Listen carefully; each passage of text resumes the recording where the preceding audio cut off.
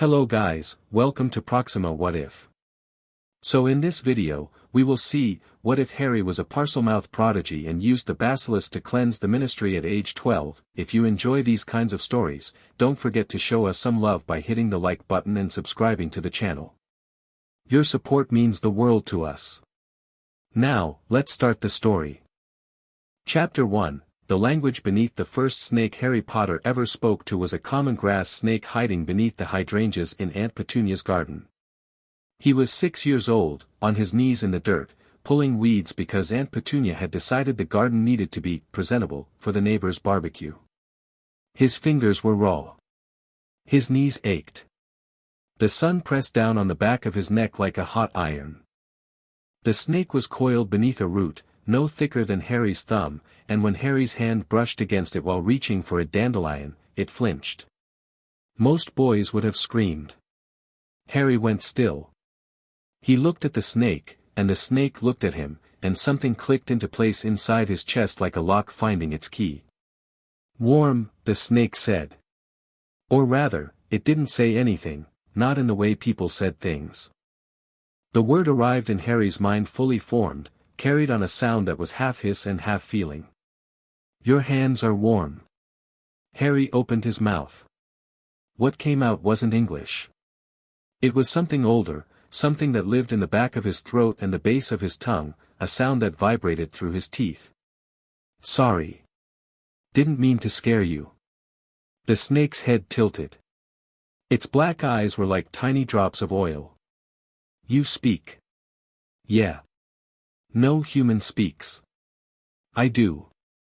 That was the beginning. Over the next 5 years, Harry learned more from snakes than he ever learned from the Dursleys.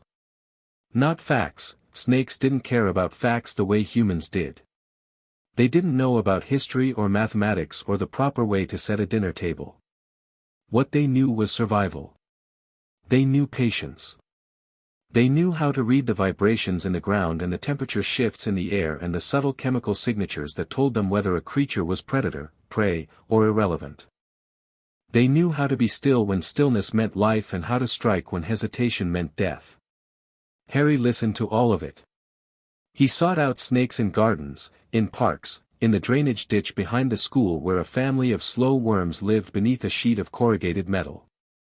He learned that different species had different dialects. Grass snakes were chatty and nervous, adders were terse and proud, and the old blind slow worm who lived in the deepest part of the ditch spoke in a cadence so ancient that Harry sometimes couldn't follow it, like trying to read Shakespeare through frosted glass. He never told anyone. Not because he was ashamed, though he sensed, with the bone-deep instinct of a child who'd learned to read danger in the angle of Uncle Vernon's shoulders, that this was something people wouldn't understand. He kept it secret because it was his. The only thing in his life that belonged entirely to him. The cupboard under the stairs was a prison. Dudley's hand-me-downs were a humiliation. But the language, the hissing, sliding, beautiful language that lived in his mouth like a second heartbeat, that was Harry's alone. By the time the Hogwarts letter arrived, Harry Potter was fluent in a tongue that most wizards considered the darkest mark a person could carry. He just didn't know that yet. The Hogwarts Express rattled through the Scottish countryside for the second time in Harry's life, and he sat in his compartment with his forehead against the cool glass, watching the world blur green and grey outside. Ron was across from him, halfway through his third cauldron cake, talking about Chudley Cannon's chances this season with the enthusiasm of someone who had never experienced disappointment, or had experienced so much of it that enthusiasm was the only alternative to despair. Harry was only half listening. His mind was on the letter he'd found tucked inside his copy of the Standard Book of Spells, Grade 2, not a letter, really, more of a note, written in Dumbledore's looping silver script. "I trust your summer was restful. I look forward to another year of watching you grow. A.D." It was a kind note. Harry should have felt warmed by it. Instead, he felt observed. Dumbledore's gaze was like that, warm on the surface, but underneath, there was always the sense of being studied. Measured. Compared against some internal standard that Harry couldn't see. "You all right, mate?" Ron asked through a mouthful of cake. "Yeah. Just thinking. Dangerous habit, that. Ron grinned. Harry smiled back, and the moment passed, and the train carried them north toward a castle full of magic and wonder and, though Harry didn't know it yet, something ancient and terrible waiting in the dark beneath the stones. Second year started the way first year ended, with the Sorting Hat's song, the feast, the familiar warmth of the Gryffindor common room, and the comforting illusion that Hogwarts was a place where nothing truly bad could happen. Harry settled into the rhythm of classes and Quidditch practice and late-night conversations with Ron and Hermione in the common room, and for the first few weeks, everything felt almost normal. Almost. The thing about speaking Parseltongue for 5 years was that it changed the way you listened. Harry heard things other people didn't, not voices, exactly, but textures in sound. The castle was full of them. The creak of old wood had a different quality near the dungeons than it did near the towers. The wind through the corridors carried traces of magic that Harry could almost taste, like metal on his tongue. And sometimes, late at night, when the castle was quiet and the other boys in his dormitory were asleep, Harry would lie awake and listen to the stones themselves, and he'd swear they were humming. He mentioned it to Hermione once, obliquely, during a study session in the library. "Do you ever feel like the castle is alive?" She looked up from her Transfiguration essay with the expression she reserved for questions that were either very stupid or very interesting, and she hadn't decided which yet. Hogwarts has a degree of magical sentience. The staircases move on their own, the room of requirement responds to need, and there's documented evidence that the castle's wards adapt to threats. Why? No reason. Hermione studied him for a moment longer than was comfortable. She had a way of doing that, looking at you like she was reading a page of text written on the inside of your forehead. Then she went back to her essay, and Harry went back to pretending he was doing homework while actually cataloging the faint, rhythmic vibration he could feel through the library table. Something was different this year. He couldn't explain it. The castle felt heavier somehow, like the magic in the walls had thickened, like something deep underground was breathing, slow and steady, and the whole structure above it was rising and falling with each breath. Harry kept listening. The first attack happened on a Tuesday. He didn't see it himself. He heard about it from Ron, who heard about it from Seamus, who heard about it from nearly headless Nick, who found Mrs. Norris hanging stiff as a board from a torch bracket on the second floor with her eyes glazed like marbles. Petrified, Hermione whispered when they saw the cat. She was crouched near the scene while Filch howled and Dumbledore examined the wall where someone had written "The Chamber of Secrets has been opened. Enemies of the air, beware." In what looked like blood but smelled, to Harry's trained nose, like something else, something colder, more chemical, like venom oxidizing in air. Harry stared at the words on the wall, and his mind was already moving. Not with fear. With recognition. He knew what venom smelled like. He'd spent years around snakes. He knew the specific scent of different species' toxins, the sharp, clean burn of adder venom, the musky thickness of a constrictor's saliva. What he smelled on that wall was neither. It was something older. Something massive. The venom of a creature so large that a single drop of it could oxidize an entire wall into a canvas for a madman's message. He didn't say any of this.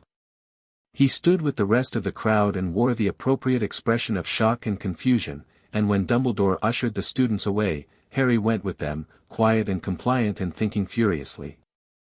That night, alone in his bed with the curtains drawn and a silencing charm he'd practiced all summer humming around his four-poster, Harry closed his eyes and listened. The castle was different at night. The daytime sounds, footsteps, laughter, the clatter of armor, the whoosh of moving staircases, all faded, and what remained was the deep, structural sound of the building itself. Stone settling against stone. Water moving through ancient pipes. The faint crackle of magic in the wards. And there, beneath it all, so faint that Harry had to hold his breath and press his awareness down through the floor like a root seeking water, a sound. Not a hum. Not a vibration. A heartbeat. Something beneath the castle had a heartbeat. Harry lay in the dark, listening to the slow, enormous pulse of something alive in the deep, and he felt no fear. Only a vast, cold curiosity, and beneath that, the first stirring of something that might have been recognition. Whatever was down there, it was a serpent. And it was awake. Over the next several weeks, Harry conducted his investigation with the methodical patience of the slow worm in the drainage ditch, the one who taught him, at age 8, that the creature who moves first is usually the creature who dies first. He didn't rush. He didn't confide in anyone. He watched, and he listened, and he pieced together the puzzle one fragment at a time. The attacks continued. Colin Creevey was found petrified in a corridor, his camera melted from the inside, the film fused into a solid lump of silver and cellulose. Then Justin Finch-Fletchley and nearly headless Nick together, Justin rigid as a plank and Nick floating motionless, his transparent form turned a sickly shade of gray. The school was terrified. Students moved in groups. Parents sent howlers demanding the school be closed. Filch patrolled the corridors with a manic intensity, as though he could protect his castle through sheer furious walking. Harry observed all of this with a detachment that sometimes unnerved him. He should have been scared. Part of him knew that. But the dominant part, the part that had spent 5 years learning to think like a predator, was too busy analyzing patterns. The victims were all found near water. Mrs. Norris beside a flooded bathroom. Colin near a dripping pipe. Justin next to a window streaked with rain. The thing in the walls was using the plumbing, the vast, ancient network of pipes that threaded through Hogwarts like veins through a body. Harry could hear it moving, especially at night. A dry, heavy sound, like sandpaper drawn across stone, accompanied by a presence that pressed against his Parseltongue sense like heat from an open oven. He went to the library. Not for books on the Chamber of Secrets, half the school was reading those, and most of the relevant texts had been checked out or removed. Instead, Harry researched magical serpents. He read about runespores and ashwinders and alchemies, flipping past their entries with barely a glance. He wasn't looking for a common species. He was looking for something that matched the heartbeat, something enormous, something ancient, something that could petrify with a glance and move through pipes and had been alive for 1,000 years. He found it in a restricted section book that Hermione's library pass, forged with impressive skill during first year and never revoked, got him access to. Most Patendi Monsters, a tome so old it smelled like grave dirt. The entry was short, almost dismissive, as though the author considered the creature too terrible to describe in detail, the Basilisk. King of serpents. Born of a chicken's egg hatched beneath a toad. Capable of reaching enormous size and living for centuries. Its gaze is instantly fatal. The crow of a rooster is its only natural enemy. Specimens have been reported up to 60 feet in length, though such claims remain unverified, as anyone close enough to measure a basilisk is unlikely to survive the experience. Harry closed the book. His hands were steady. His breathing was even. Somewhere deep beneath his feet, a 60-foot serpent moved through pipes that were 1,000 years old, and Harry Potter, 12 years old, skinny, scar on his forehead, second-hand robes, sat in a library chair and thought, I need to talk to her. He didn't know why he thought of it as, her. Parseltongue carried gender in ways English didn't, in the shape of sounds, the weight of certain syllables, the way a hiss curved upward or downward at its end. The voice in the walls, on the rare occasions Harry caught more than a fragment, had a distinctly feminine cadence. Old. Tired. Confused. Not angry. That was the part that nagged at him. The basilisk wasn't raging through the castle in a killing frenzy. The petrifications were almost accidental. Indirect. The victims had all seen the creature's reflection, or seen it through a filter, a camera lens, a ghost's translucent body, a puddle of water. As though the basilisk was trying not to make eye contact. As though it was following orders it didn't entirely understand. Someone was controlling it. Someone was giving it commands in Parseltongue, and doing it badly, with the clumsy authority of a person speaking a language they'd learned from a book rather than from the living mouths of snakes. Harry had a pretty good idea who. He'd seen the diary in Ginny Weasley's cauldron on the day they'd all gone to Diagon Alley. He'd watched the way she hunched over it in the common room, writing feverishly and then going pale, as though the act of writing was draining something out of her. He recognized the signs because he recognized the feeling, something latching onto your mind, feeding on your thoughts, directing your actions. He'd felt it himself, once, when he'd touched the back of Quirrell's head and Voldemort's consciousness had brushed against his like a hot wire against bare skin. The diary was Voldemort's. Or a piece of him. Or a shadow. Whatever it was using Ginny to open the chamber and command the basilisk, and it was doing so with all the subtlety of a sledgehammer. Harry could have gone to Dumbledore. He could have gone to McGonagall, or Snape, or any of the adults whose job it was to protect the students. He could have raised his hand and said, "Excuse me, I know what the monster is and how it's moving and who's controlling it, and also I can talk to snakes." He didn't. Not because he didn't trust them. Not entirely. But because the moment he revealed his Parseltongue ability, everything would change. He'd seen how the magical world reacted to the mere mention of the Chamber of Secrets, the fear, the suspicion, the instant assumption that heir of Slytherin meant evil. If Harry announced he was a Parselmouth, he'd be painting a target on his forehead. Another one. And there was something else. Something harder to articulate, more selfish, more honest. Harry wanted to go down there himself. He wanted to speak to the basilisk. Not to fight it, to talk to it.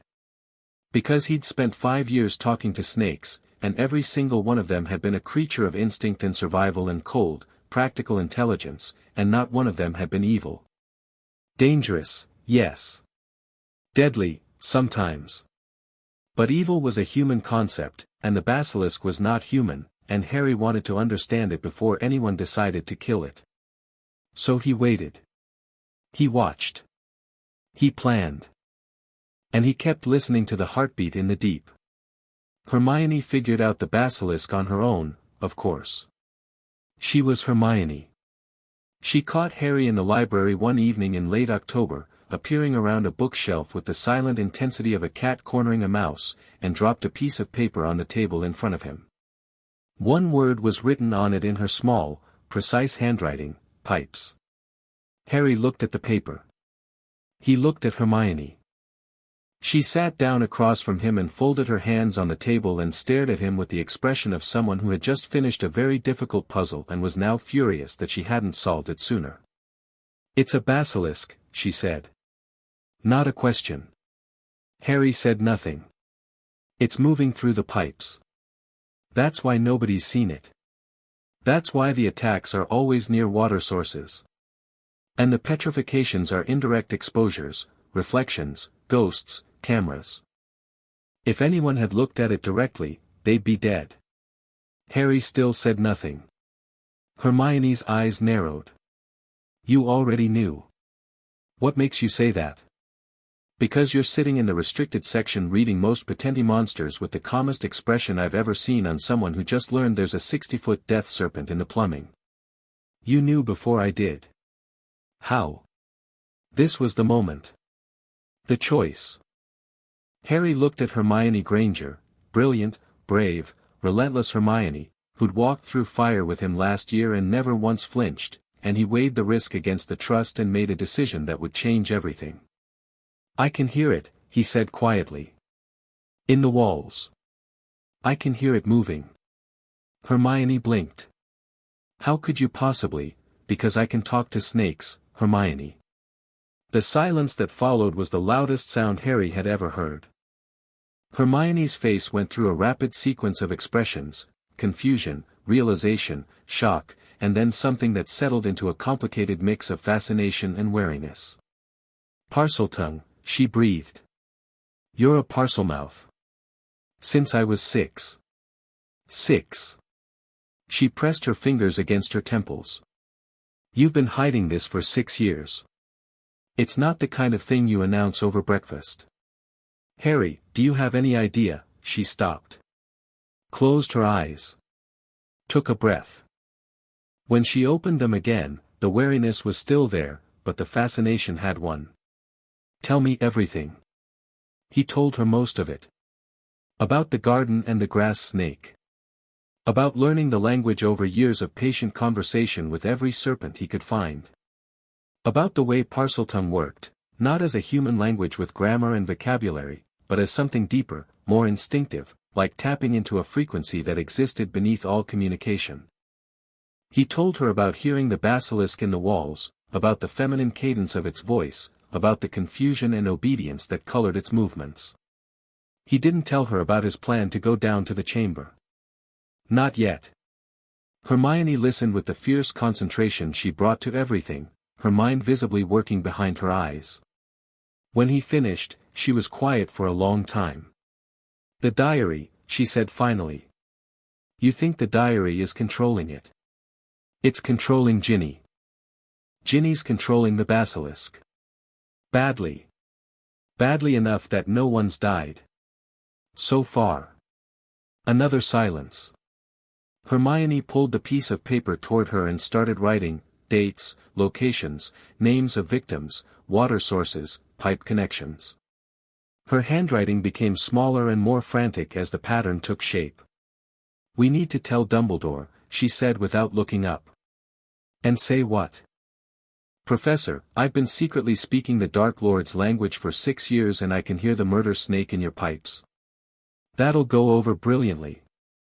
"It's not the Dark Lord's language, Harry. It's a rare magical ability. There's no inherent morality to, I know that. You know that. Think about how the rest of them will react." She stopped writing. Her pen hovered over the page. He saw her cycle through the argument, testing it, looking for a flaw. She didn't find one, and the frustration of it tightened her jaw. "Then what do you suggest?" "I'm going to handle the diary. Once that's gone, the attacks will stop." "Handle it how?" "I'll figure it out." "That's not a plan, Harry.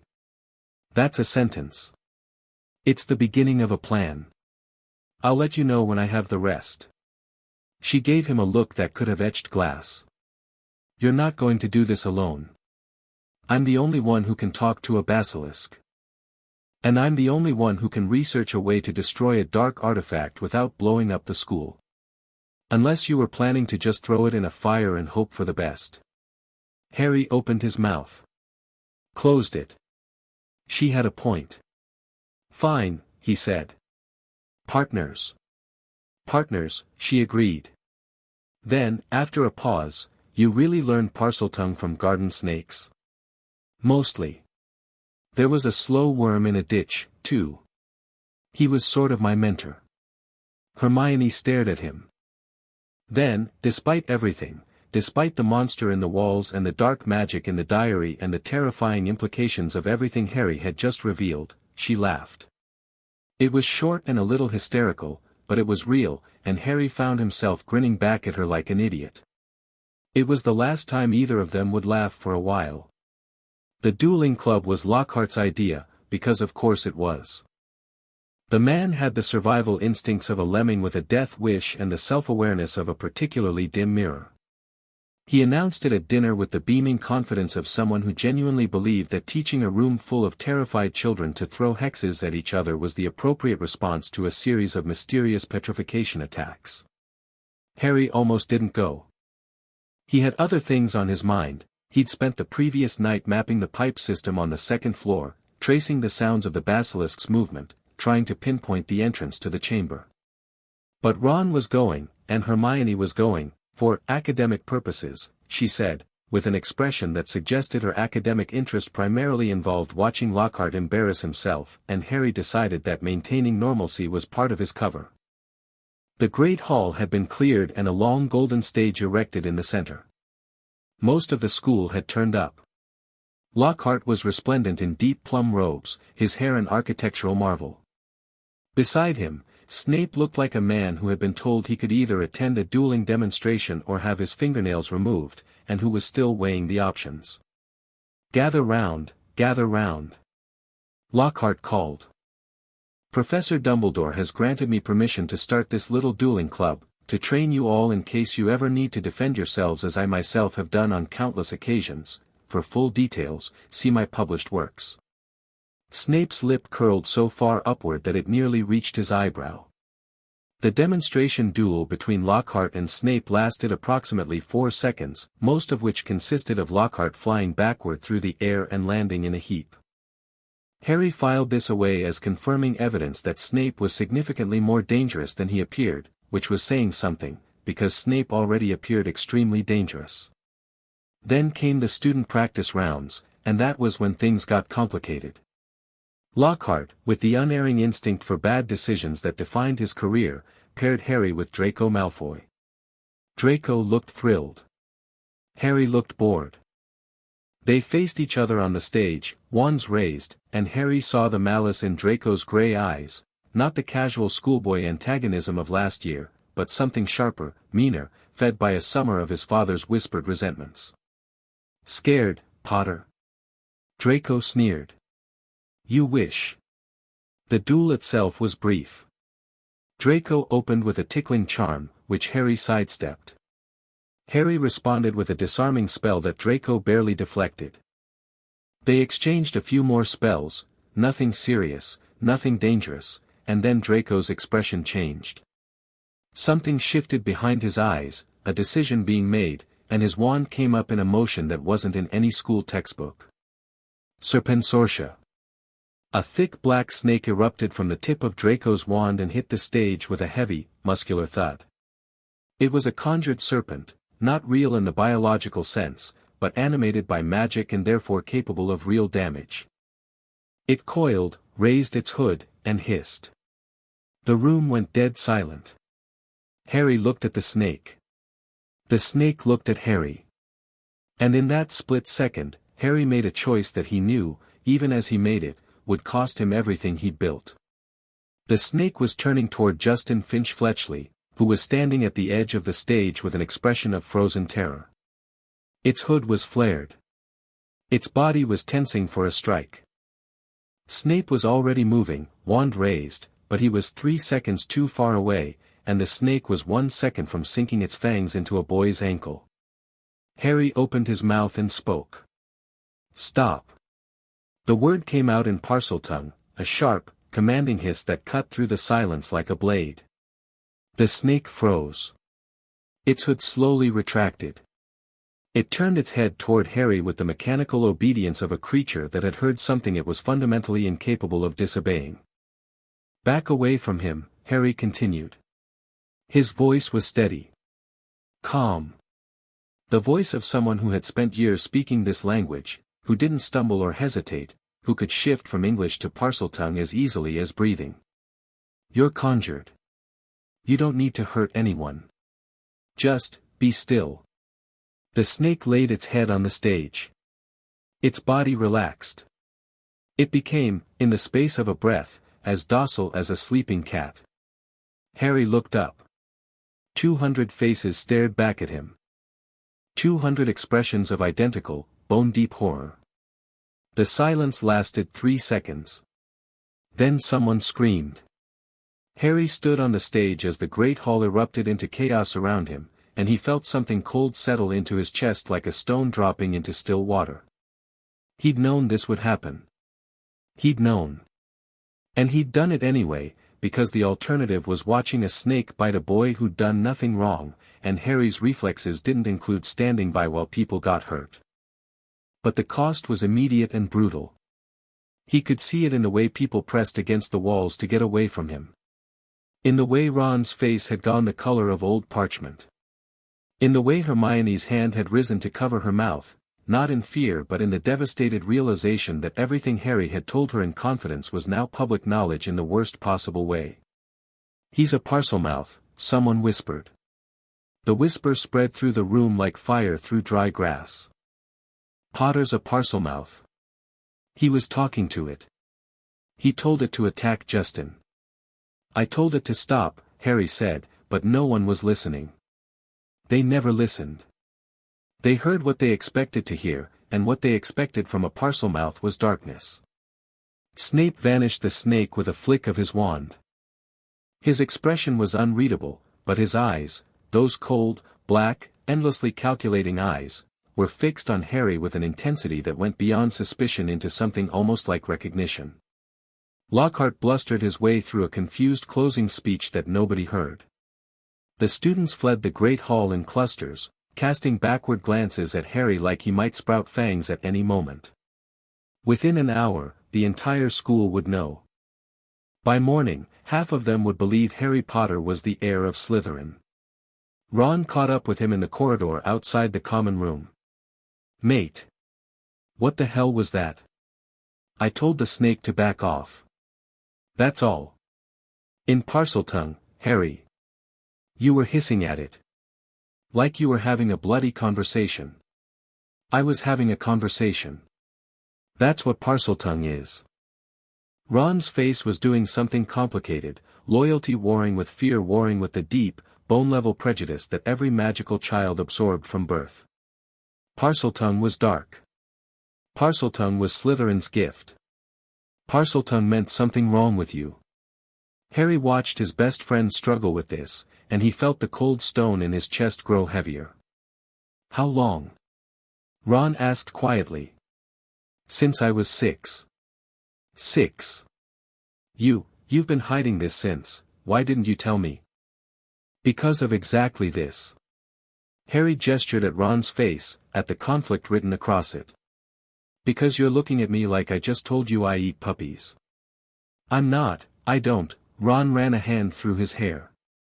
"It's Parseltongue, Harry. You know who was a Parselmouth?" "Yeah. And I've got the same scar he gave me and a wand with a feather from the same phoenix. Does that make me Voldemort?"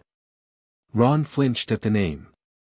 But something in Harry's voice, the flatness of it, the exhaustion, the complete absence of apology, cut through the fear. Ron looked at him. Really looked. And whatever he saw must have been enough, because his shoulders dropped and the tension went out of his jaw. "No," he said. "It makes you Harry. Who apparently talks to snakes. Which is mental, by the way. Completely mental. We're going to talk about this more. A lot more." "I know." Ron nodded. He clapped Harry on the shoulder, a gesture that was awkward and deliberate and meant more than either of them would ever admit, and went into the common room. Harry stayed in the corridor. Hermione was waiting for him around the corner. She'd been crying, he could see it in the redness around her eyes, but her voice was steady when she spoke. "Everyone knows now." "Yeah. They think you're the heir of Slytherin." "Yeah. This changes the timeline on everything." "I know." She leaned against the wall beside him. The torchlight made her hair look like it was on fire. "You saved Justin. You know that, right? Whatever they're saying, you saved him. That's not the part they'll remember. It's the part that matters." Harry looked at her. She looked back. And in the space between them, something shifted, not romantically, not yet, nothing so simple. But a wall came down. The last wall. Harry had shown her his secret, and the world had punished him for it, and she was still standing beside him in a dark corridor telling him it mattered. That he mattered. "I'm going into the chamber," he said. "Tonight." Hermione's breath caught. "Harry, the diary's still controlling Ginny. The attacks are going to get worse. And now that everyone thinks I'm the heir of Slytherin, the pressure on Dumbledore to act is going to double.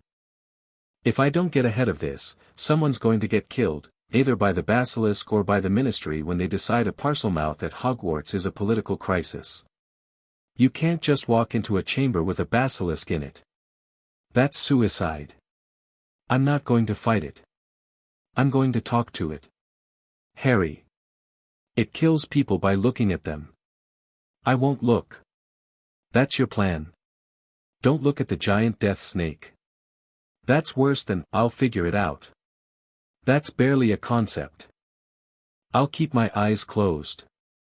I can navigate by sound. Parseltongue carries spatial information, like echolocation. The snakes I've talked to have described how they sense the world. I've been practicing. Hermione stared at him. You've been practicing echolocation. In the dormitory. At night. With my eyes closed. How long? Since the first attack. She was quiet for a long moment. He could practically hear her brain working, calculating risk, weighing variables, searching for the flaw in his logic that would let her stop him. She didn't find it. Not because there wasn't one, but because the situation had narrowed to a point where all the options were terrible and Harry's was merely the least terrible. You're not going alone, she said. Hermione, I can't talk to the Basilisk. I know that. But I can wait at the entrance. If you're not back in an hour, I'll go to Dumbledore and tell him everything. Consider me your contingency plan. Harry wanted to argue. The protective instinct flared in him, bright, hot, irrational. She was his friend. She was 12. She shouldn't be anywhere near a basilisk. But she was also right. A contingency plan was the difference between courage and stupidity. 1 hour, he agreed. 1 hour. And if you die, I'll find a way to resurrect you just so I can kill you myself. That's fair. They shook on it, there in the dark corridor, 2 12-year-old children making a pact that would have terrified any adult who heard it. Then they went to bed, and Harry lay in the darkness listening to the heartbeat beneath the castle and counting the hours until midnight. The entrance to the Chamber of Secrets was in a girl's bathroom on the 2nd floor. Harry had narrowed it down through weeks of acoustic mapping, tracing the basilisk's movements through the pipes, identifying the point where its sound converged, the hub at the center of the web. The bathroom was flooded, perpetually out of order, haunted by the ghost of Myrtle Warren, and avoided by every student in the school, which made it the perfect hiding place for a 1,000-year-old secret. Harry stood before the sinks at midnight, Hermione a pace behind him. The bathroom was dark. Water dripped from a leaking pipe somewhere overhead. Moaning Myrtle was asleep, or whatever ghosts did when they weren't haunting. She floated in her usual toilet stall, translucent and still, a girl forever frozen at the moment of her death. Death by basilisk. Harry had figured that out weeks ago. Myrtle had died because she'd looked the creature directly in the eyes, which meant the basilisk had passed through this exact room on its way in or out of the chamber. Which meant the entrance was here. Somewhere. Harry closed his eyes and spoke. Open. The word came out soft and sibilant, barely louder than a whisper, but the response was immediate. The sink in front of him shuddered. There was a grinding sound, stone against stone, ancient mechanisms engaging for the first time in decades, and when Harry opened his eyes, the sink had moved aside to reveal a pipe. Not a pipe, a tunnel. A wide, circular shaft that plunged straight down into blackness so complete that it seemed to eat the torchlight. Hermione made a small, involuntary sound. Harry looked at the tunnel. He looked at Hermione. 1 hour, he said. 1 hour, she repeated. Her face was pale but her voice was iron. Go. He went. The descent was longer than he expected. The pipe was slick with moisture and mineral deposits, and Harry slid more than climbed, controlling his speed with his hands and feet against the curved walls. The air grew colder as he went down. Colder and damper and heavier with a scent he recognized, serpent musk, the dense, complex smell of a large reptilian body in an enclosed space. But amplified. Magnified 1,000-fold. The musk of something enormous. The pipe leveled out and spat him into a tunnel. Harry landed on his feet, barely, and stood still, listening. The darkness was absolute. He couldn't see his hand in front of his face. But he could feel the space around him through the vibrations in the air, the way sound bounced off stone, the subtle temperature differences that mapped walls and openings and empty chambers. He closed his eyes. It didn't make a difference to his vision. The darkness was the same either way, but it focused his other senses, clicking him into the mode he'd practiced in his dormitory. Parseltongue sense. The world rendered in sound and vibration and smell. He walked forward. The tunnel was long, straight, and ancient.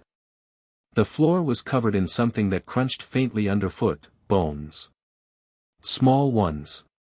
Rats, probably. The walls were carved with patterns he couldn't see but could feel when he brushed his fingertips against the stone, serpentine shapes, coiling and intertwining, the decorative language of a man who'd believed snakes were the highest form of life. The heartbeat was louder here.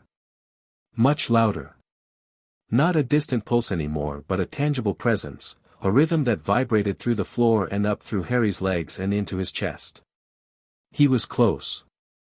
The tunnel opened into a vast space. Harry felt it in the way the air changed, expanding, the echoes of his footsteps suddenly stretching into the distance. He was in a large chamber. The chamber. He could sense columns, massive stone pillars, carved in serpent shapes, marching into the darkness on either side. And at the far end of the chamber, coiled in a space so large that Harry's Parseltongue sense couldn't map its boundaries, was something alive. "Hello," Harry said. His voice echoed off the stone, hissing and doubling and tripling, the Parseltongue syllables bouncing between the serpent-carved columns like a sound trapped in a hall of mirrors. For a long moment, nothing happened. Then the darkness moved. It was the sound that hit him first, a dry, continental shifting, like tectonic plates grinding against each other. Then the smell, a wall of ancient musk so thick he could taste it. Then the presence, a mind brushing against his Parseltongue sense, vast and slow and impossibly old, like touching a glacier with your bare hand. "You speak." The voice was feminine, as Harry had sensed. But hearing it directly, unfiltered by walls and pipes and distance, was something else entirely. It was deep. Not loud, deep. A voice that came from a body so large that its vocal cords were probably longer than Harry was tall. And threaded through it, like cracks in ancient ice, was something Harry hadn't expected. Loneliness. "I speak," Harry confirmed. His eyes were squeezed shut. His heart was hammering so hard he could feel it in his teeth. But his voice was steady. Years of talking to snakes had taught him the cardinal rule: show fear and you lose the conversation. "I've been listening to you for weeks." Through the walls. A long silence. The sound of scales shifting against stone. The basilisk was moving, Harry could feel the displacement of air, the subtle vibrations, but not toward him. Around him. Circling. Assessing. "The other one speaks too," the basilisk said. "The cold one. The one in the book. But its voice is wrong. Like a song played on broken strings. It gives orders. I obey. I do not want to obey." The diary. Tom Riddle's diary, commanding her through Ginny Weasley's hand and mouth. "It's not speaking properly," Harry said. "It's using a girl, a human girl, as a vessel. She doesn't understand Parseltongue. She's just repeating sounds." "Yes." The circling stopped. "That is why it is wrong. The sounds are correct. The meaning is empty. Like words spoken by the wind." "What has it told you to do?" Another pause. Longer. Harry felt the air grow heavier, the musk thicker. Shame. He recognized it. Snakes expressed shame differently than humans, through chemical changes rather than facial expressions, but it was unmistakable. "Hunt," the basilisk said. "Find the impure ones. The ones with cold blood. Muggleborns. I do not know this word. The cold one says unworthy. But I look at them and I do not see unworthiness. I see small creatures. Warm. Frightened. I do not wish to hunt them." Harry's throat tightened. Somewhere in the back of his mind, the part of him that was still rational and strategic and planning 3 steps ahead was cataloging this information, filing it away.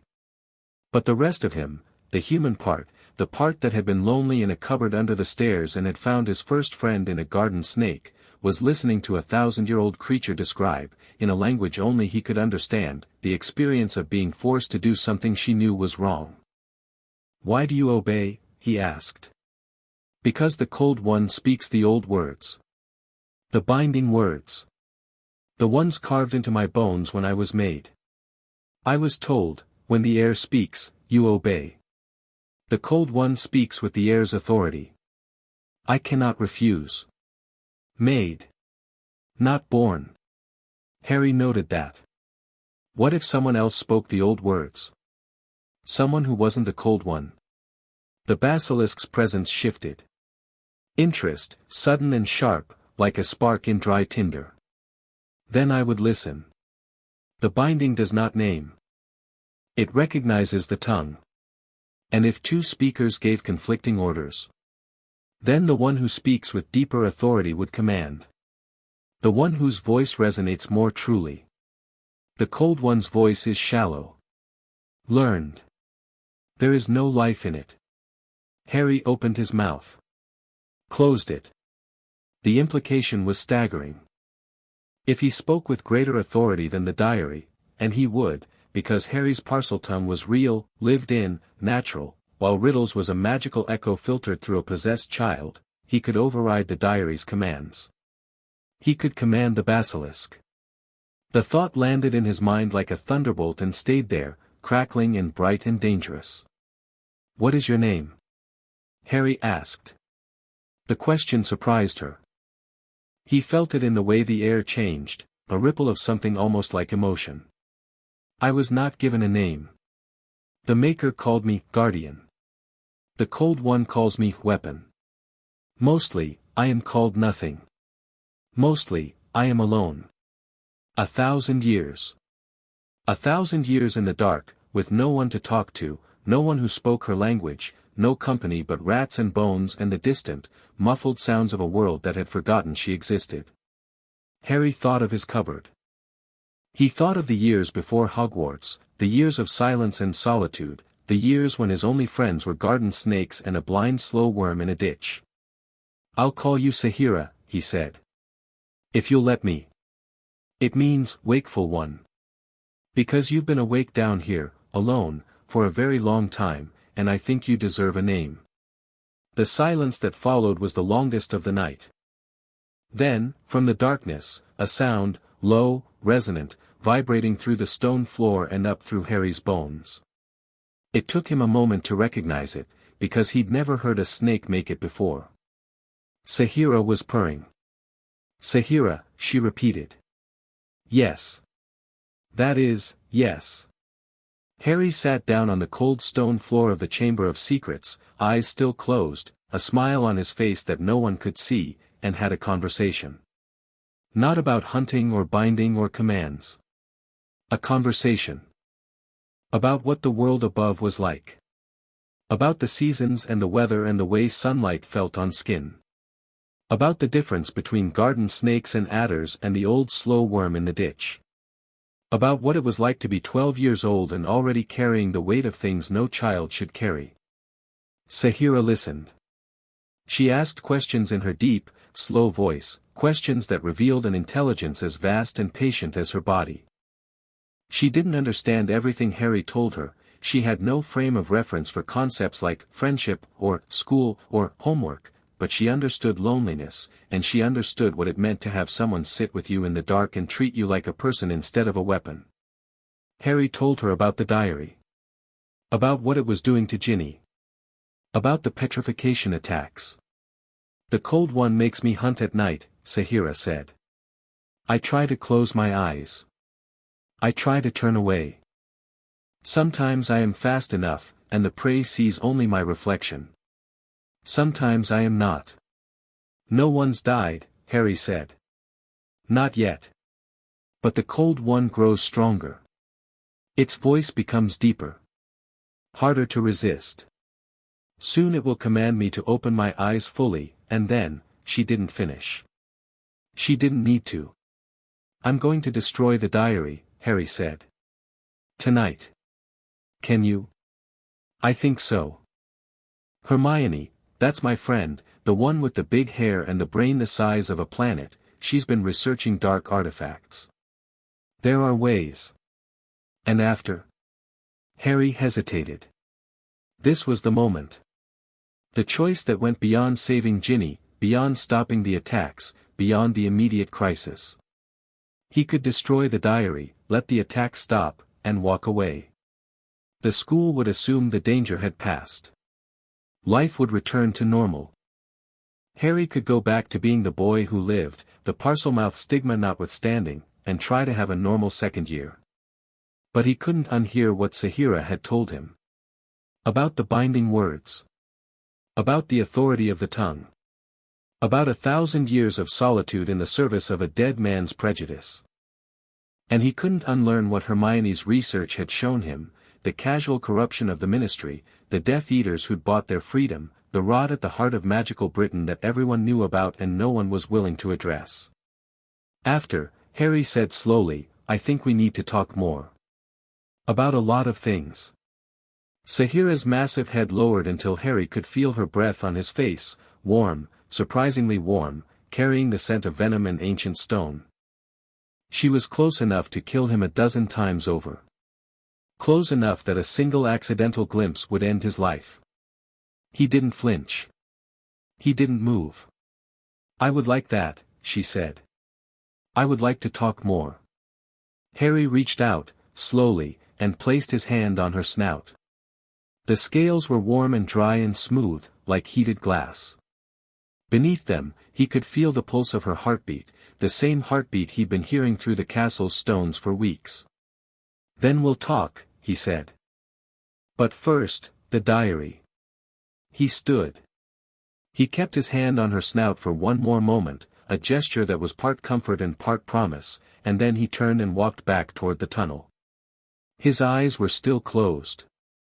His mind was already working, planning, calculating, considering angles of attack and contingencies and the 100 things that could go wrong.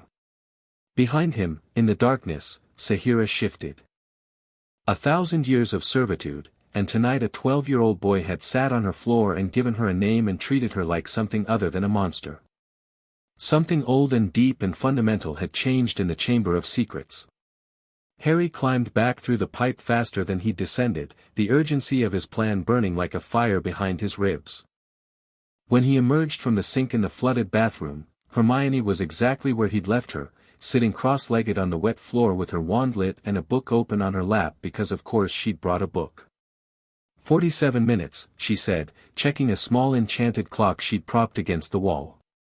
Cutting it close. I know what we need to do. He told her about Sahira. About the binding, the diary's control, the failing resistance. He told her about the diary's growing power and the urgency of destroying it. He told her about the name.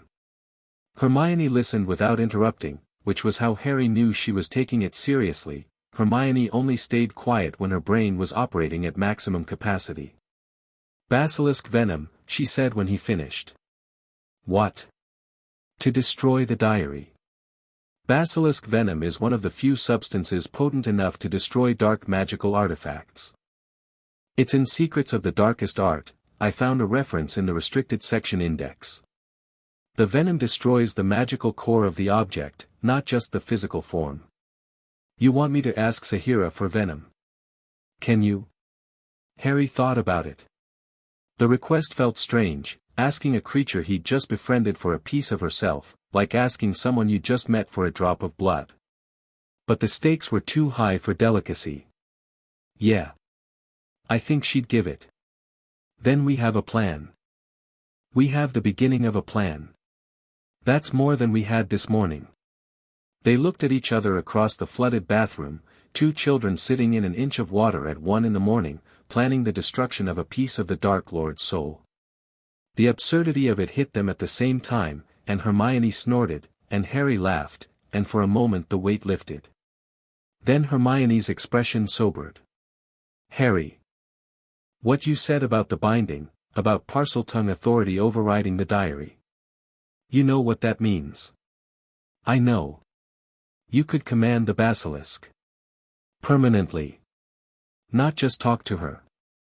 Command her. I know. That's a lot of power for anyone to have.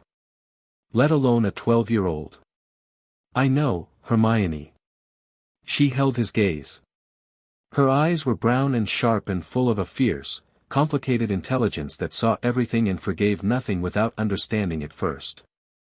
Promise me you'll be careful with it. I promise. Promise me you'll talk to me before you do anything drastic. Define drastic. Harry. I promise. She nodded.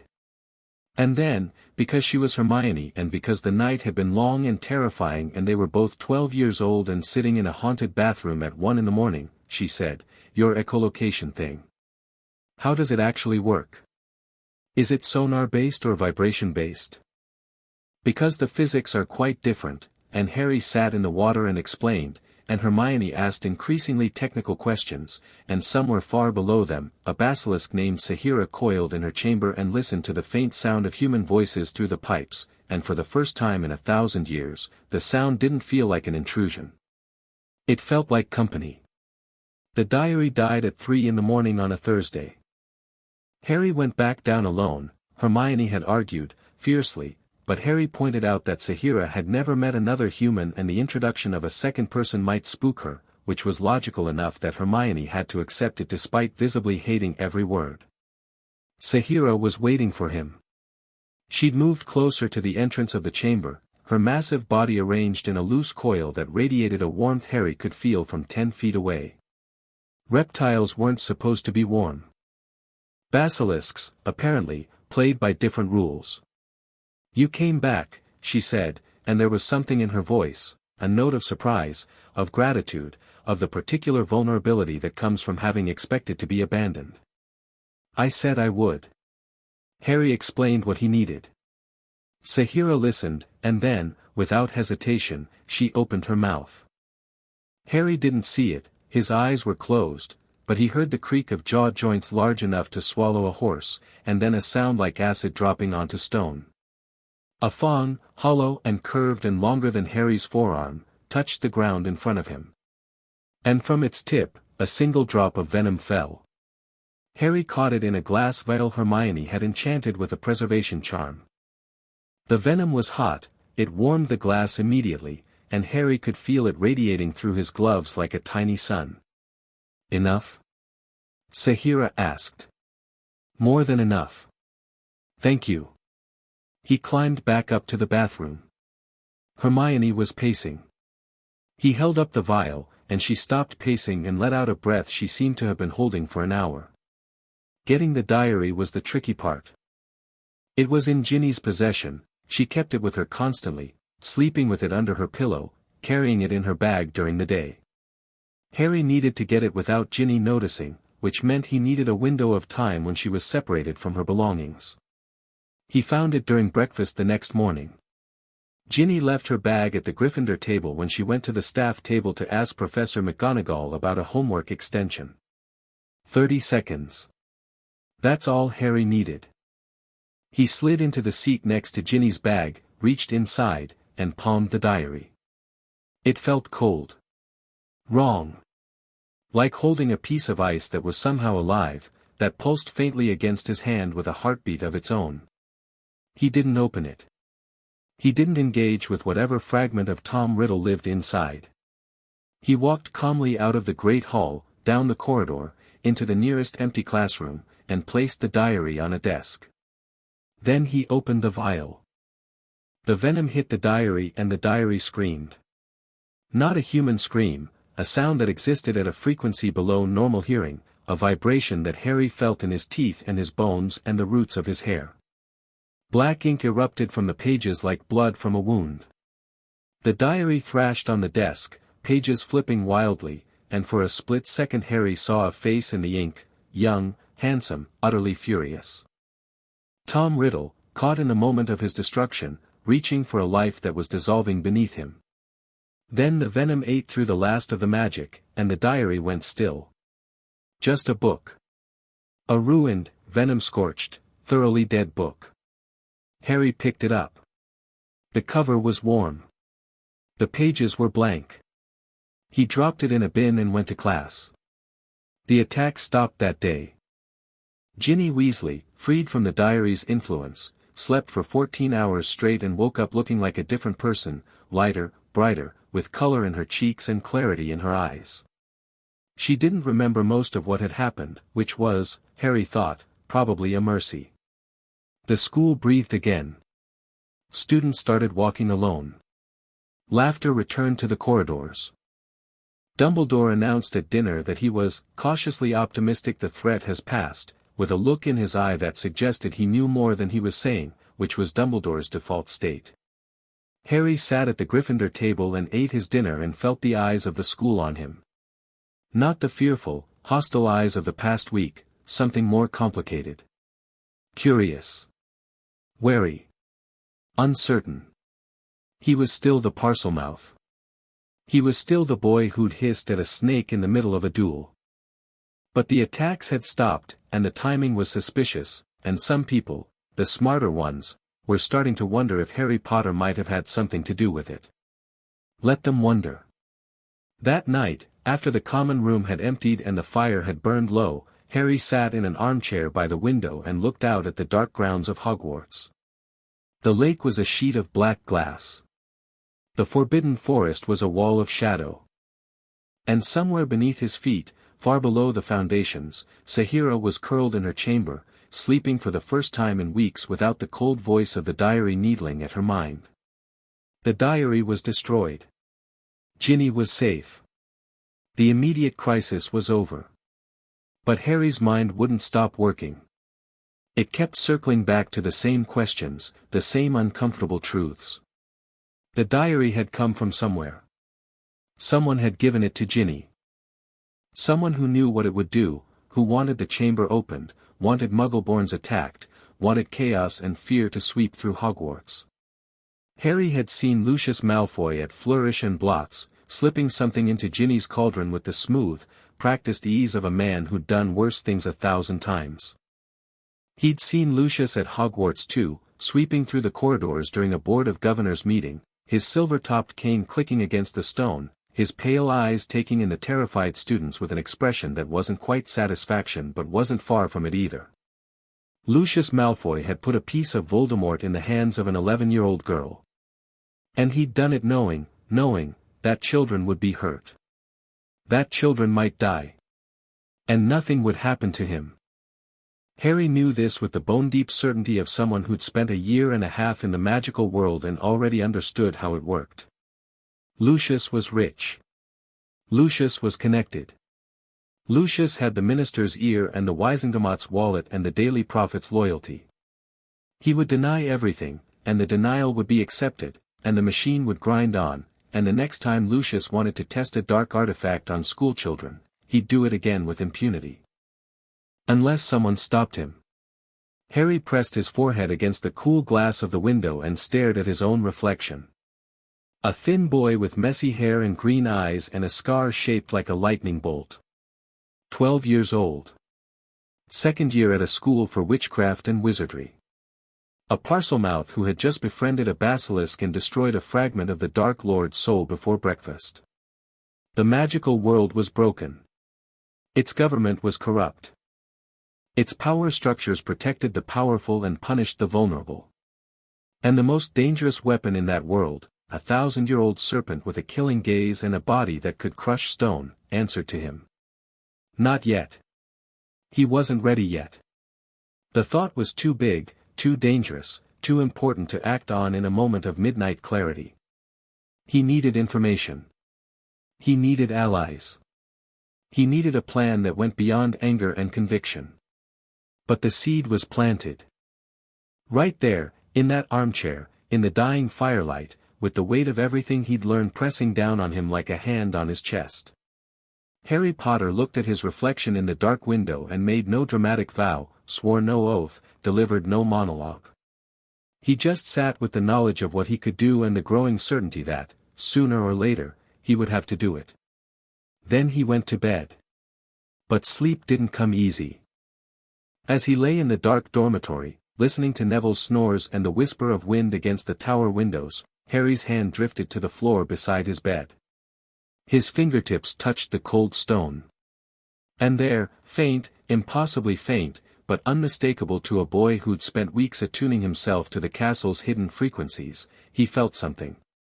Not the heartbeat. Something else.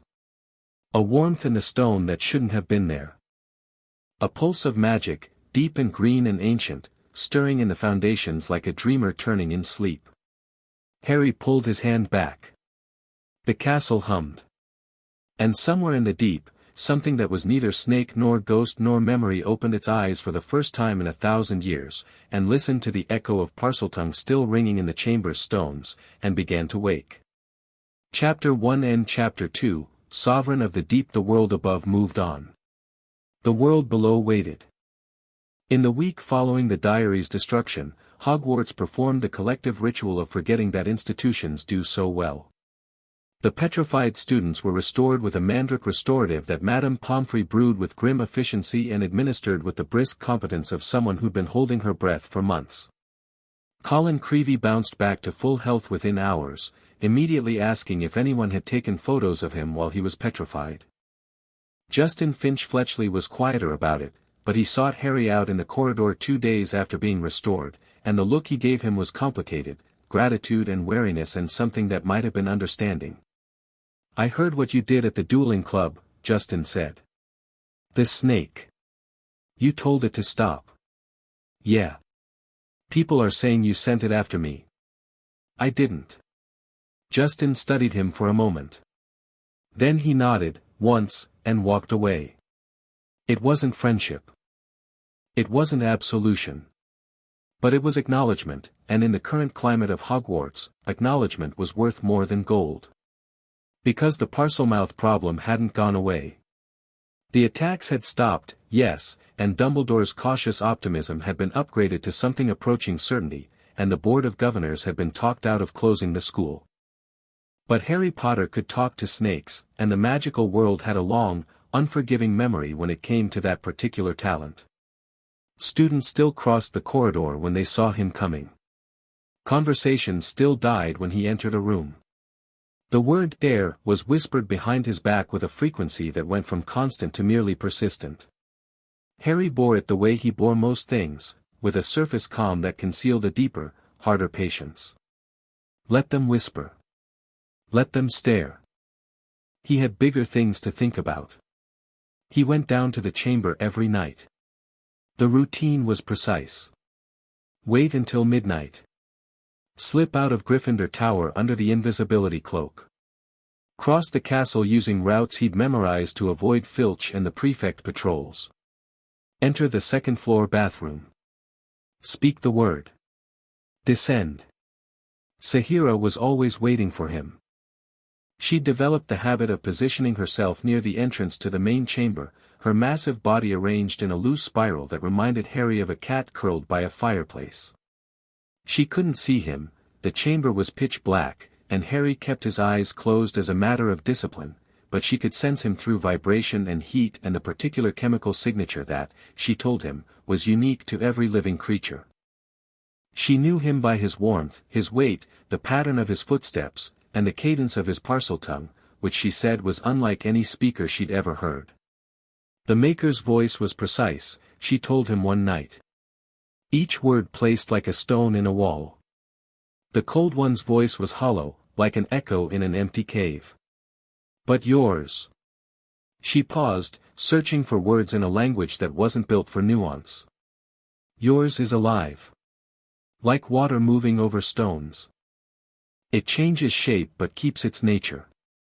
Harry sat with his back against her coils, she'd offered, the third night, by nudging him gently toward her body when she sensed him shivering in the cold, and felt the steady rhythm of her breathing. Her scales were warm. Her body was a furnace, generating heat through some magical process that had nothing to do with normal reptilian biology. Sitting against her was like leaning against a sun-warmed wall, and in the damp cold of the chamber, it was the closest thing to comfort Harry had felt since arriving at Hogwarts. "Tell me about the Maker," Harry said. "He was old when he made me. Not in body, in spirit. He had fought many battles. Lost many friends. He built this chamber because he believed the world above was failing, that the people he cared about were in danger, and that someone needed to prepare for the worst. The worst being war. Between those born of magic and those who feared it.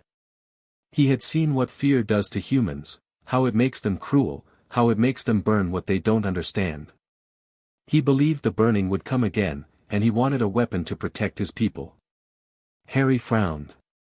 This didn't match the story he'd been told. Slytherin the blood purist, the monster, the founder who wanted to purge Muggleborns from Hogwarts.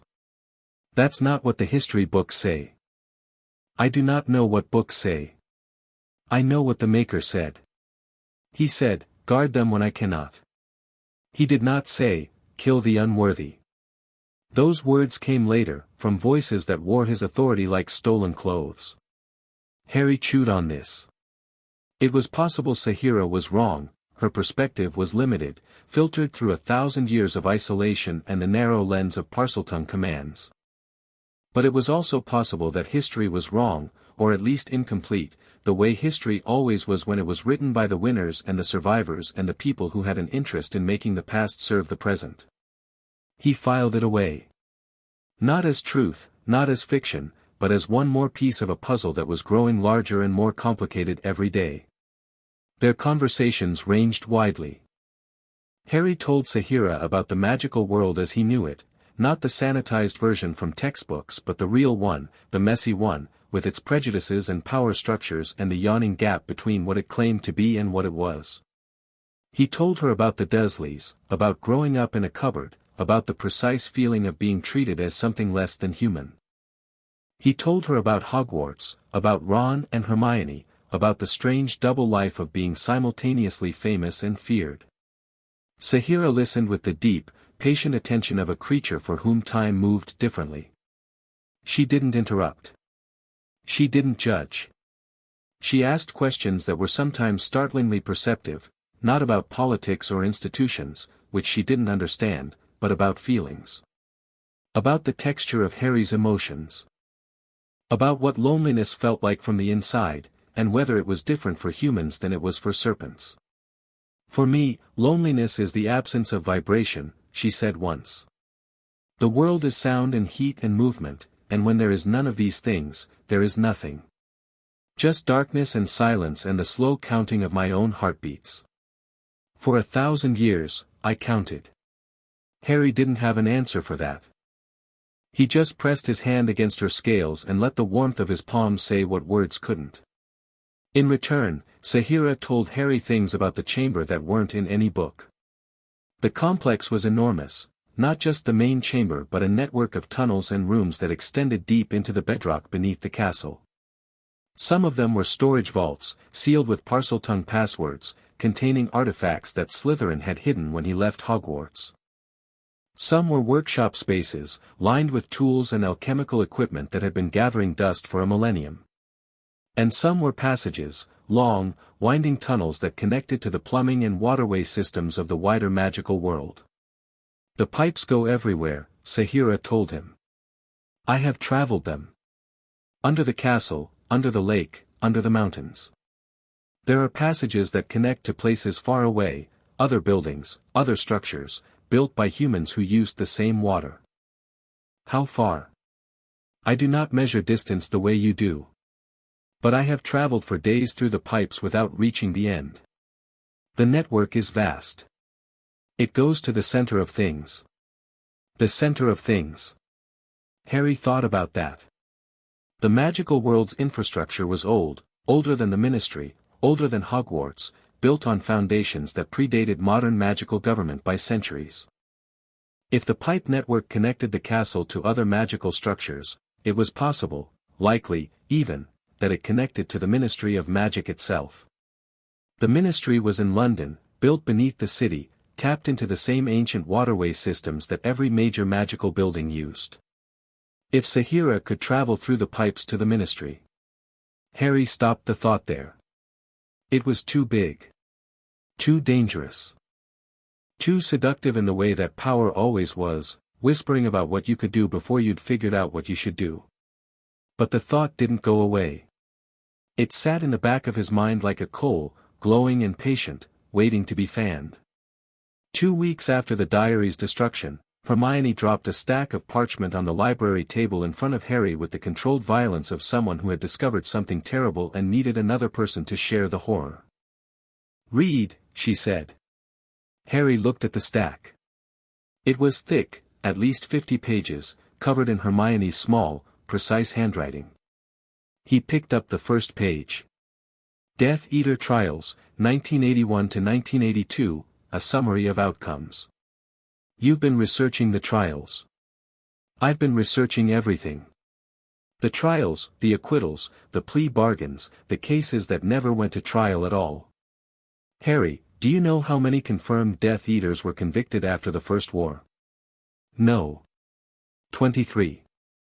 Out of over 200 suspected members, 23 were convicted. The rest were acquitted, had their charges dropped, or were never charged at all. And do you want to know the common factor among the acquitted? Harry already knew. He could feel it in the air, in the tight, furious set of Hermione's jaw. Money. Money, she confirmed. Gold. Connections. The right family name, the right donations to the right political campaigns. Lucius Malfoy alone donated more to Minister Bagnold's re-election fund than the entire Department of Magical Law Enforcement's annual budget. He claimed the Imperious defense, said he'd been controlled, forced to serve you-know-who against his will, and the Wizengamot accepted it without so much as a Veritaserum test. She was pacing now, the way she always did when her mind was running hot, her feet tracing a tight circuit between the library table and the window. It's not just Malfoy. Crabbe, Goyle, Nott, Avery, McNair, all confirmed Death Eaters, all acquitted, all walking free. Some of them are in the Ministry right now. McNair works for the Committee for the Disposal of Dangerous Creatures. Avery is on the Board of International Magical Cooperation. These aren't reformed citizens quietly living out their lives, Harry. They're embedded in the government. They have influence, access, power. Harry read through the pages. Hermione's research was meticulous. She'd cross-referenced trial transcripts with donation records, traced financial connections between acquitted Death Eaters and Ministry officials, mapped out a web of influence that stretched from the Wizengamot to the Daily Prophet to the Hogwarts Board of Governors. The picture it painted was worse than corruption. Corruption implied a system that was fundamentally sound but occasionally abused. What Hermione had documented was something else, a system that had been designed to be abused, a government whose checks and balances had been methodically dismantled or co-opted by people with the gold and the connections to buy impunity. Lucius Malfoy is the center of it, Hermione said, sitting down across from him with the intensity of someone delivering a closing argument. He's not just a former Death Eater who got away. He's a network. He controls donations to at least 12 Wizengamot members. He has financial interests in the Daily Prophet through a holding company. He's on the Board of Governors here. And his relationship with Minister Fudge is what? Personal. Fudge consults him on policy. Malfoy's been seen at the Ministry more times in the last year than most actual employees. He has a standing appointment with the Minister every other Thursday. Harry set down the papers. His mind was doing the thing it did when patterns clicked into place, the cold, clear rush of connections forming, like water finding its way downhill. He put the diary in Ginny's cauldron, Harry said. I saw him do it. At Flourish and Blots, before school started. He slipped it in with her other books. Hermione's eyes widened. You saw it? I didn't know what it was at the time. I thought it was just Malfoy being a bastard to the Weasleys. But he knew. He knew exactly what that diary would do. Can you prove it? No. It's my word against his, and he's got the Minister in his pocket. They sat with that for a moment. The library was quiet around them, late afternoon, most students gone to dinner. The silence felt heavy with implication. Hermione, Harry said carefully. How bad is it? The Ministry. Overall. She met his eyes. Bad. It's not just the Death Eater acquittals. The entire structure is compromised. The Wisengamot is supposed to be an independent judicial body, but a third of its members have financial ties to families that supported you-know-who. The DMLE is underfunded and understaffed because the budget keeps getting redirected to vanity projects that benefit connected contractors. The press is essentially a propaganda arm of whoever's paying the most. And the minister, Fudge. Fudge is either complicit or incompetent, and I'm not sure which is worse. He knows about the corruption. He has to, it's too pervasive to miss. But he doesn't act because acting would mean confronting the people who put him in power and keep him there. Harry leaned back in his chair and stared at the ceiling. The library's vaulted stone arches looked back, impassive, ancient, indifferent to the small human dramas playing out beneath them. So the system is broken, he said. The people who are supposed to enforce the law are in the pockets of the people who broke it.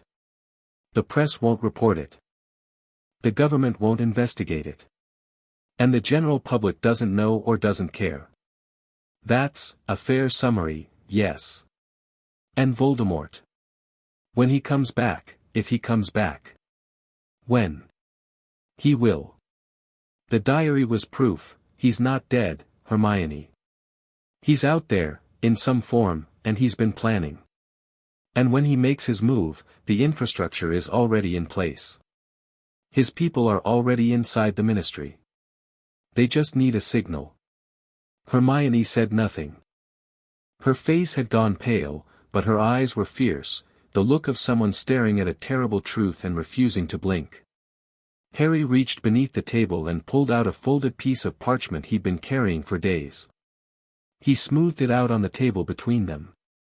It was a map, hand-drawn, rough, based on Sahira's descriptions and his own acoustic mapping of the pipe network beneath Hogwarts. The pipes connect to the ministry, he said. Sahira confirmed it. She's traveled part of the route. The magical plumbing system is ancient, it predates the ministry building by centuries. There are passages that lead directly into the sub-basement levels. Hermione looked at the map. Looked at Harry. Something shifted in her expression, from the analytical detachment of a researcher to the sharp, sudden focus of someone who's just realized where the conversation is going. Harry. What are you thinking? I'm thinking that I have a basilisk that can move through those pipes undetected. I'm thinking that I have evidence, your evidence, of a government riddled with traitors who are going to get people killed when Voldemort returns. And I'm thinking that every adult in a position to do something about it has decided it's easier not to. So you want to, what? Send a basilisk to the ministry? Harry, you're 12. I know how old I am. I'm not saying you're not capable. I'm saying. She pressed her hands flat against the table, steadying herself. I'm saying this is enormous. This isn't sneaking past a three-headed dog or solving a logic puzzle. This is taking on the entire magical government. I'm not planning to take on the government. I'm planning to take on the people who've corrupted it. And the difference is? One requires destroying the system. The other requires removing the rot so the system can function. Hermione stared at him for a long time. He could see the war playing out behind her eyes, her respect for rules and institutions battling with her fury at the injustice she'd just spent 2 weeks documenting. The Hermione who believed in authority, in proper channels, in the fundamental fairness of systems, and the Hermione who'd seen, in black and white, on 50 pages of her own meticulous handwriting, that those systems had failed. Completely, systematically, and by design. I need time, she said quietly. I need to think about this. Take all the time you need. I'm not doing anything rash. The fact that you said that terrifies me more than if you'd said you were doing it tomorrow. Harry almost smiled. I'll take that as a compliment. It wasn't one. But the corner of her mouth twitched, just barely, and Harry knew she was still with him. Not committed, not yet. But she hadn't walked away, and for now, that was enough. They left the library together and walked to dinner in silence, each carrying the weight of what they discussed like a stone in their chests. The next morning, Lucius Malfoy came to Hogwarts. Harry saw him from the window of the Gryffindor common room, a tall, pale figure striding across the grounds toward the main entrance, his silver blonde hair catching the weak winter sunlight, his cane clicking a sharp rhythm against the frozen earth. He moved with the easy confidence of a man who owned the world, or at least believed he did, and the two men flanking him, ministry officials, by their robes, hurried to keep pace with an urgency that bordered on deference. Board of Governors meeting. The second one this term. Officially, it was to discuss the school's security measures in light of the attacks. Unofficially, and Harry was becoming increasingly fluent in the language of the unofficial, it was a power play. Lucius had been pushing to remove Dumbledore since the attack started, using the board as a lever to pry the old man out of the headmaster's chair. The attacks had stopped, which weakened his position, but Lucius wasn't the type to abandon a strategy just because the circumstances had changed. He'd find a new angle. He always did. Harry watched him disappear through the castle's front doors, and the coal in the back of his mind glowed a little brighter. He skipped history of magic. Professor Binns wouldn't notice if the entire class vanished, let alone one student, and made his way to the second floor. Not the bathroom. The corridor outside the headmaster's office, where the Board of Governors met in a conference room that Dumbledore kept available for their use with the gracious hospitality of a man who trusted his enemies to reveal themselves given enough rope. Harry didn't try to enter the meeting. He didn't need to. He pressed himself into an alcove, pulled the invisibility cloak over his head, and waited. The meeting lasted 2 hours. When it ended, the governors filed out in the shuffling, murmuring way of people who'd been sitting too long. Lucius was the last to emerge, and he lingered in the corridor, adjusting his gloves with the precise, deliberate movements of a man who was performing leisure. Dumbledore appeared in the doorway behind him. "A productive meeting, Lucius?" Dumbledore asked. His voice was mild, pleasant, and carried the faintest edge of something that Lucius would have to be very stupid or very arrogant to miss. "Quite." Lucius didn't turn around. He finished with his gloves and picked up his cane. "Though I confess to some concern about the ongoing situation. The attacks have ceased." "Indeed they have. Most fortuitous. And yet the question of how they ceased remains unanswered. As does the question of the Parselmouth." Something shifted in the air. Dumbledore's expression didn't change, but the quality of his attention sharpened, like a lens clicking into focus. "Mr. Potter has a rare magical ability," Dumbledore said. "It is not, in itself, cause for concern." "Of course not. Far be it from me to suggest otherwise." Lucius turned now, and his smile was a masterwork, warm, reasonable, utterly false. "But you must understand, Dumbledore, the perception. A Parselmouth at Hogwarts, during a series of attacks attributed to the heir of Slytherin. The public will draw conclusions, whether we wish them to or not. The public will be informed of the facts." "Will they? And what facts would those be?" "Because from where I stand, the only fact that has been established is that a 12-year-old boy with a very dark talent was present during a very dark series of events, and the moment the events stopped, no explanation was offered." Dumbledore's eyes twinkled.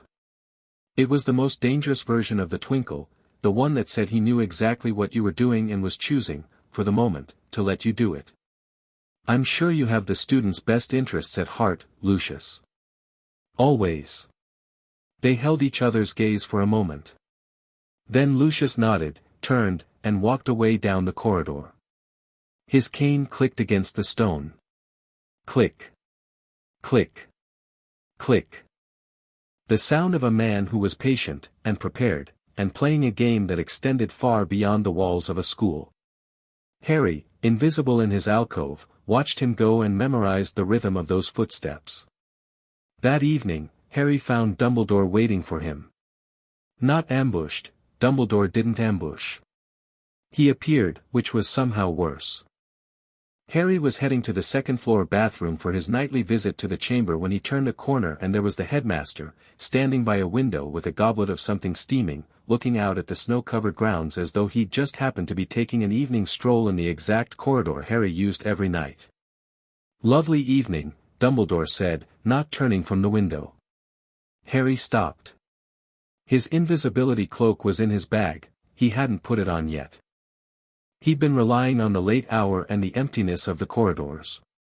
Rookie mistake. "Professor. I find that the castle is particularly beautiful at this time of night. The silence gives the stones a voice they don't have during the day." Dumbledore sipped from his goblet. "Hot chocolate. Madame Pomfrey insists I drink it before bed. She has a theory about the restorative properties of cocoa that, I must admit, I find entirely convincing." Harry waited. Dumbledore was going somewhere with this. Dumbledore was always going somewhere. "Walk with me, Harry." It wasn't a request. Not really. Harry fell into step beside the headmaster, and they walked together through the quiet corridors, their footsteps echoing off stone walls that had witnessed 1,000 years of similar conversations, the old and the young, the powerful and the promising, circling each other with words. "The attacks have stopped," Dumbledore said. Rather abruptly. "Yeah. You wouldn't happen to know anything about that?" Harry considered lying. It would be easy, he was getting better at deception, which was a skill he wasn't entirely comfortable developing. But Dumbledore's eyes, blue and ancient behind their half-moon spectacles, had a way of making lies feel pointless. Not because he could detect them, though he probably could, but because lying to Dumbledore felt like cheating at a game where the only person you were cheating was yourself. "The diary," Harry said. Tom Riddle's diary. It was controlling a student, who was controlling, the creature in the chamber. "I destroyed the diary." Dumbledore's footsteps didn't falter. "You destroyed it. How?" "Basilisk venom." Now Dumbledore stopped. He turned to Harry, and for the first time in their acquaintance, Harry saw something on the old man's face that wasn't carefully managed. It was surprise, genuine and unguarded, flickering across his features before the mask of serene omniscience slid back into place. "You've been to the Chamber of Secrets." "Yes. And the Basilisk is alive. And she's not what people think she is." Silence. They stood in the middle of a 7th-floor corridor, torchlight throwing long shadows, and Dumbledore studied Harry with an intensity that would have been uncomfortable from anyone else. From Dumbledore, it was something worse, it was evaluative. The headmaster was reassessing, recalculating, adjusting his understanding of the boy in front of him. "She," Dumbledore repeated softly. "I named her Sahira. You named the Basilisk. She'd been alone for 1,000 years. I thought she deserved a name." Another silence. Longer. Dumbledore raised his goblet to his lips, drank, and lowered it again with the deliberate slowness of a man buying time to think. "Harry," he said, and his voice was different now, lower, heavier, stripped of the twinkle and the whimsy. "What you've done is remarkable. Truly remarkable. I do not say this lightly when I tell you that few wizards in history have accomplished what you've accomplished at your age. But. Dumbledore's lips thinned into something that wasn't quite a smile. "A basilisk is not a pet, Harry. It is not a companion. It is, by any objective measure, one of the most dangerous creatures in the magical world. And you are 12 years old. The diary was controlling her. Forcing her to attack against her will. I freed her from that.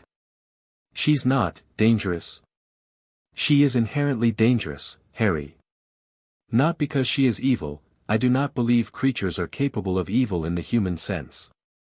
But because her very nature, her gaze, her venom, her size, makes her a weapon regardless of her intentions. Wands are weapons too. That doesn't make every wizard a killer." Dumbledore's expression shifted, the faintest twitch of what might have been admiration, or concern, or both.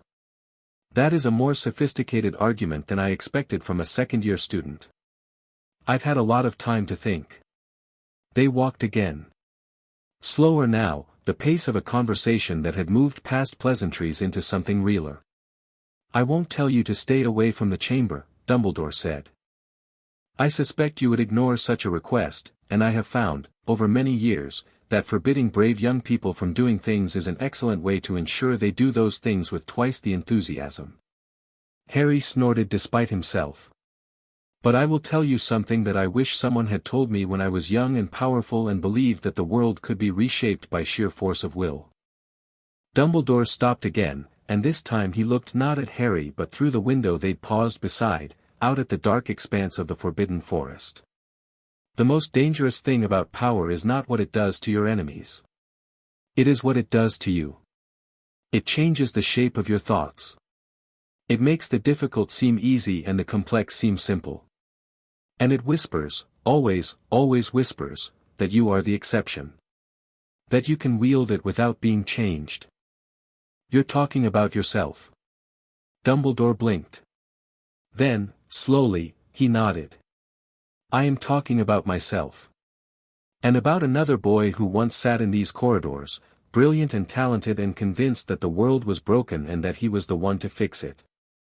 Voldemort." The comparison landed like a slap, and Harry felt anger flare in his chest, bright, sharp, indignant. "I'm not him." "No. You are not." Tom Riddle was incapable of love, incapable of connection, incapable of seeing other people as anything more than tools to be used or obstacles to be removed. "You are none of those things, Harry. But the temptation is the same. The belief that having the power to change things creates the obligation to use it. The certainty that you know better than the institutions and traditions that have governed our world for centuries. Do those institutions work?" Harry asked. The question came out harder than he intended, edged with something that surprised him, not anger, exactly, but a cold, focused challenge that he hadn't known he was capable of directing at someone he respected. "Do they, Professor? Because from where I'm standing, those institutions let Death Eaters walk free. They let a man who put a piece of Voldemort's soul in an 11-year-old girl's schoolbag sit on the board of governors of this school. They let the Minister for Magic take orders from a man who tortured people for fun. Do those institutions work?" Dumbledore was quiet for a very long time. "No," he said finally. His voice was old. Not in the way it usually sounded old, performatively wise, self-consciously avuncular. Old in the real way. Tired. Worn thin by decades of watching the world fail to be what it should be. "No, they do not. Not as they should." "Then why haven't you fixed them?" The question hung in the air between them. Harry watched Dumbledore's face, watched the emotions move across it like clouds across a sky, regret, frustration, and beneath them both, the deep, structural guilt of a man who knew he had the power to change things and had chosen, for reasons both noble and cowardly, not to. "Because I was afraid," Dumbledore said. "Of what it would require. Of what it would cost. And yes, of what it would make me." Harry let the silence hold. He didn't break it with reassurance or dismissal. He let Dumbledore's honesty sit between them, raw and unvarnished, and he respected the old man more in that moment than he ever had before. "I understand the fear," Harry said. "I do. But understanding it doesn't make the world less broken." "No. It does not." They stood there, the headmaster and the student, in a corridor full of sleeping portraits and flickering torchlight, and something passed between them that wasn't agreement or disagreement but something rarer, the recognition that they were looking at the same problem from different ends of a long life and a young one, and that neither of them had the answer. "Be careful, Harry," Dumbledore said. "That is all I ask. I'll try. And if you find that trying is not enough, if you find yourself standing at the edge of something you cannot undo, come to me. Not as your headmaster. As someone who has stood at that edge before and knows the cost of jumping." Harry nodded. And then, because the conversation had grown heavier than either of them could bear, he said, "Your hot chocolate's gone cold." Dumbledore looked at his goblet. "So it has." He tapped it with his wand, and steam rose from the surface again. Thank goodness for magic. He raised the goblet in a half-toast and walked away down the corridor, his purple robes trailing behind him, his footsteps lighter than they should have been for a man carrying so many years. Harry watched him go. Then he turned and headed for the second-floor bathroom, his mind full of serpents and shadows and the particular kind of resolve that comes from hearing someone you respect admit they were too afraid to do what needed doing. That night, in the chamber, Harry told Sahira about the conversation. She listened with her usual patience, her massive body still except for the slow expansion and contraction of her breathing. "The Old One is wise," she said when he finished. "Wisdom and action are often enemies. The wise see too many consequences. They become trapped in the web of what might go wrong. And the unwise act too quickly and are destroyed. The skill is in finding the path between. And which am I?" Sahira's great head lowered until Harry could feel her breath against his face. "Warm. Steady. Ancient. You are young," she said. "Which means you are neither wise nor unwise. You are becoming. And what you become depends on the choices you make now, when the path is still open and the web is still thin." Harry pressed his hand against her snout. The scales were smooth, warm, alive. Beneath them, her heartbeat, the heartbeat that had drawn him down here in the first place, pulsed steady and strong. "I'm going to do this," he said. "The Ministry. The corruption. The Death Eaters. I'm going to find a way. I know. Are you with me?" The question was simple. The answer, Harry knew, would change everything. If Sahira said no, if she retreated to her chamber and refused to participate, Harry would still have his intelligence, his determination, Hermione's research, and his own not inconsiderable abilities. But he wouldn't have a weapon. And against the kind of power that Lucius Malfoy wielded, determination alone wasn't enough. Sahira was quiet for a long time. Long enough that Harry began to wonder if he'd overstepped, if the bond they'd built was more fragile than he'd believed. Then she spoke. "For 1,000 years, I have obeyed. Obeyed the Maker. Obeyed the binding.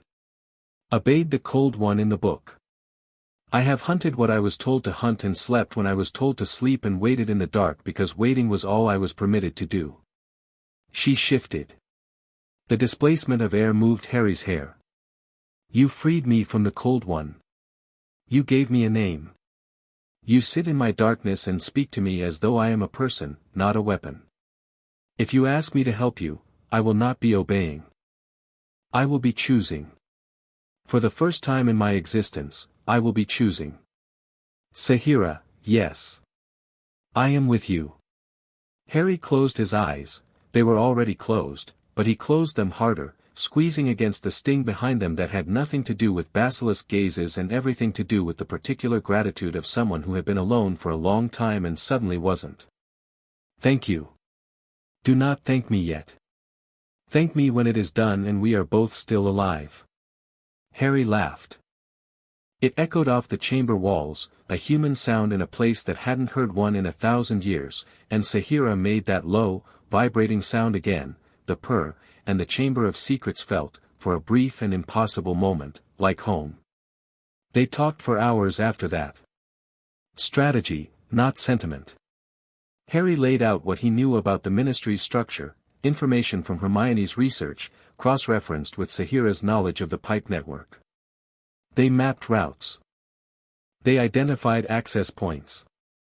They discussed limitations, Sahira's size restricted which pipes she could navigate, and the Ministry's internal security, while not designed to counter a basilisk, because who would design for that, included wards that might detect the passage of a large magical creature. "There is a way," Sahira said. "The old pipes.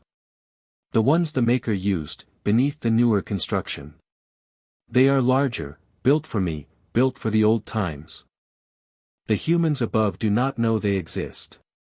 They built their ministry on top of the old places, as they always do, and forgot what was underneath. Can you move through them undetected? I have moved through them before. Years ago, when the old binding loosened and I explored. The wards do not reach that deep. They protect against intrusion from above, not from below. Harry felt a grim satisfaction. Of course they didn't protect from below. The magical world's security was designed to counter threats it could imagine, human threats, political threats, the kind of dangers that came through doors and fluke connections and owl post. Nobody had considered the possibility that a threat might come from beneath. From the ancient places. From the dark. We're not going to attack anyone, Harry said, and he said it firmly, because he needed to hear it as much as Sahira did. Not yet. Not until we've exhausted every other option. The first step is information. Intelligence. I need to know exactly how deep the corruption goes, who the players are, what their plans are. Can you observe without being detected? I can see in the dark. I can hear through stone. I can taste the air and know who has passed through it. I can observe anything that exists near water. Then that's what we do. You watch. You listen. You report back to me. And we build a case so airtight that when we move, there's no denying it. And if the case is not enough? If the humans in power choose to ignore it, as they have before? Harry was quiet for a moment. Then we escalate. But we start with the truth. We owe them that. You owe them nothing. Maybe. But I owe myself something. I need to know that I tried the right way first. Sahira considered this. You are strange, for a speaker. Most speakers I have known gave commands. You make arguments. Is that a complaint? No. It is an observation. And, perhaps, a compliment. Harry smiled in the dark. They established a communication system that night. The pipe network didn't just connect the chamber to distant locations, it connected to every water source in the castle. Every tap, every toilet, every dripping pipe and flooded bathroom. Sahira could hear sound carried through water with extraordinary precision, and Harry's Parseltongue, when spoken near a water source, traveled through the pipes like a whisper through a speaking tube. Harry tested it the next morning, leaning close to a bathroom sink on the 7th floor and hissing a single word, hello. The response came back 3 seconds later, rising from the drain like steam from a kettle, I hear you, small speaker. He grinned at the sink. A first year who'd just entered the bathroom gave him a very strange look and left without washing his hands. The intelligence gathering began immediately. Sahira traveled the old pipes beneath the ministry, slowly, carefully, mapping the layout through vibration and sound. She reported back to Harry each night in the chamber, her descriptions translated from a serpent sensory vocabulary into information Harry could use. There is a large chamber where many humans gather to argue, she said one night. They sit in circles and shout at each other. It smells of anxiety and ambition. The Weisengamot. If you say so. Below it, there are smaller chambers where humans sit at wooden platforms and shuffle paper. One of these chambers smells very strongly of the cold one, the same scent as the book, but fainter. Diluted. Harry frowned. The same scent as Riddle's diary. In the ministry. Old dark magic leaves a trace. Like venom in soil, it fades but never fully disappears. This place has been touched by the same magic that made the cold one. Harry filed this away. Dark magic in the ministry wasn't surprising, the building was old, and dark artifacts passed through its halls regularly. But a specific match to Riddle's magical signature was something else. Something worth investigating. And the humans? Can you hear their conversations? When they speak near water. Humans are always near water, they drink it, wash in it, void their waste into it. They say the most interesting things when they believe they are alone with their water. Over the following days, Sahira reported a steady stream of intelligence. Conversations between ministry officials that revealed the casual, systemic nature of the corruption, bribes discussed over bathroom sinks, deals struck in break rooms near water coolers, threats delivered in whispers near dripping pipes. Harry and Hermione compiled the information meticulously, cross-referencing it with Hermione's existing research, building a map of the network that grew more detailed and more damning with every passing day. The names that kept surfacing were the ones they expected: Malfoy, Crabbe, Goyle, not, but there were surprises too. Ministry officials with no known Death Eater connections who were nonetheless deeply enmeshed in the web of corruption. Career bureaucrats who traded their integrity for promotions. Aurors who looked the other way for the right price. The rot went deeper than ideology. It was structural. Institutional. It was the way things worked. Hermione organized the intelligence into a system that would have impressed a professional analyst twice her age. She created a wall chart in an unused classroom, secured with locking charms and a muggle-repelling ward she'd modified from a library book, that mapped every connection, every transaction, every conversation, with dates and sources and reliability assessments. "We're building a case," she told Harry one evening, standing in front of the chart with her arms crossed and her eyes blazing. "A real case. The kind that could stand up in front of the Wisengamot, the honest members, anyway." "How many honest members are there?" "More than you'd think. Amelia Bones, for one. She runs the Wisengamot liaison office, and she's got a reputation for being incorruptible. Griselda Marchbanks. Tiberius Ogden. There's a core of people who've been fighting the corruption from inside for years, but they're outnumbered and outfunded. They need ammunition. They need a bomb. Something too big to ignore, too well documented to dismiss, too public to bury." Harry looked at the chart. Dozens of names. Hundreds of connections. A web of corruption so vast and intricate that it would take years to untangle through normal channels, and normal channels were controlled by the people at the center of the web. "It's not enough," he said. Hermione's jaw tightened. "I know. Information isn't enough. Not when the people who control the flow of information are the same people we're trying to expose. We can hand this to Amelia Bones, we can publish it in the Prophet, we can shout it from the top of the astronomy tower, and they'll find a way to bury it. They always do. So what do we do?" Harry didn't answer immediately. He was thinking about Sahira, about the pipe network, about the terrifying and seductive reality of what he had at his disposal.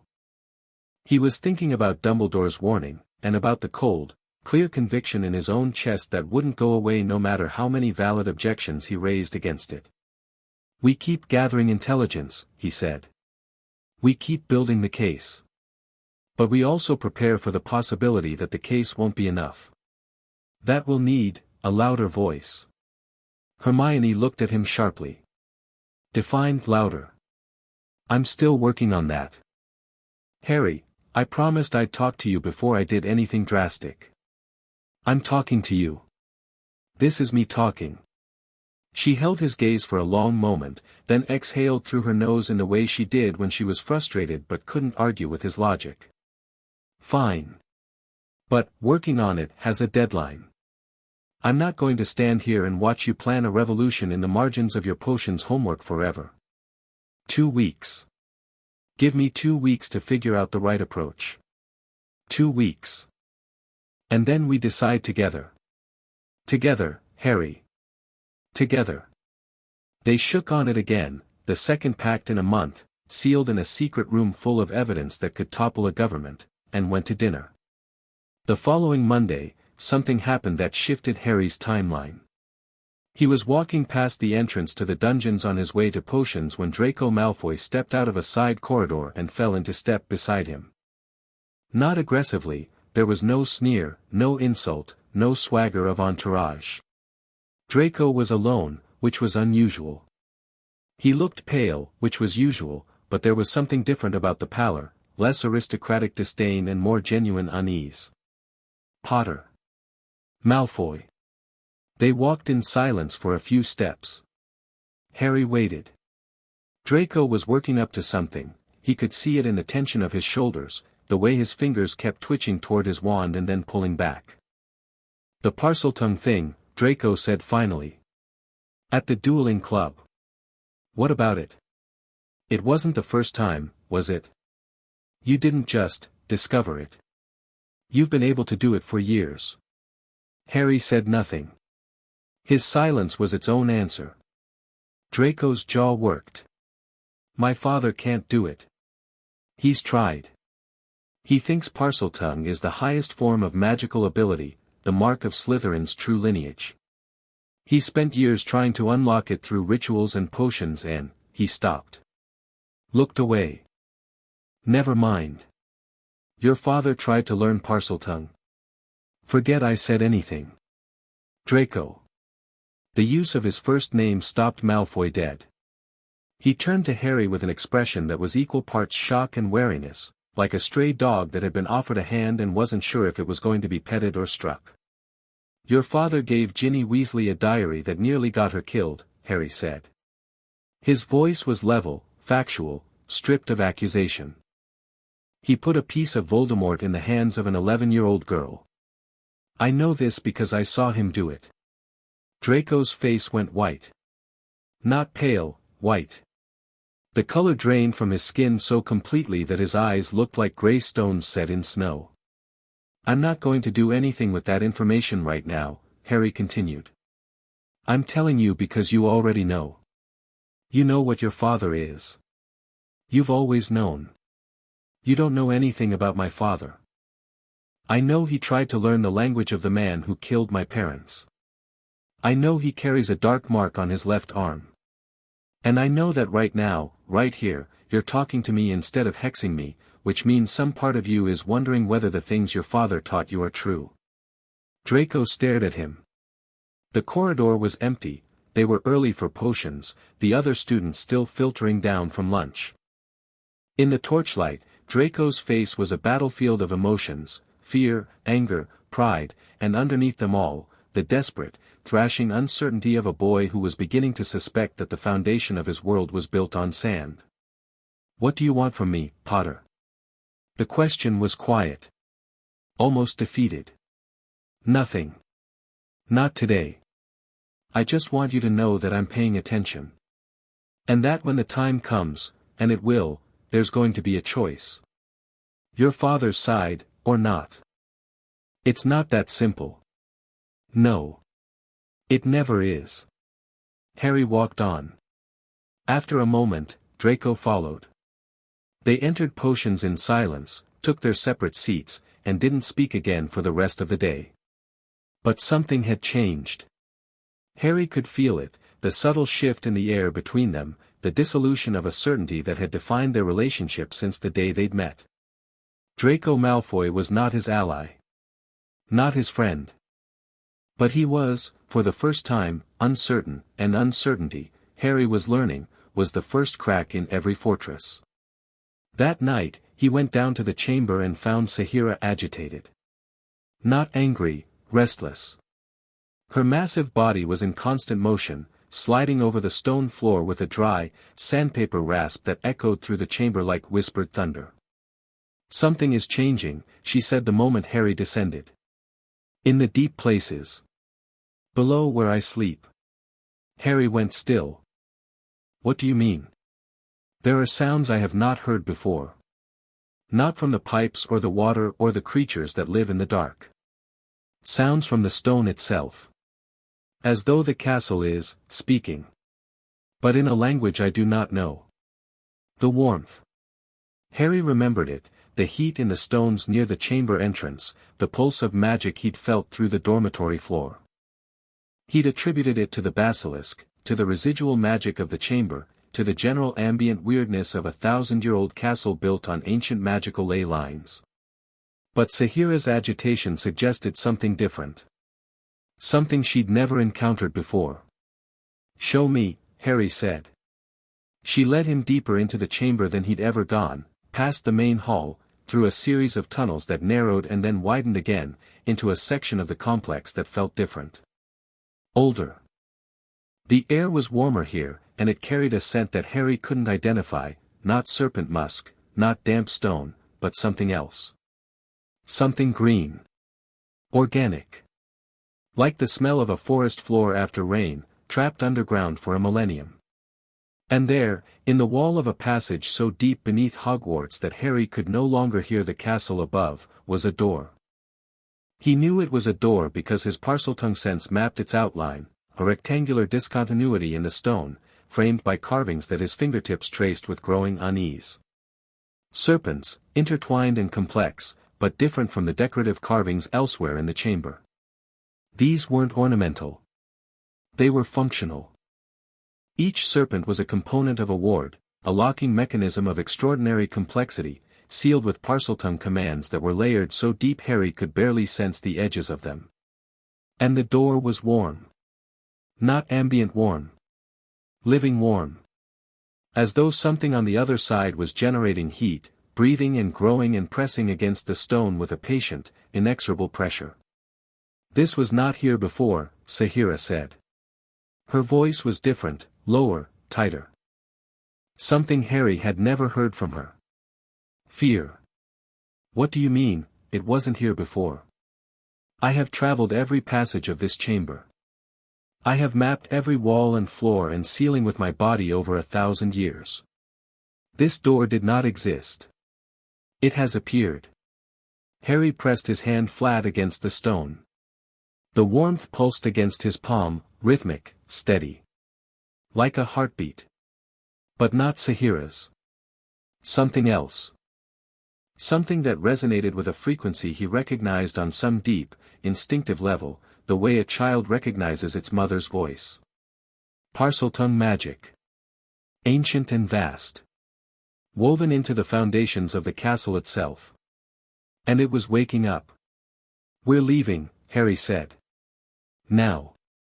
He didn't run. Running from a snake was pointless and from a mystery it was foolish.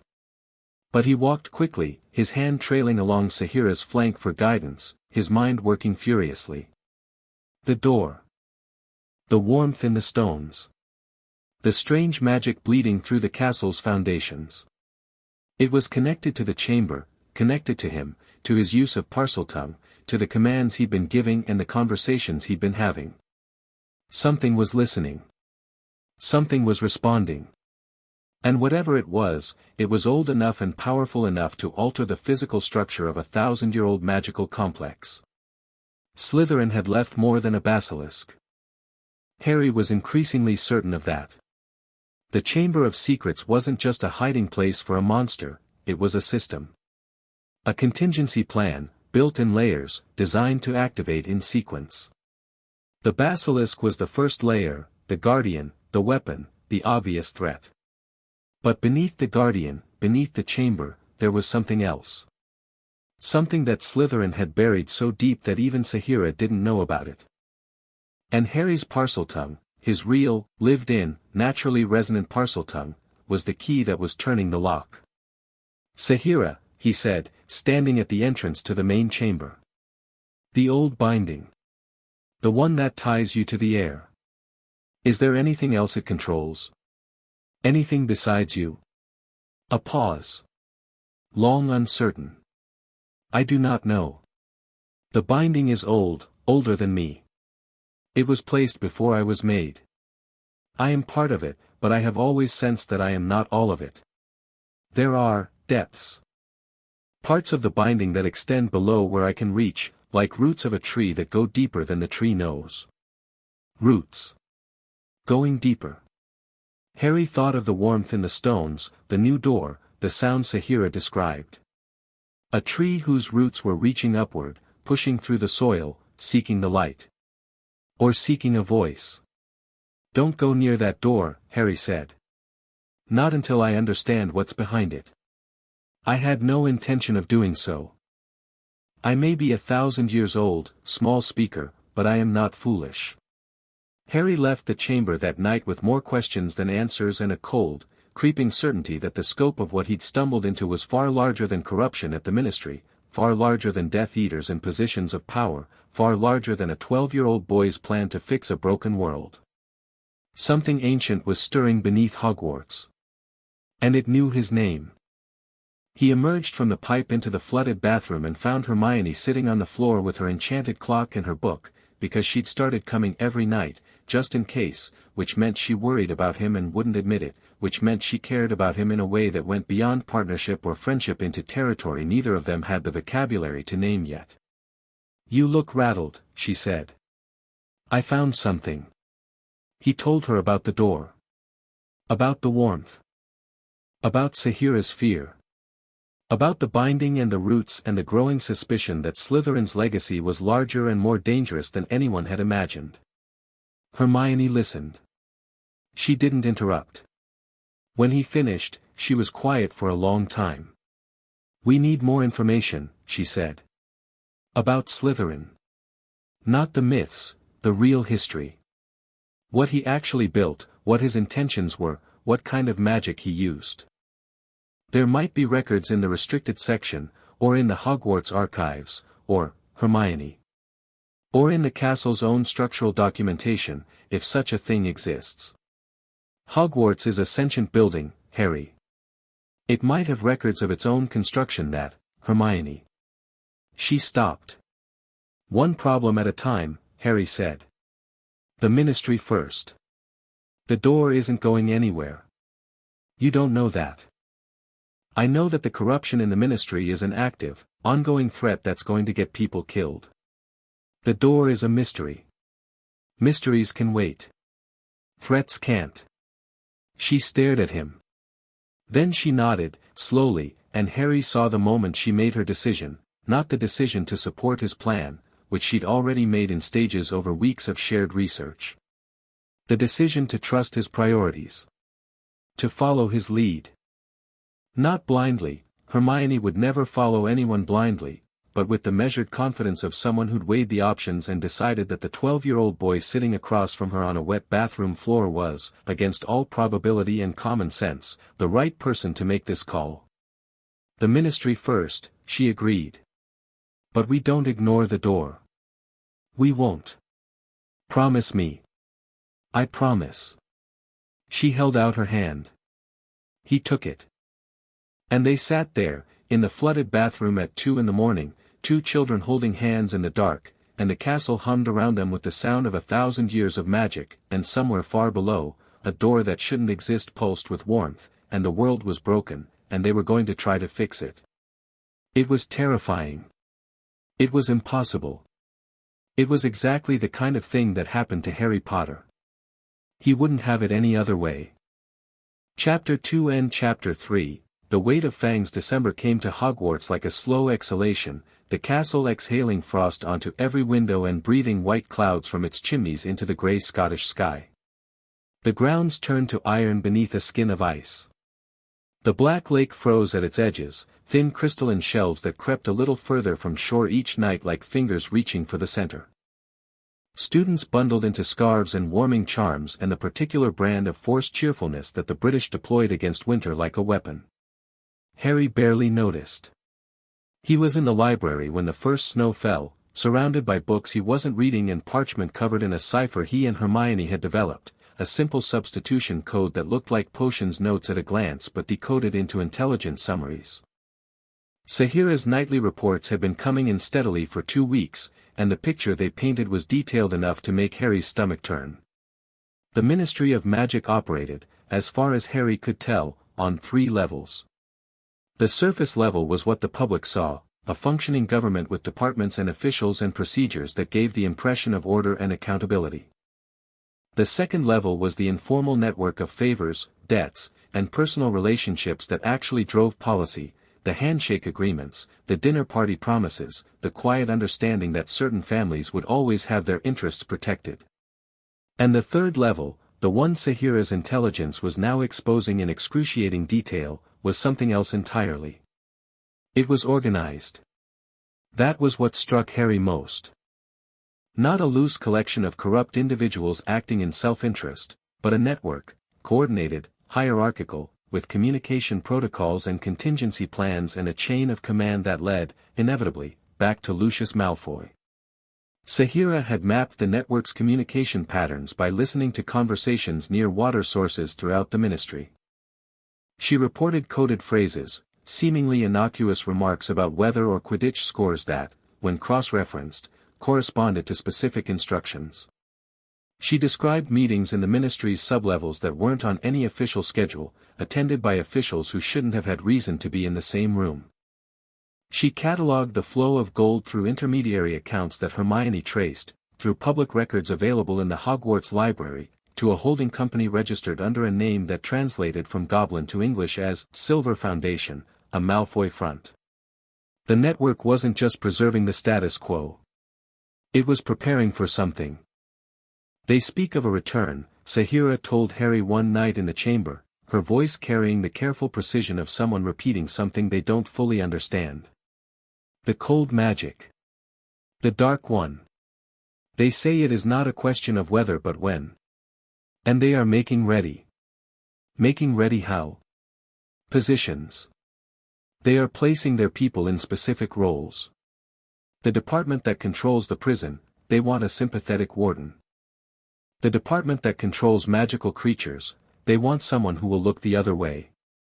The department that handles international relations, they want to control which messages leave the country and which do not. Harry felt cold that had nothing to do with the chamber's temperature. Azkaban.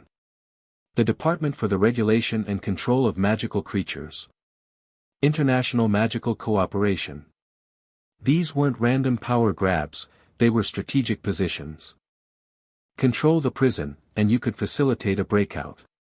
Control magical creatures, and you could suppress investigations into dark creatures used by Death Eaters. Control international communications, and you could isolate Britain from potential allies when the time came. Lucius Malfoy wasn't just corrupt. He was building an invasion force from the inside. Harry brought the intelligence to Hermione the next morning, slipping her the coded notes during breakfast with the smooth ease of a practice that had become routine. She read them during History of Magic, her face growing progressively whiter as she decoded each line. They met in their secret classroom that evening. The wall chart had grown, it now covered 3 walls, a sprawling web of names and connections and financial flows that looked, to anyone unfamiliar with its system, like the work of a conspiracy theorist. Hermione added the new intelligence with quick, efficient movements, her quill scratching against parchment as she updated connections and filled in gaps. "It's worse than I thought," she said when she'd finished. She stood back from the chart, arms crossed, her expression a mixture of academic satisfaction at a puzzle coming together and genuine horror at what the puzzle revealed. "This isn't corruption, Harry. This is a coup. A slow-motion coup that's been building since the end of the First War. I know. They're not waiting for you-know-who to come back. They're preparing the ground. So that when he does come back, the ministry is already his. No battle required. No resistance possible. Just a government that quietly transfers allegiance from one master to another. I know. And nobody's stopping them because nobody can see the whole picture. Individual pieces, a questionable appointment here, a budget redirect there, they all look like normal political maneuvering. It's only when you map the entire network that the pattern becomes visible. Which is why they've gotten away with it for 11 years. Hermione pressed her fingers against her temples. She did this when her brain was running too fast for her body, a physical gesture of computational overload. We need to go public. Harry, we need to go public. This information can't go public. Not through normal channels. Harry had been thinking about this for days, turning the problem over and over in his mind like a Rubik's Cube.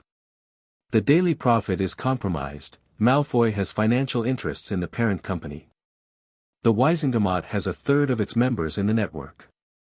The DMLE answers to the minister, who answers to Malfoy.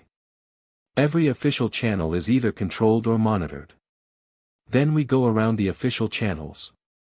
We find someone outside the network, and we hand them information gathered by a 12-year-old Parselmouth using a Basilisk to eavesdrop on government officials. How do you think that plays, Hermione? Even if they believe us, even if they act on it, the moment the source is revealed, the whole thing gets discredited. Dark Wizard spies on Ministry with illegal creature, is a much better headline than Death Eater Network infiltrates government. Hermione opened her mouth. Closed it. Her frustration was a visible thing. It tightened her shoulders and darkened her eyes and made her fingers curl into fists at her sides. Not because Harry was wrong, but because he was right, and the rightness of it was a wall she couldn't think her way through. So what do we do? Harry walked to the wall chart.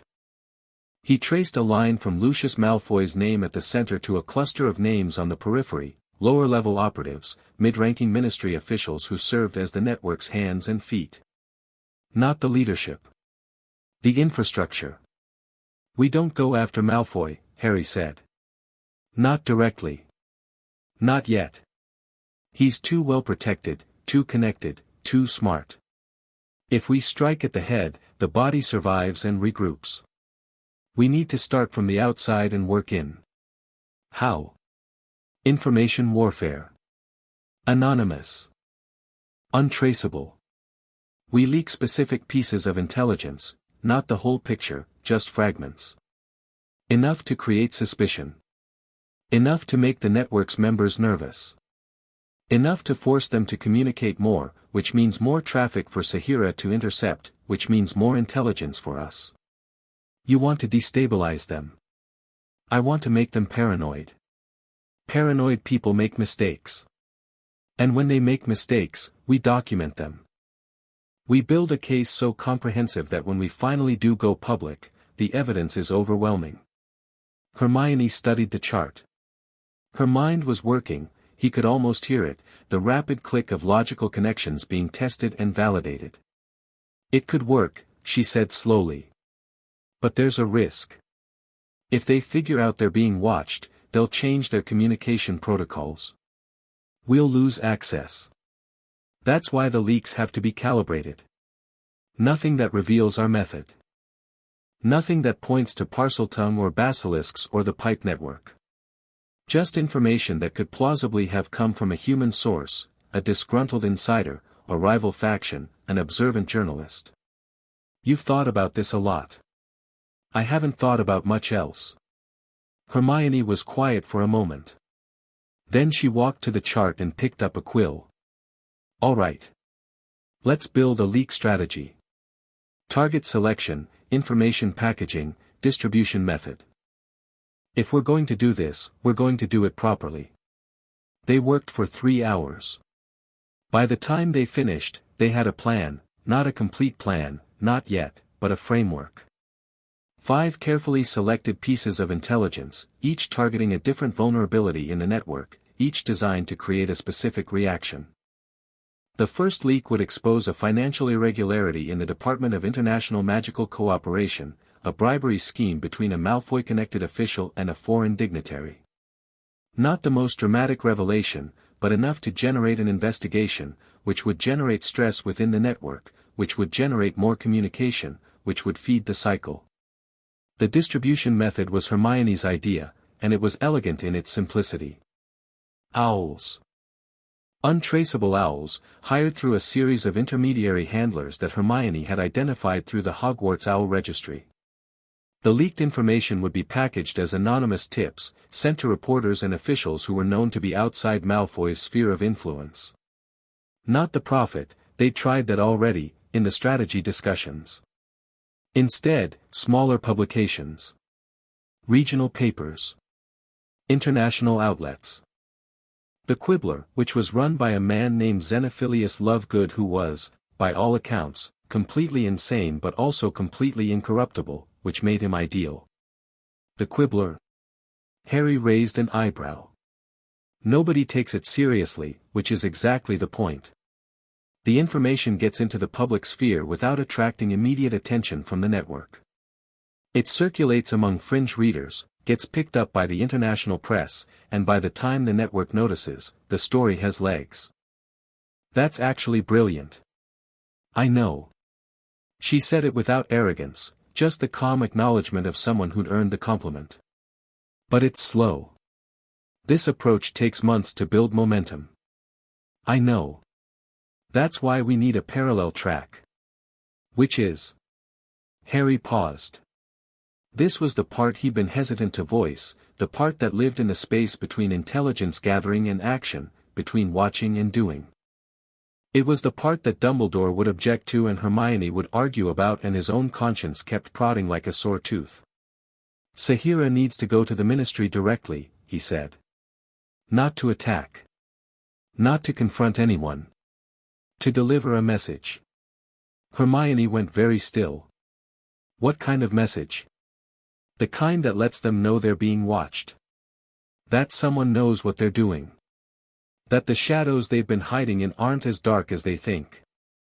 Harry, that's terrifying. I know.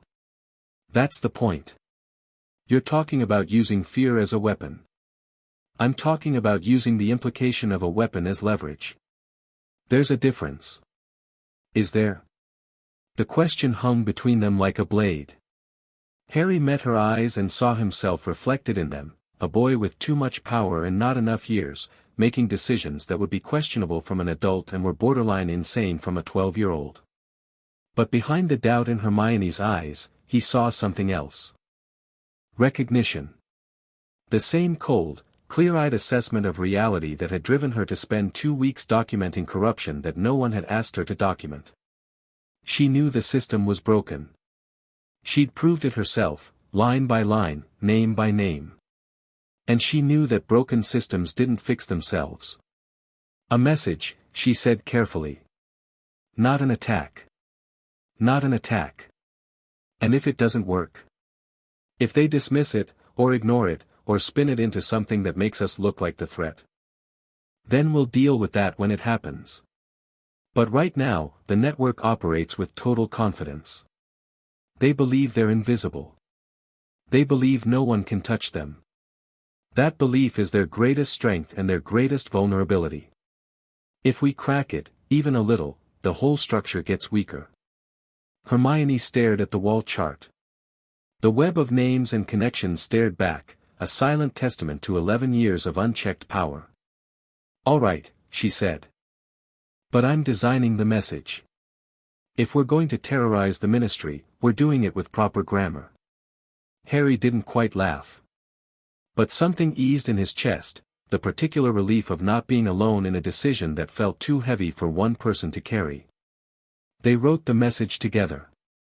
It took 5 drafts. The first was too aggressive. The second was too vague. The third was too specific, it referenced details that could be traced back to Sahira's intelligence, which would compromise their source. The fourth was almost right but too long. The fifth was perfect. 3 lines of Parseltongue script, burned into parchment with a charm that mimicked the corrosive effect of basilisk venom on organic material. The letters were angular and alien, the ancient written form of the snake tongue that Harry had found described in a restricted section book on Slytherin's personal notation system. He practiced writing it for hours, tracing the symbols with his wand until the movements were fluid and the lines were clean. Hermione checked each character against the reference text, correcting errors and standardizing the form. The message, translated to English, read, "We know what you are. We know what you've done. The serpent sees all." Dramatic, Hermione observed. It's supposed to be dramatic. The point is fear, not communication. I know. I just want it noted for the record that I consider this approach theatrically excessive. Noted. They chose the target, Cornelius Fudge's personal office in the Ministry of Magic. The psychological impact would be maximal, a message in Parseltongue appearing in the minister's private space, bypassing every ward and security measure, proving that whoever left it had access to the most protected room in magical Britain. The delivery would require Sahira. Not because Harry couldn't enter the Ministry himself, though he couldn't, practically speaking, as a 12-year-old with no flow access and no apparition ability, but because Sahira could move through the old pipes to a point directly beneath Fudge's office. She couldn't enter the office itself, the pipes didn't connect to the upper floors, but she could deliver the parchment through the plumbing system.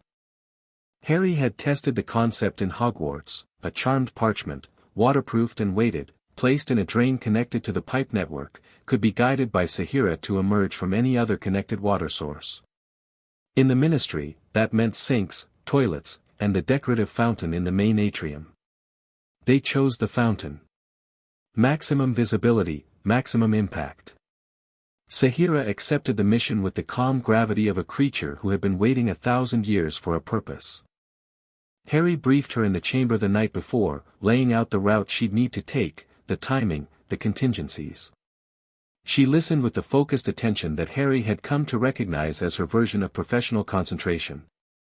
"You understand there's no violence," Harry said. "No contact with anyone. No eye contact, obviously. You deliver the parchment, you leave. That's it." "I understand. I am a messenger, not a weapon." "Not tonight." "Not tonight," she agreed. Then, with the dry humor she'd been developing over weeks of conversation with a 12-year-old, "though I confess the distinction feels somewhat artificial when one is a 60-foot serpent with a killing gaze." Harry grinned in the darkness. "Just, be careful. I have survived 1,000 years, small speaker. I can manage a night in the plumbing." She departed at 3 in the morning, sliding into the pipe network with a sound like a river reversing course. Harry stood at the junction point in the chamber, his hand pressed against the pipe wall, feeling the vibrations of her movement recede into the distance like a train disappearing down a track. Then he went back to Gryffindor Tower, lay in bed with his eyes open, and waited. Morning came. Harry went to breakfast with the studied normalcy of someone who hadn't spent the night sending a basilisk to the Ministry of Magic. He ate toast. He drank pumpkin juice. He argued with Ron about Quidditch. He pretended to listen to Seamus's account of his mother's latest screaming match with his father about whether to pull him out of Hogwarts. Normal. Everything was perfectly normal. The owl post arrived at 8:15. Most of it was the usual mix: letters from parents, subscription deliveries, the occasional howler that someone would open with trembling hands while the rest of the table watched with the gleeful schadenfreude of people who weren't the target. Then the special edition of the Daily Prophet hit the tables, and normal stopped being a relevant concept. Parseltongue Terror, Dark Message appears in Ministry of Magic. The headline was enormous, block capitals that screamed across the front page in a font size usually reserved for declarations of war. Below it, a photograph of the ministry's main atrium, showing Aurors surrounding the decorative fountain, their wands drawn, their faces tight with the particular blend of fear and professional indignation that came from being threatened in their own house. Harry picked up the paper with steady hands and read. In the early hours of this morning, ministry security was breached in what officials are calling an unprecedented act of magical terrorism. A message written in Parseltongue script, the written language of snake speakers, associated with the dark arts since the time of Salazar Slytherin, was discovered floating in the main atrium fountain of the Ministry of Magic. The message, which has been translated by the Department of Mysteries Linguistic Division, reads, "We know what you are. We know what you've done. The serpent sees all." Minister Cornelius Fudge has ordered an immediate investigation, describing the incident as a brazen threat against the lawful government of magical Britain. Aura Division Commander Rufus Scrimgeour has activated emergency protocols and deployed additional security throughout the ministry building. This is clearly the work of a dangerous individual or group with access to dark magic, said ministry spokesperson Percival Weatherby. The use of Parseltongue, a language associated with the darkest wizards in history, suggests a connection to forces that threaten the stability and safety of our society. The manner of delivery has authorities baffled. The ministry's wards, considered among the most sophisticated in the wizarding world, showed no signs of breach. Security experts have been unable to determine how the message entered the building, leading to speculation that the perpetrator may have insider access or may be employing previously unknown magical methods. The article continued for 3 more columns, filled with quotes from increasingly alarmed officials, historical references to Parseltongue users throughout history, all villains, naturally, and a sidebar titled, "Could the heir of Slytherin be real?" that made Harry's jaw tighten. Hermione, sitting across the table, caught his eye over the top of her own copy. Her expression was carefully neutral, but her eyes were bright with a complicated mixture of vindication and anxiety. "Heavy stuff," Ron said, reading over Harry's shoulder. "Mental, isn't it? A Parseltongue message in the ministry." "Yeah," Harry said. "Mental. Reckon it's connected to what happened here? The chamber and all that? Probably not. That's over. Ron nodded, already losing interest in favor of his eggs. Harry folded the paper and slipped it into his bag, and across the table Hermione did the same, and neither of them looked at each other again until the safety of their secret classroom that evening. It worked, Hermione said, unfolding the paper and pinning it to the wall chart with a sticking charm. Better than expected, actually. The investigation is going to eat up ministry resources for weeks. That's good. And the network is already reacting. Look, she pulled out the coded notes from that morning's intelligence drop. Sahira, who had returned safely before dawn and reported via the bathroom pipes, had noted a spike in communication activity throughout the ministry. They're scared, Harry. The people on Malfoy's network are sending messages back and forth at triple the normal rate. They don't know who's behind it. They don't know how the message got in. And they're panicking. Any response from Malfoy himself? Not yet. Which is actually more concerning than if he'd panicked. Malfoy doesn't panic. He calculates. She was right. And that was the thing Harry kept coming back to, the knowledge that Lucius Malfoy was not a man who reacted emotionally. He was a chess player. A strategist. A man who saw the board clearly and moved his pieces with the patience of someone who knew that the game was measured in years, not days. The message in the fountain had achieved its immediate goal, disruption. The network was rattled. The ministry was distracted. The public was frightened. But the secondary goal, making Malfoy reveal his hand, required patience. Malfoy wouldn't respond to a single provocation. He'd absorb it, analyze it, and then respond in a way that Harry would need to be prepared for. Harry wasn't sure he was prepared. But he was learning. The response came sooner than expected. 5 days after the fountain message, Lucius Malfoy arrived at Hogwarts for the third time that term. This time, he didn't bother with the pretense of a Board of Governors meeting. He came with an entourage, 3 ministry officials in formal robes, carrying leather portfolios, accompanied by 2 Aurors whose presence screamed enforcement louder than any words could. Harry watched from a corridor window as the group approached the main entrance. Malfoy's stride was measured and purposeful, the silver cane glinting in the pale winter light.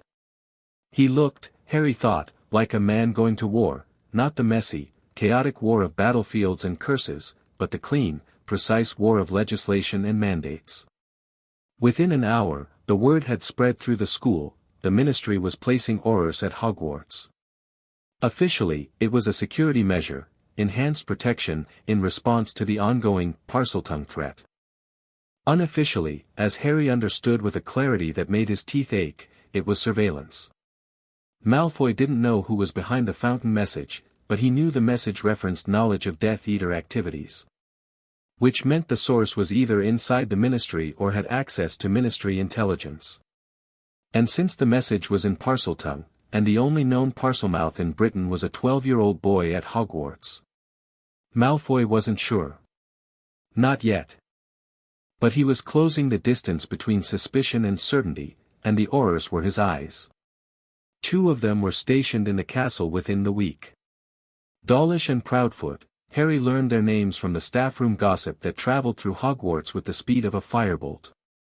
Dawlish was big, blunt, and unsubtle, a man who followed orders with the thoughtless efficiency of a hammer. Proudfoot was sharper, quieter, more observant, with eyes that tracked student movements with the professional attention of someone who'd been briefed on what to look for. Harry adjusted immediately. His nightly visits to the chamber became bi-weekly, then weekly, the frequency reduced to minimize the chance of detection. He varied his routes, his timing, his methods. The invisibility cloak became a permanent companion, worn whenever he moved through the castle after hours. Communication with Sahira shifted to the bathroom pipes, quick, coded exchanges during the day, disguised as running taps or flushing toilets. Hermione was livid. Not about the Aurors themselves, she understood their presence as a logical response to the threat Harry had introduced, but about the implications. "He's shutting us down," she said, pacing the secret classroom with the furious energy of a caged tiger. "Malfoy's shutting us down. The Aurors aren't just surveillance, they're a choke point. Every owl in and out of the castle now passes through a ministry checkpoint. Every fluke connection is monitored. Breathe, Hermione. I am breathing. I'm breathing and thinking, and both of them are making me want to scream." She stopped pacing and turned to face him. "The leak strategy is dead. We can't get anonymous tips out of the castle with Aurors screening all communications. And the intelligence gathering is compromised. If the Aurors detect Parseltongue anywhere in the castle, they'll triangulate it to you within hours." "I know. So we're stuck. We poked the hornet's nest and now the hornets have badges." Harry leaned against the wall and stared at the chart. The web of names and connections stared back, patient and vast. "Not stuck," he said. "Adapting." "Adapting to what?" "We've lost our ability to act. We've lost our ability to act from Hogwarts." "That's not the same thing." Hermione's eyes narrowed. "What are you thinking?" "The leaks don't have to come from inside the castle. Sahira can carry messages through the pipe network to any connected water source in Britain. We send the leaks from outside, different locations, different dates, making it impossible for the Aurors to trace back to Hogwarts." Hermione considered this. He could see her testing the idea, probing it for weaknesses. "The delivery method still requires Parseltongue to guide the messages through the pipes. I can speak to Sahira from any water source. I'll do it during classes, a whisper into a sink in the bathroom, barely audible. The Aurors are watching corridors and owleries, not toilet stalls. And the messages themselves? We pre-write them. Seal them in waterproof containers. Sahira carries them through the network and deposits them at predetermined locations, newspaper offices, ministry departments, private residences. Different drop points each time. No pattern, no trace." The faintest smile touched the corner of Hermione's mouth. "A distributed communication network using thousand-year-old plumbing and a basilisk as a courier. That's either the most brilliant thing I've ever heard or the most insane. Can't it be both?" Apparently. They spent the next 3 hours redesigning their strategy. The new system was more complex but more robust, multiple drop points, randomized timing, coded content that required a key to decode. The key would be sent separately, through a different channel, ensuring that intercepting a single message would yield nothing useful. Hermione drew up the logistics with her usual precision, creating a schedule that accounted for Sahira's travel time, the pipe network's layout, and the varying levels of security at each target location. The first wave of leaks went out 2 days later. 3 messages, delivered to 3 different locations: the Quibbler's office in Devon, anonymously, via the building's bathroom plumbing, the private residence of a reporter at the International Wizarding Press, who had covered ministry corruption before and been fired for it, and the office of Amelia Bones at the DMLE, slid beneath her office door by a charmed parchment that Sahira guided through the pipes to the nearest water source and then levitated the last few feet with a burst of ambient magic. Each message contained a different piece of intelligence, carefully curated to avoid revealing the source or the method. The Quibbler received documentation of the financial irregularity in international magical cooperation. The international reporter received a list of former Death Eaters currently holding ministry positions, complete with their wartime records and their current roles. And Amelia Bones received something more targeted, evidence that a specific Auror in her department, a man named Yaxley, had been passing case files to Lucius Malfoy for the past 3 years. Harry delivered the last of the parchments to Sahira during a bathroom break between charms and transfiguration, whispering coordinates into the second-floor sink while 2 other students washed their hands 3 feet away, completely oblivious. Then he went to transfiguration and practiced turning hedgehogs into pincushions and waited for the world to respond. The world responded quickly. The Quibbler ran the financial story within a week, buried between an article about Nargles and a conspiracy theory about the minister's hairpiece being a sentient magical creature.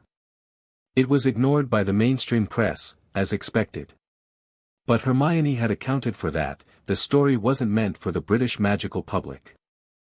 It was meant for the international community, and the Quibbler, despite its reputation, had a small but dedicated international readership among foreign intelligence analysts who'd learned that Lovegood's paper occasionally stumbled onto real stories in between the Crumplehorn Snorkack coverage. The international reporter, a former Prophet writer named Alara Vance who now worked freelance out of Switzerland, received the Death Eater employment list and immediately began verification. Within 2 weeks, she published a comprehensive exposé in the European Wizarding Review titled Dark Legacy, Former Death Eaters in the British Ministry, which named names, listed positions, and detailed the specific mechanisms by which known Voldemort supporters had avoided prosecution and embedded themselves in government. The article caused a sensation abroad. In Britain, the Prophet refused to cover it. The ministry issued a statement calling it foreign interference in domestic affairs and a politically motivated attack on our sovereignty. Fudge held a press conference in which he described the European Wizarding Review as a glorified gossip rag and assured the public that every ministry employee has been thoroughly vetted and found to be of impeccable character. Harry watched the press conference through a contraband copy of the Evening Prophet that Fred and George had smuggled into the common room. Owl Post was still being screened, but the twins had sources that Harry didn't ask about. Fudge's face was sweating. His voice had the brittle quality of a man reciting lines he didn't believe. And behind him, visible in the photograph, Lucius Malfoy stood with his hands clasped and his expression serene. But Amelia Bones had received the Yaxley evidence, and Amelia Bones was not Cornelius Fudge. Word reached Hogwarts through the student grapevine, which was faster and more accurate than any newspaper, that Aura Yaxley had been placed on administrative leave pending investigation. The charges were procedural irregularities, which was ministry speak for, "We caught you but we're not ready to say what we caught you doing." 3 days later, 2 more officials in the DMLE were suspended. Then a clerk in international magical cooperation. Then a junior undersecretary in the minister's own office. The network was bleeding. Not hemorrhaging, Malfoy was too skilled for that. He managed the damage with surgical precision, sacrificing the expendable members to protect the core, offering up scapegoats to satisfy the investigations while keeping his most important assets in place. But the bleeding was real, and the stress of managing it was creating exactly the kind of panic-driven communication that Sahira was listening for. Harry received a flood of new intelligence. Names he'd never heard of. Connections he hadn't mapped. And at the center of it all, a series of coded messages between Malfoy and someone identified only as the Keeper, a figure whose identity even Sahira couldn't determine, because the Keeper never spoke near water. Every conversation about the Keeper happened in the ministry's upper floors, far from any plumbing connection. The Keeper might not be a person, Hermione suggested when Harry brought her the intelligence. It could be a title. A role within the network, someone who holds specific knowledge or resources that the others depend on. A fail-safe. Exactly. Someone who ensures the network survives even if the leadership is compromised. Malfoy's insurance policy. We need to identify them. We need more data points. The Keeper is clearly being protected, they never communicate through vulnerable channels. But if we can map who interacts with the coded references, we might be able to triangulate. Harry nodded. They were deep in the weeds now, intelligence analysis, network mapping, strategic planning. The kind of work that adults with training and resources and years of experience might have struggled with. Hermione handled it with the focused brilliance she brought to everything. Harry brought the intuition, the risk assessment, the particular kind of strategic thinking that came from spending years learning to read predators and prey. Together, they were something neither of them would have been alone. And somewhere in the long hours of shared work and whispered planning and the growing understanding that they were engaged in something far more dangerous than anything 12-year-olds should be involved in, the bond between them deepened into something that went beyond friendship without yet becoming something else. Hermione challenged him. That was the core of it. Not in the adversarial sense, though she argued with him fiercely and frequently, but in the deeper sense of requiring him to be better than he wanted to be. When Harry's plans skewed toward the expedient, she pulled him back toward the ethical. When his anger at the system's failures threatened to overwhelm his judgment, she grounded him with data and logic and the particular kind of quiet stubbornness that was more effective than any dramatic confrontation. And Harry, in turn, gave Hermione something she'd never had, a partner who could match her intelligence and exceed her willingness to act. She'd spent her life surrounded by people who couldn't keep up with her mind. Harry couldn't always keep up with it either, nobody could, but he could keep pace with her courage, and that mattered more. They didn't talk about this. They didn't name it. But it was there, in the way Hermione's hand would brush against Harry's when they reached for the same document, and neither of them would pull away.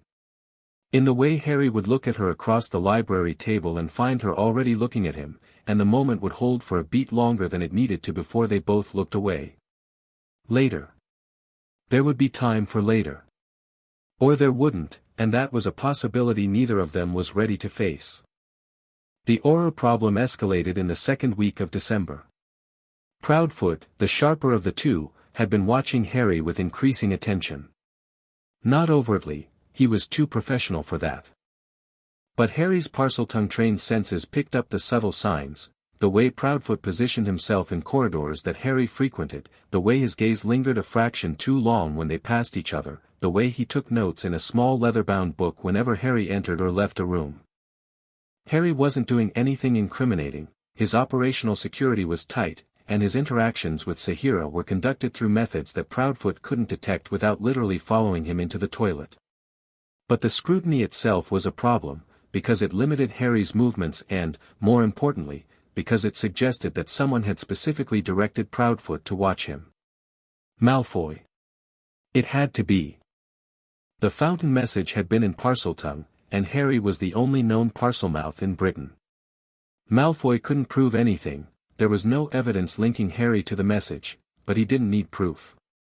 He needed suspicion, and suspicion was enough to deploy an Auror as a shadow. Harry confronted the situation with the methodical patience he'd learned from snakes.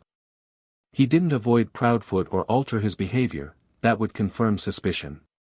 Instead, he leaned into normality. He attended classes, ate meals in the Great Hall, spent time in the common room, played Quidditch. He was aggressively, conspicuously boring. The most average 12-year-old in the history of Hogwarts, if you didn't count the scar and the fame and the ability to talk to snakes. But patience had a cost, and the cost was time. Every day Harry spent performing normalcy was a day he couldn't spend advancing the operation. The intelligence continued to flow, Sahira's reports, Hermione's analysis, but their ability to act on it was constrained by the Auror presence. And then Snape changed everything.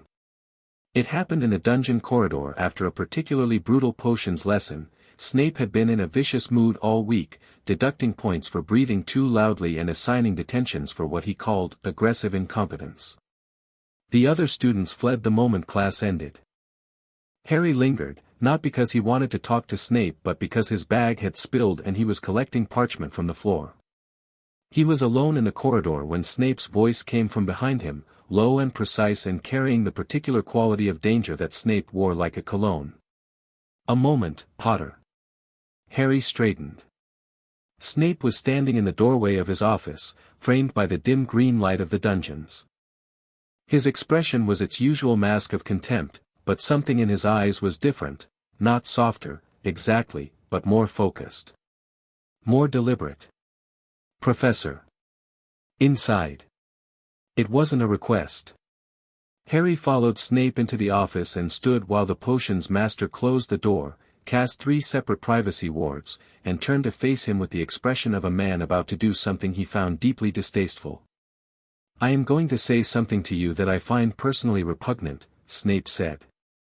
"And I want you to understand that I am saying it not out of any concern for your well-being, which I assure you remains minimal, but out of concern for a larger objective that supersedes my considerable distaste for you as a person." Noted. Snape's lip curled. "The Ministry's investigation into the Parseltongue incident. Are you aware that Auror Proudfoot has been assigned to monitor you specifically?" "I'd noticed." "Had you also noticed that he reports directly to Lucius Malfoy, rather than to his nominal superior in the Auror division? Harry hadn't noticed that. His surprise must have shown, because Snape's expression shifted into something approaching satisfaction, the thin, cold satisfaction of someone who still knew things that others didn't. Malfoy placed the Aurors here for a reason, Potter. Not to protect the school. To find the source of the fountain message. And he believes, not without reason, that the source is you. I'm 12. A fact which Malfoy finds as implausible an alibi as I do. Age is irrelevant when one possesses the only known Parseltongue ability in Britain. Harry said nothing. Snape studied him with those black, fathomless eyes, the eyes of a man who saw through lies the way other people saw through windows. I did not come to accuse you, Snape said, and the words seemed to cost him something. I came to assist. Assist. Do not make me repeat it. Harry waited. This was the part Snape found repugnant, the part that went against every instinct the man had, the instinct to sneer, to belittle, to maintain the wall of contempt that kept the world at a safe distance. Snape reached into his robes and withdrew a folded parchment. He placed it on the desk between them with the careful precision of a man handling something volatile. Lucius Malfoy has a safe house, Snape said. In London. A Georgian townhouse in a Muggle neighborhood, warded against magical detection and unplottable to standard locating charms. It is where the network conducts its most sensitive operations. Financial records, communication logs, contingency plans, all of it is kept there, under wards that I helped design. Harry stared at the parchment. You're giving me the location. I am giving you information. What you do with it is your concern. But I would suggest that the documents in that house are considerably more useful to your activities than anything your snake can overhear through a drain. The silence that followed was loaded with things neither of them was willing to say. Harry picked up the parchment, unfolded it, and saw an address, a set of ward specifications, and a hand-drawn floor plan annotated in Snape's cramped, precise handwriting. Why? Harry asked. Snape's expression hardened. Because Lucius Malfoy is a disease. He has been a disease for 20 years. He corrupts everything he touches, institutions, people, principles.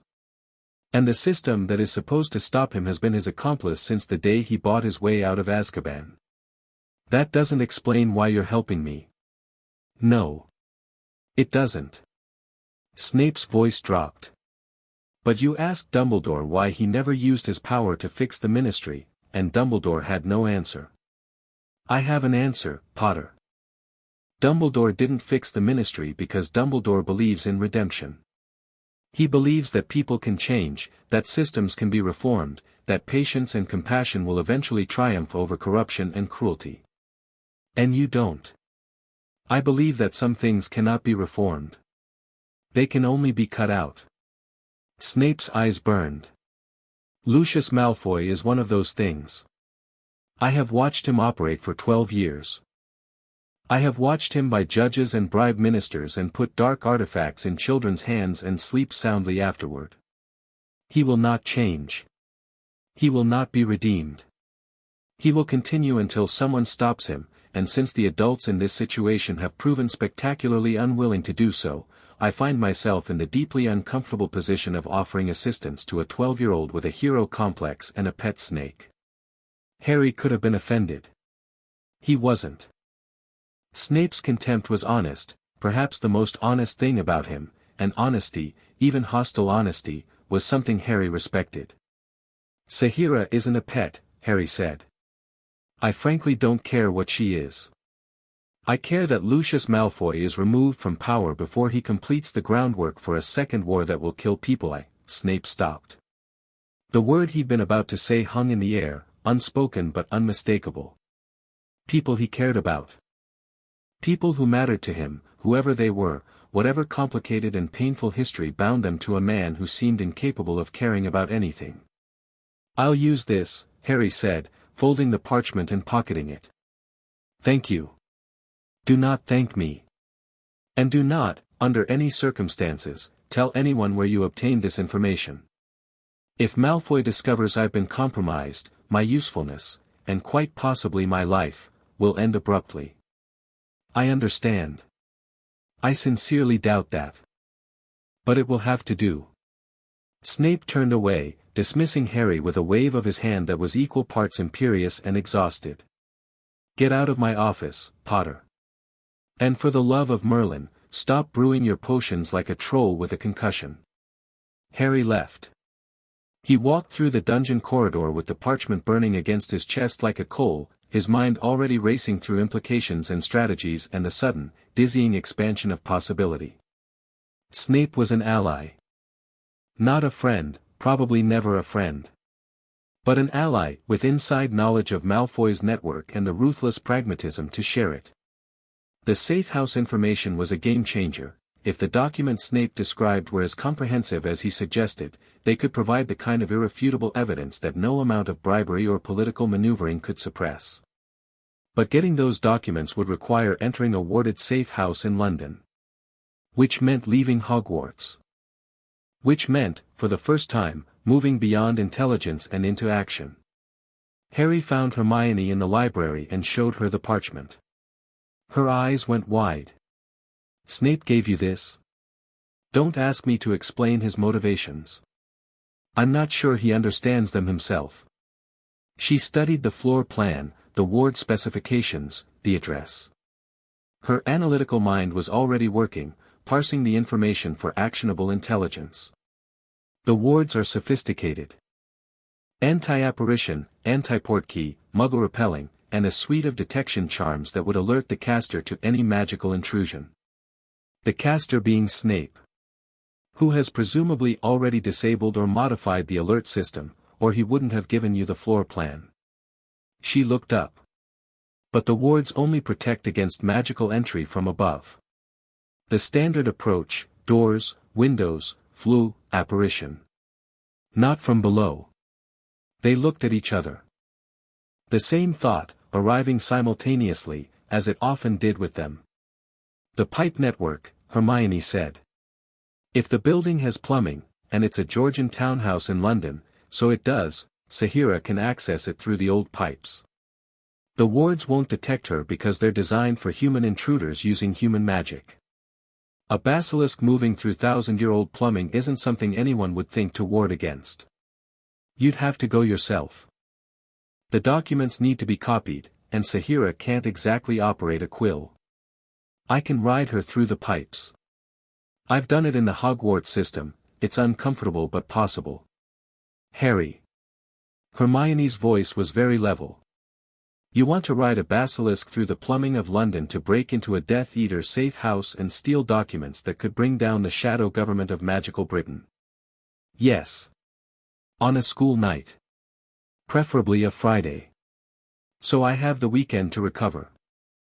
Hermione stared at him. Then, very slowly, very deliberately, she pressed both hands flat against the library table and closed her eyes. I'm going to need a bigger chart, she said. They planned the operation over the next week with the meticulous intensity of a military campaign. Hermione handled logistics, mapping the pipe route from Hogwarts to London, calculating travel times, identifying contingency exit points in case of discovery. Harry handled the operational side, communication protocols with Sahira, timing windows when the safe house was likely to be unoccupied, and the specific documents they'd need to copy. The copy method was Hermione's innovation, a Gemino charm modified to work on written documents, producing exact duplicates that would be indistinguishable from the originals. She practiced the charm obsessively, perfecting it on library books and classroom handouts until she could duplicate a full page of text in under 3 seconds. You'll need to cast it quickly, she told Harry. In and out. The longer you're in the house, the higher the risk. I know. And you'll need light. The basilisk can see in the dark, but you can't read documents without wand light. Minimal. I'll use a focused lumos, pencil-thin beam, barely enough to read by. It won't be visible from outside the house. Hermione nodded. Then she bit her lip. I should go with you. No. Harry, you're the contingency. Same as the chamber. If I don't come back, you go to Dumbledore with everything we have. The chart, the intelligence, the whole case.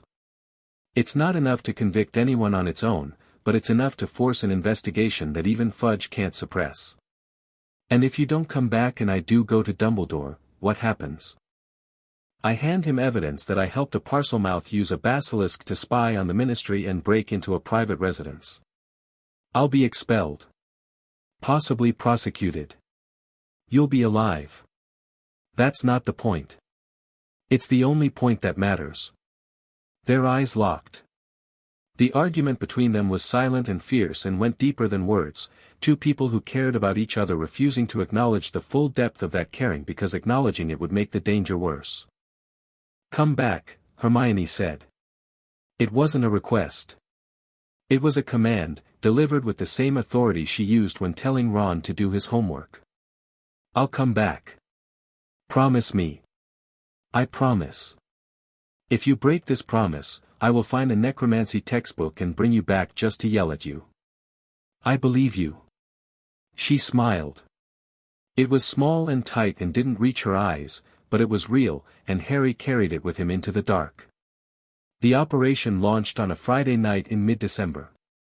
The castle was quiet, most students had gone to bed early, exhausted by end-of-term exams. The Aurors were stationed at the main entrances, monitoring traffic in and out of the school. They weren't watching the second-floor bathroom. Nobody ever watched the second-floor bathroom. Harry descended into the chamber at midnight. Sahira was ready, she'd been preparing for this for days, mapping the route through the pipe network, identifying the safest passages, timing the journey. The route would take them through the main Hogwarts drainage, into the underground water system that ran beneath the Scottish Highlands, and then south through a series of increasingly modern pipes until they reached the ancient plumbing infrastructure beneath London. Total travel time, approximately 4 hours each way. Harry climbed onto Sahira's back. It wasn't comfortable, her scales, while smooth, offered little grip, and the curves of her body created a surface that was constantly shifting. He braced himself with his legs, gripped a ridge of scales near the base of her neck, and tried not to think about the fact that he was about to travel 400 miles through a pipe system built before the Norman conquest on the back of a 60-foot magical serpent. Ready? Sahira asked. Not even slightly. Good. The prepared are overconfident. The honest are alert. She moved. The pipe system was a world unto itself. Harry had imagined it as a network of straight conduits, utilitarian plumbing, connecting points A and B. The reality was something else entirely. The old pipes were vast, tunnels carved through living rock, wide enough for Sahira to move at speed, lined with minerals that glowed faintly with residual magic. They passed through chambers where underground rivers crossed their path, the water roaring past with a force that would have swept a human away. They navigated junctions where 6 or 7 pipes converged, and Sahira chose her route by scent and vibration with the unerring confidence of a creature who had traveled these paths before. And they went deep. Deeper than Harry had imagined. Deeper than the lake, deeper than the castle's foundations, down into the bedrock where the stone itself seemed alive, warm, humming, threaded with veins of magic that pulsed like light through fiber optics. The deeper they went, the stronger the magic became, and Harry could feel it against his Parseltongue sense like music on the edge of hearing.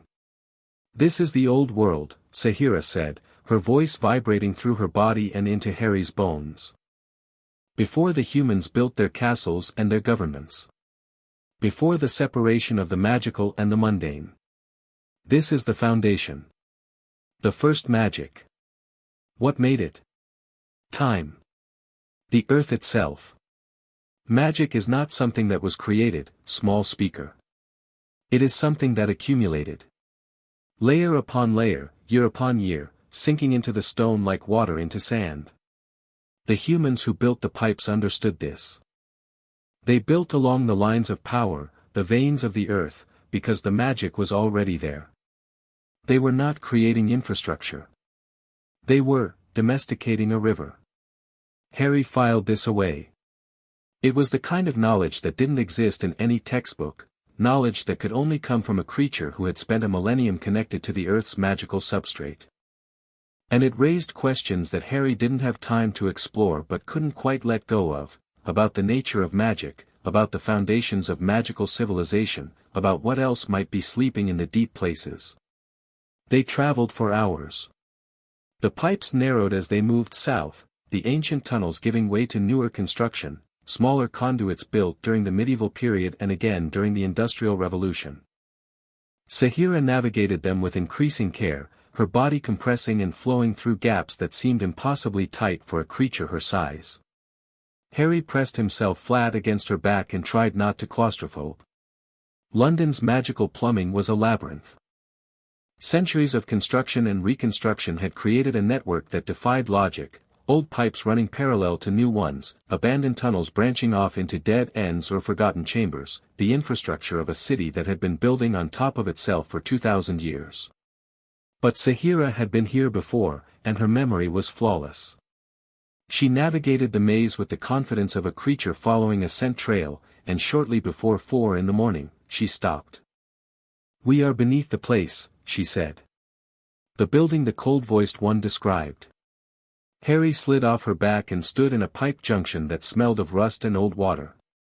Above him, through several feet of stone and brick, was Lucius Malfoy's safe house. "Wait here," he told Sahira. "I'll be back within the hour." "I will wait. But if I hear violence, you'll wait. No matter what. If something goes wrong, I need you to get back to Hogwarts and warn Hermione. She's the contingency. You know where to find her." Sahira's displeasure radiated from her like heat from a furnace. "I do not like this plan. Neither do I. But I need to do this myself." He left her in the junction and climbed.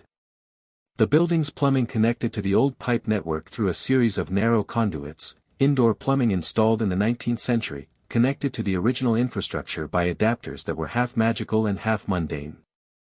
Harry navigated by feel and Parseltongue sense, squeezing through spaces that were designed for water, not 12-year-old boys. He emerged from a ground-floor toilet with all the dignity of a man climbing out of a sewer, which was essentially what he was doing. The bathroom was dark, immaculate, and empty. The house around him was silent.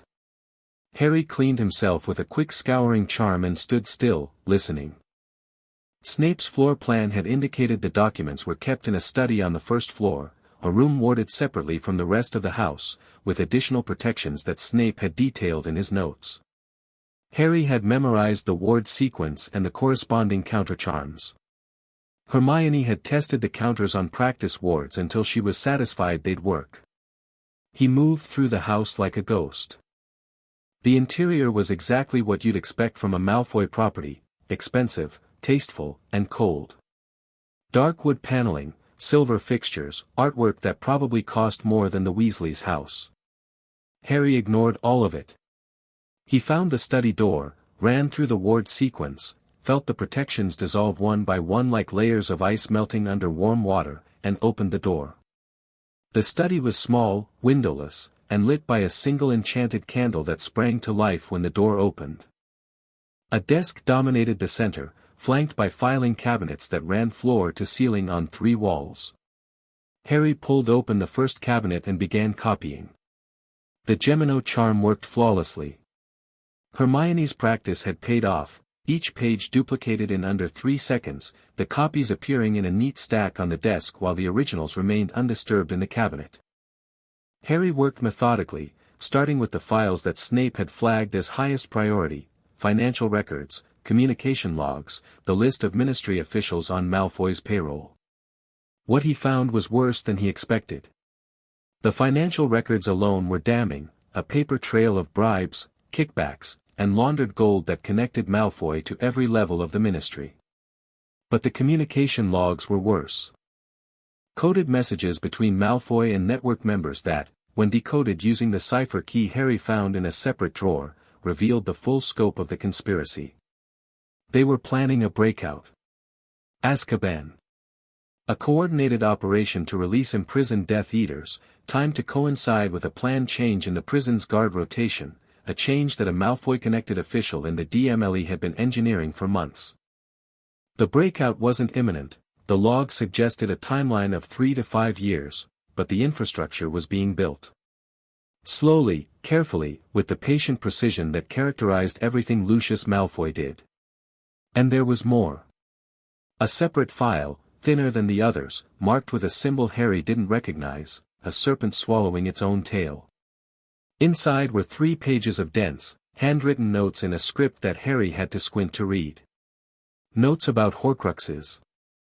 Not the diary was never mentioned by name. But the notes discussed the concept, objects containing fragments of a soul, created through murder, nearly indestructible. And they discussed a number. Malfoy believed, based on conversations he'd had with Voldemort before the fall, that there were more than one. Harry's hands were steady as he copied these pages. His mind was not. The implications were staggering. If Voldemort had created multiple Horcruxes, if the diary was just one piece of a larger strategy of immortality, then the Dark Lord wasn't just not dead. He was anchored to the world by multiple points of connection, any one of which could serve as a foundation for his return. And the Ministry didn't know. Dumbledore might know, Dumbledore seemed to know everything, eventually, but the people responsible for protecting the magical world from existential threats were busy taking bribes and looking the other way while the most dangerous wizard in history laid the groundwork for his resurrection. Harry finished copying the documents, restored the filing cabinets to their original state, reset the wards, and left the study. He moved through the house in reverse, returned to the bathroom, and climbed back into the pipe. Sahira was waiting. "You smell of anger," she observed. "I am angry." "Good. Anger without purpose is poison.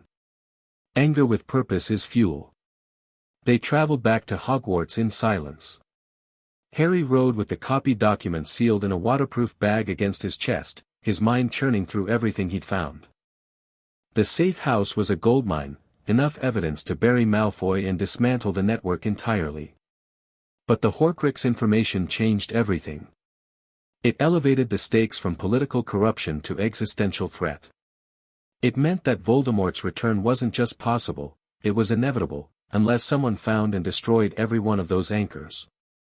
And the people who should have been looking for them were on Malfoy's payroll.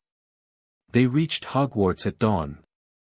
Harry climbed out of the chamber, sealed the entrance, and walked to the second-floor bathroom where Hermione was waiting with her clock and her book and an expression that was equal parts relief and fury. 7 hours, she said. "You were gone for 7 hours. The pipes are longer than we thought." He handed her the bag of documents. "It's worse than we thought, too." They spent the entire weekend in the secret classroom. Hermione read the documents with the focused intensity of a person dismantling a bomb, her face growing harder and more set with every page. When she reached the Horcrux notes, she stopped reading. Set the paper down. Put her head in her hands. "Multiple," she whispered. "He made multiple. At least one more, according to Malfoy's notes. Possibly several. And Malfoy knew. He knew all along. He wasn't just a follower, he was a custodian. He was entrusted with knowledge about the most dangerous dark magic in existence, and he used it to protect his position in case Voldemort returned. Insurance. Proof of loyalty. I kept your secrets, my lord. Let me serve you again." Hermione looked ill. Not figuratively, genuinely ill, the color draining from her face as the full weight of what they'd discovered settled onto her shoulders. Harry knew the feeling. He'd had the entire ride back from London to process it, and he still felt like the floor had been removed from beneath his feet. "This changes everything," Hermione said. "I know. We can't just leak this to the press. The Horcrux information it's too dangerous. If the wrong people find out that Voldemort has soul anchors, it could trigger a panic, or worse, a race to find them. Death Eaters who want to protect them. Treasure hunters who want to profit from them. Foreign governments who want to weaponize the knowledge. I know. So the Horcrux information stays between us. For now. Agreed. But the rest of it, the financial records, the breakout plans, the communication logs, that goes public. All of it. At once. No more calibrated leaks. This is a bomb, Harry. We drop it. Harry looked at the stack of documents. Hundreds of pages. Irrefutable evidence of a conspiracy that spanned more than a decade and reached into every corner of the magical government. Evidence that could topple ministers, imprison Death Eaters, and expose the rot at the heart of magical Britain for the world to see. Not yet, he said. Hermione stared at him. What? If we drop this now, it gets buried. Malfoy still has enough influence to suppress it, discredit it, spin it. We've hurt him, the leaks, the investigations, the Yaxley arrest, but he's not wounded enough. He can still fight. So what do you want to do? I want to take away his ability to fight. I want to make him scared. I want him to know that someone is coming for him, that they can reach him anywhere, and that they have everything. And then, when he's scared and off balance and making mistakes, we drop the bomb. You want to send another message. I want to send a bigger message. Hermione held his gaze. He could see the calculation happening, the weighing of risks and rewards, the assessment of moral costs, the grudging acknowledgement that Harry's instinct for strategic pressure was, more often than not, correct. What kind of message? She asked. Harry looked at the Horcrux notes. At the breakout plans. At the list of ministry officials who'd sold their souls for Malfoy gold. The kind that makes him understand he's already lost, Harry said. He just doesn't know it yet. Hermione was quiet for a long time. Then she picked up her quill. Tell me the plan, she said. And Harry did. Chapter 3 and Chapter 4, The Trial of Serpents. February arrived like a fist. The cold that had been merely uncomfortable in December turned vicious in the new year, wind howling across the Scottish Highlands with a sound like something dying, ice forming on the insides of windows, the castle's heating charms working overtime and still losing the battle against a winter that seemed personally offended by the concept of warmth. Students moved through the corridors in huddled groups, scarves wrapped to their eyebrows, breath pluming white in classrooms where the fires couldn't quite reach the corners. Harry barely felt it. He'd spent so much time in the chamber over the past month that his body had adjusted to a baseline of cold, and the castle's chill felt almost tropical by comparison. His mind, meanwhile, was running at a temperature that had nothing to do with weather, a sustained, focused burn of planning and execution that consumed his waking hours and invaded his dreams. The plan was simple in concept and terrifying in execution. 3 phases. Phase 1. Destabilize the network through a final, devastating leak that would expose enough of the conspiracy to force an official response. Phase 2. Deliver a personal message to Lucius Malfoy that would strip away his confidence and his ability to manage the fallout. Phase 3. Get the full evidence package into the hands of someone who could act on it, someone with the authority, the integrity, and the courage to take on the most powerful shadow network in magical Britain. The first phase was already in motion.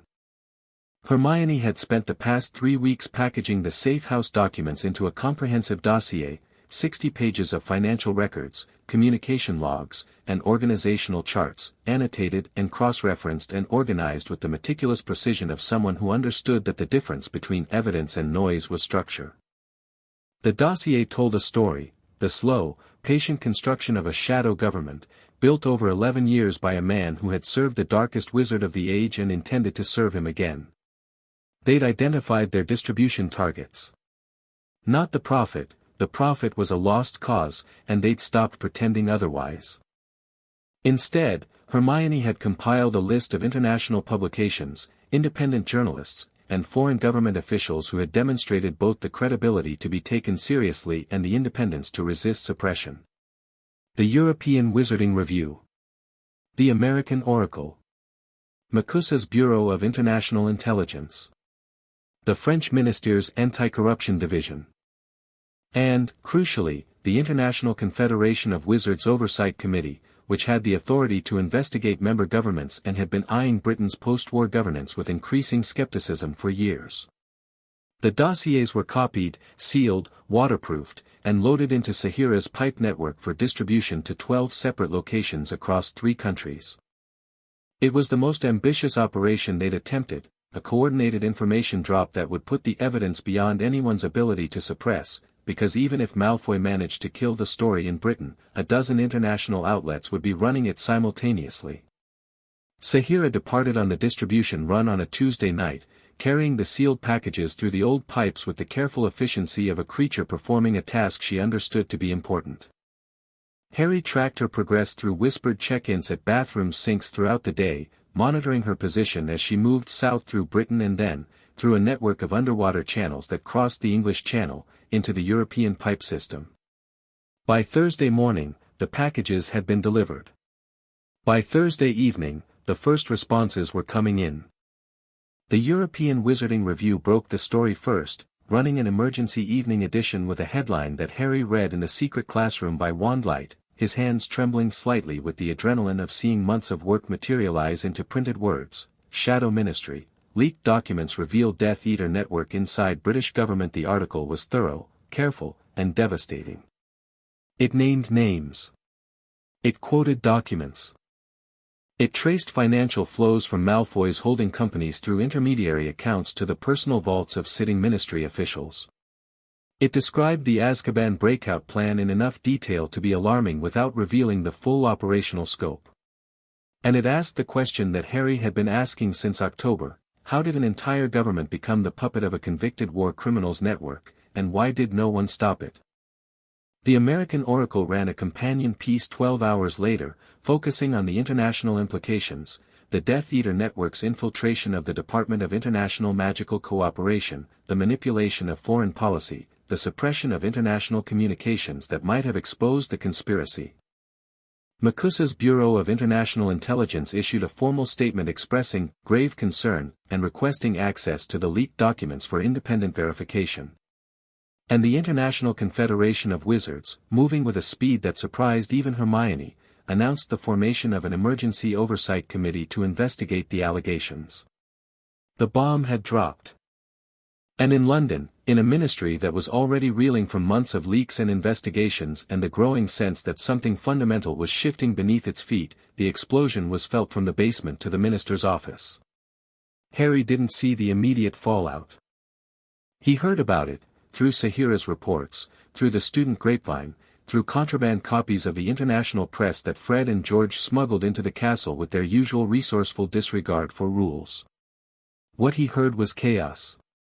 The ministry went into crisis mode within hours of the story breaking. Fudge called an emergency session of the Waisengemot. Aurors were deployed to secure key government buildings. The Prophet, which had spent months dutifully ignoring or suppressing the growing evidence of corruption, suddenly found itself unable to maintain the fiction. The international coverage was too widespread, too detailed, too well documented to dismiss as foreign interference. They ran their own version of the story 2 days after the European Wizarding Review, a heavily sanitized account that downplayed the scope of the conspiracy and focused on alleged irregularities, rather than systemic corruption. But even the sanitized version was damning. And Lucius Malfoy, for the first time in 11 years, was on the defensive. Not visibly. Not publicly. Malfoy's public response was a masterclass in aristocratic composure, a brief statement through his solicitor expressing full confidence in the integrity of the ministry and complete willingness to cooperate with any investigation. He appeared at a charity event in London the evening the story broke, smiling, charming, impeccably dressed, radiating the serene confidence of a man who had nothing to hide. But Sahira reported differently. The pipe network beneath the ministry hummed with panicked communication. Network members were contacting each other at unprecedented rates, their conversations laced with fear and recrimination. 2 mid-level operatives had already fled the country. 3 more had approached the DMLE's Internal Affairs Division offering to cooperate in exchange for immunity. And Malfoy himself, who never, in months of Sahira's surveillance, had spoken near water, was heard for the first time, his voice filtering through a drain in a sub-basement conference room, issuing rapid instructions to an unidentified associate. "Contain it," he said. "Everything that can be moved, move. Everything that can be destroyed, destroy. The safe house is compromised, I want it emptied and burned within 24 hours. Harry smiled when Sahira reported this. A cold, hard, satisfied smile that he wouldn't have recognized on his own face 6 months ago. Malfoy was moving to destroy evidence. Evidence he didn't know had already been copied. Evidence that was, at this very moment, being reviewed by oversight committees on 3 continents. He was closing a barn door after the horse had not merely bolted but had emigrated, filed for citizenship in another country, and given a press conference about the conditions in the barn. Phase 1 was complete. The network was exposed, its members panicking, its leadership scrambling to contain damage that was already beyond containment. Phase 2 was personal. Harry went down to the chamber on a Friday night and told Sahira what he needed. She listened in her usual silence, her massive body motionless except for the slow rhythm of her breathing. "You want me to enter the ministry again," she said when he'd finished. "Yes. But not the fountain this time. Fudge's office. Directly. The wards will have been strengthened since the last message. The wards protect against magical intrusion. You're not magic, you're a living creature moving through physical infrastructure. The pipes don't have wards. They never have. Nobody wards their plumbing because nobody expects a threat to come from their plumbing." "And the message?" Harry held up the parchment he'd prepared. It wasn't written in Parseltongue this time, it was written in English, in clean, precise letters that Hermione had transcribed from Harry's dictation. The message was addressed to Cornelius Fudge, Minister for Magic, and it read, "Minister, the documents published by the international press represent a fraction of the evidence in our possession. We have financial records linking Lucius Malfoy to the bribery of 12 Wizengamot members. We have communication logs detailing a planned mass breakout from Azkaban. We have proof that your office has been infiltrated at every level by agents of a network that intends to facilitate the return of the Dark Lord. You have 2 choices. You can continue to protect the people who are using you as a puppet, in which case the remaining evidence will be published in full, including documentation of your personal knowledge of and complicity in the network's operations. Or you can act. Remove Malfoy's allies from their positions. Launch a genuine investigation. Allow the International Oversight Committee full access. This is not a threat. This is a description of reality. The serpent has seen everything. And the serpent remembers." "Subtle," Hermione had said when she'd read the final draft. "It's not supposed to be subtle. It's supposed to make him wet himself." Well, the plumbing delivery method does add a certain thematic consistency. The delivery went smoothly.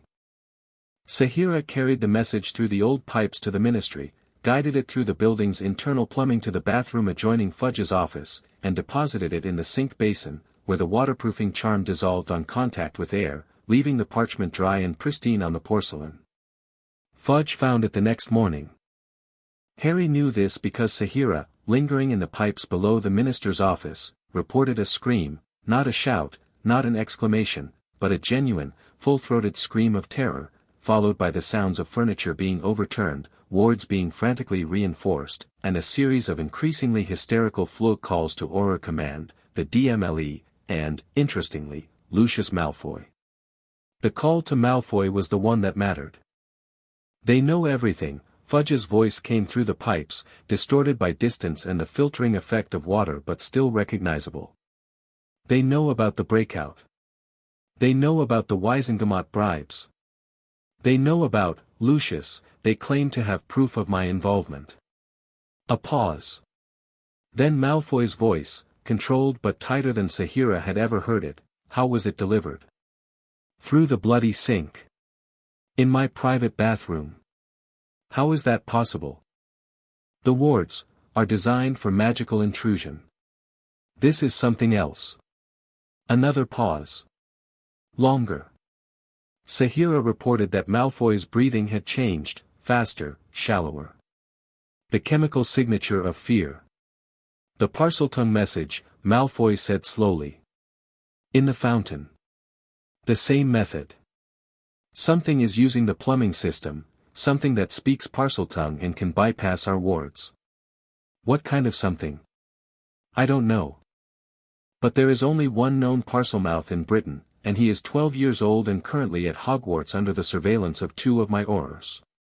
Then it's not him. Or it is him, and we have severely underestimated what a 12-year-old Parselmouth is capable of. Silence. Sahira reported the scent of sweat and parchment and the acrid tang of anxiety. What do we do?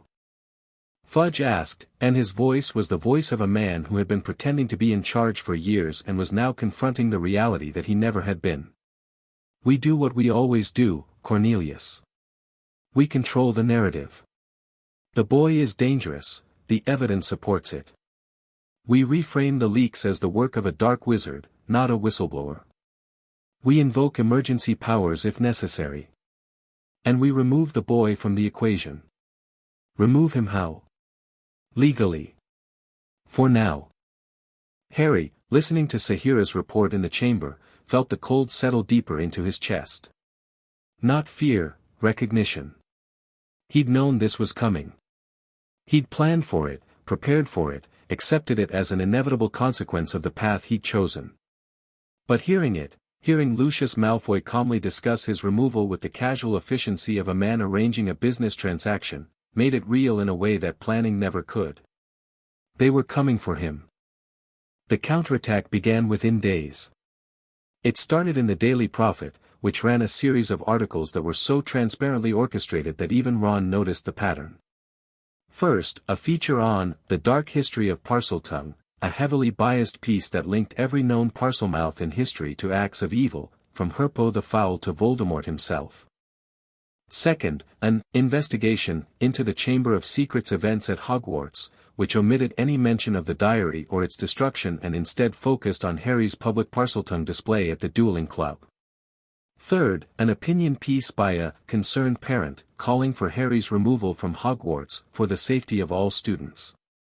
The pieces were unsigned or attributed to pseudonyms.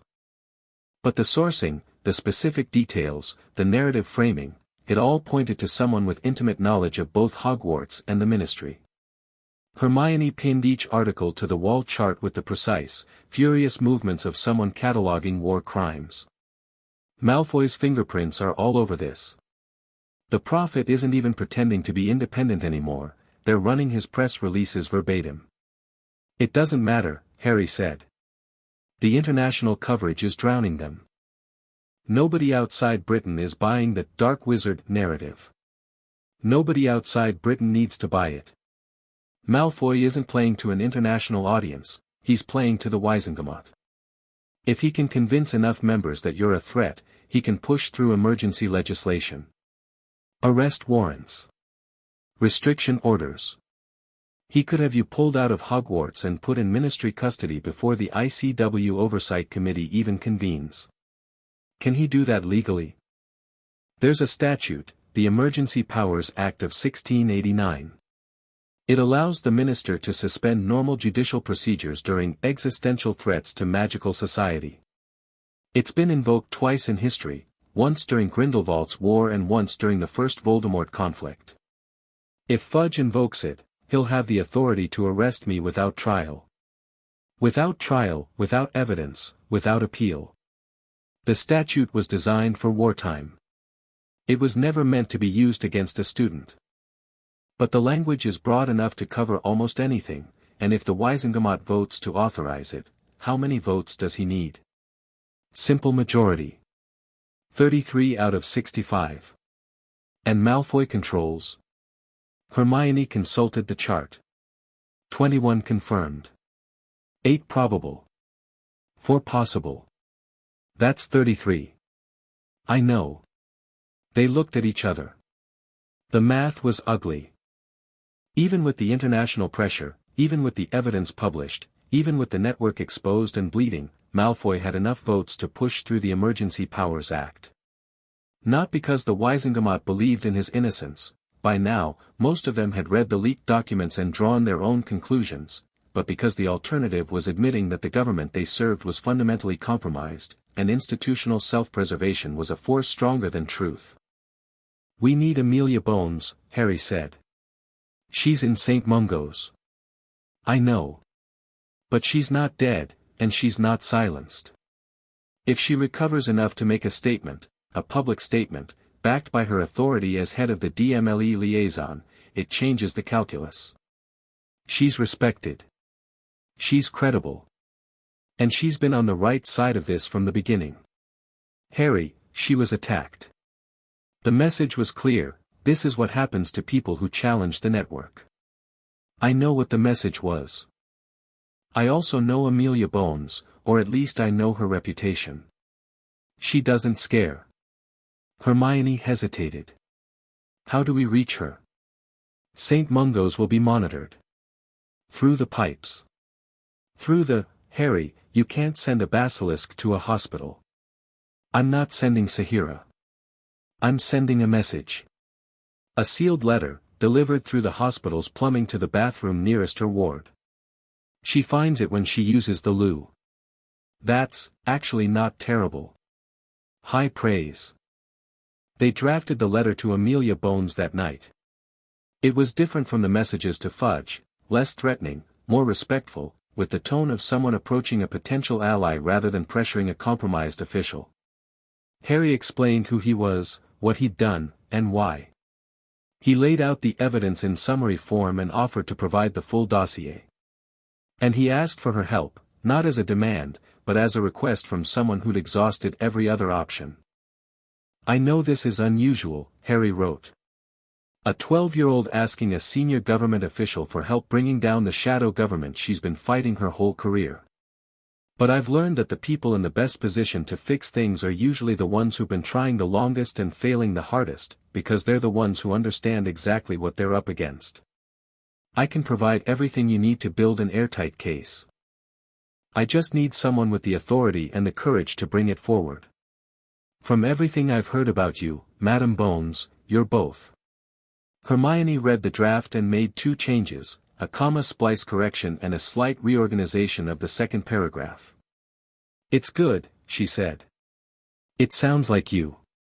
Is that a compliment?" "Today it is." The letter went out through the pipes that night. Sahira delivered it to St. Mungo's with the delicate precision of a creature threading a needle with her tail. The hospital's plumbing was modern and narrow, requiring her to detach the message capsule and guide it through the last stretch using water pressure alone. Harry didn't expect an immediate response. Bones was recovering from an attack. She might not find the letter for days. She might find it and dismiss it as a hoax. She might find it, believe it, and decide that involving herself further was too dangerous. What Harry didn't expect was a response within 12 hours. It arrived through the same pipe that had carried his letter, a sealed parchment delivered to the second-floor bathroom sink with a precision that suggested Bones had figured out the delivery method and used it herself. Harry opened it with Hermione reading over his shoulder. "Mr. Potter, I received your letter in circumstances that I would describe as unprecedented if I hadn't already had a Parseltongue message appear in my office fountain this year. The magical world, it seems, is determined to surprise me. I have reviewed the summary you provided. I have also read the international coverage of the leaked documents with great interest during my convalescence. The evidence aligns with suspicions I have held for years but have been unable to substantiate through official channels, for reasons that your letter makes uncomfortably clear. I am being released from St. Mungo's on Friday. I would like to meet with you. This is, obviously, complicated by your age, your location, and the fact that half the ministry is currently trying to decide whether you're a hero or a terrorist. I trust that a young man resourceful enough to deliver mail through hospital plumbing can find a way to get a dossier into my hands. Leave it in the same manner as the letter. I will ensure I am near the appropriate facilities. One more thing, be careful. The people you've angered are not accustomed to losing, and cornered animals are the most dangerous. Harry read the letter twice. Then he sat down on the bathroom floor and let out a breath he felt like he'd been holding since October. They had an ally. A real one. Someone inside the system with the power and the willingness to act. "This changes everything," Hermione said, and there was color in her cheeks and fire in her eyes and something in her voice that Harry hadn't heard in weeks: hope. They sent the full dossier to Bones the following day. Every document from the safe house, every piece of intelligence from Sahira's surveillance, Hermione's analysis and organizational charts, the financial trails and communication logs and the operational plans for the Azkaban breakout. Everything except the Horcrux notes, which remained sealed in a separate location that only Harry and Hermione knew about. Then they waited. Waiting was the hardest part. Harder than the planning, harder than the operations, harder than the arguments and the moral agonizing and the late nights in the secret classroom. Waiting meant trusting someone else to carry the torch, and Harry had spent so long carrying it himself that letting go, even partially, even temporarily, felt like stepping off a cliff. Hermione handled the waiting better than he did. She had a gift for compartmentalization that Harry envied, the ability to set aside the enormous, terrifying scope of what they were doing and focus on the immediate, the concrete, the manageable. She organized. She studied. She continued her regular academic work with a discipline that bordered on superhuman, turning in essays and completing practicals as though the world beyond the classroom walls were perfectly normal. Harry couldn't do that. He sat in classes and heard nothing. He flew during Quidditch practice and felt nothing. He moved through the routines of school life like a ghost, his body performing the motions while his mind circled endlessly around the same questions. Had they done enough? Had they moved too fast, or too slow? Was Bones really an ally, or was she compromised in ways they couldn't see? And behind all of it, the question that kept him awake at night: was he doing the right thing? The doubt surprised him. He'd expected certainty, the cold, clear conviction that had carried him from the first night in the chamber to the safe house raid to the message in Fudge's office. But certainty, he was discovering, was a resource that depleted with use. Every action he'd taken had consequences, not just for himself, but for the people around him. Ron, who was confused and worried and couldn't understand why his best mate had become a stranger. Ginny, who still flinched when she heard pipes creaking. The students who crossed the corridor to avoid the boy the prophet was calling a dark wizard. Hermione, who hadn't had a full night's sleep in weeks and was running on caffeine and stubbornness and something else that she wouldn't name, and Harry was terrified to examine. The human cost of his crusade was real, and it was growing, and some nights, alone in his bed, listening to the castle settle around him like an old man easing into a chair, Harry wondered if the boy who'd walked into the Chamber of Secrets 3 months ago would recognize the boy who was lying here now. Harder. Colder. More certain of his cause and less certain of himself. One night, he went to the chamber and didn't talk strategy. He just sat with Sahira in the dark, his back against her warm coils, his eyes closed, his mind emptying itself of plans and calculations and worst-case scenarios. She seemed to understand. She didn't speak, didn't ask questions, just breathed slowly and steadily, the rhythm of her heartbeat a metronome counting out the silence. "I'm scared," Harry said finally, and the admission cost him something, a fragment of the armor he'd been building around himself since October, cracking and falling away to reveal the 12-year-old boy underneath. Sahira's body shifted. Her head lowered until he could feel the weight of her attention like sunlight through clouds. Of what? Of this. Of what I'm doing. Of what I'm becoming. What do you think you are becoming? Harry pressed his hands against the stone floor. It was cold and rough and real. Someone who uses fear. Someone who sends messages through pipes to make powerful people panic. Someone who broke into a house and stole documents and felt nothing, not guilt, not hesitation, nothing. I just did it. Like it was normal. Like it was something I'd always done. And this frightens you. Shouldn't it? Sahira was quiet for a long time. When she spoke, her voice was lower than usual, the register she used for things she considered important. I have known two speakers before you. The Maker, who was wise and afraid and built me because he believed the world would need protecting. And the Cold One in the book, who was empty and cruel and used me because he believed the world existed to serve him. You are not the Maker, small speaker. You are not wise yet, wisdom comes with time, and you have had very little of it. But you are afraid of the right things. The Cold One was never afraid. He saw power and reached for it without trembling. You see power and tremble and reach for it anyway, because you believe the reaching serves something beyond yourself. That doesn't make it right. No. Nothing makes it right. Right is not a destination you arrive at. It is a direction you face. And as long as you are facing it, as long as you are afraid of turning away from it, you are not the Cold One. You are not even close. Harry leaned his head back against her scales. The warmth soaked into his skull, easing the tension headache that had been building for days. Thank you. You thank me too much. I am a serpent. I deal in truths, not comforts. Sometimes truths are comfortable. Then you are hearing the wrong truths. He smiled in the dark. It was the first genuine smile in days, and it hurt in the way that good things sometimes hurt when they break through a shell of tension, a sharp, sweet ache that reminded him he was still capable of feeling something other than the cold focus of the mission. He went back to bed that night and slept for the first time in a week. Really slept, deep, dreamless, the kind of sleep that the body demands when the mind has finally exhausted itself enough to let go. He woke to chaos. It was Saturday morning. The great hall was buzzing with a particular frequency that Harry had learned to recognize, not excitement, not fear, but the electric anticipation of something unprecedented. Students clustered around the tables, heads bent over newspapers and letters and hastily copied memos that had been smuggled in from a dozen sources. Ron intercepted him at the entrance. Mate. You need to see this.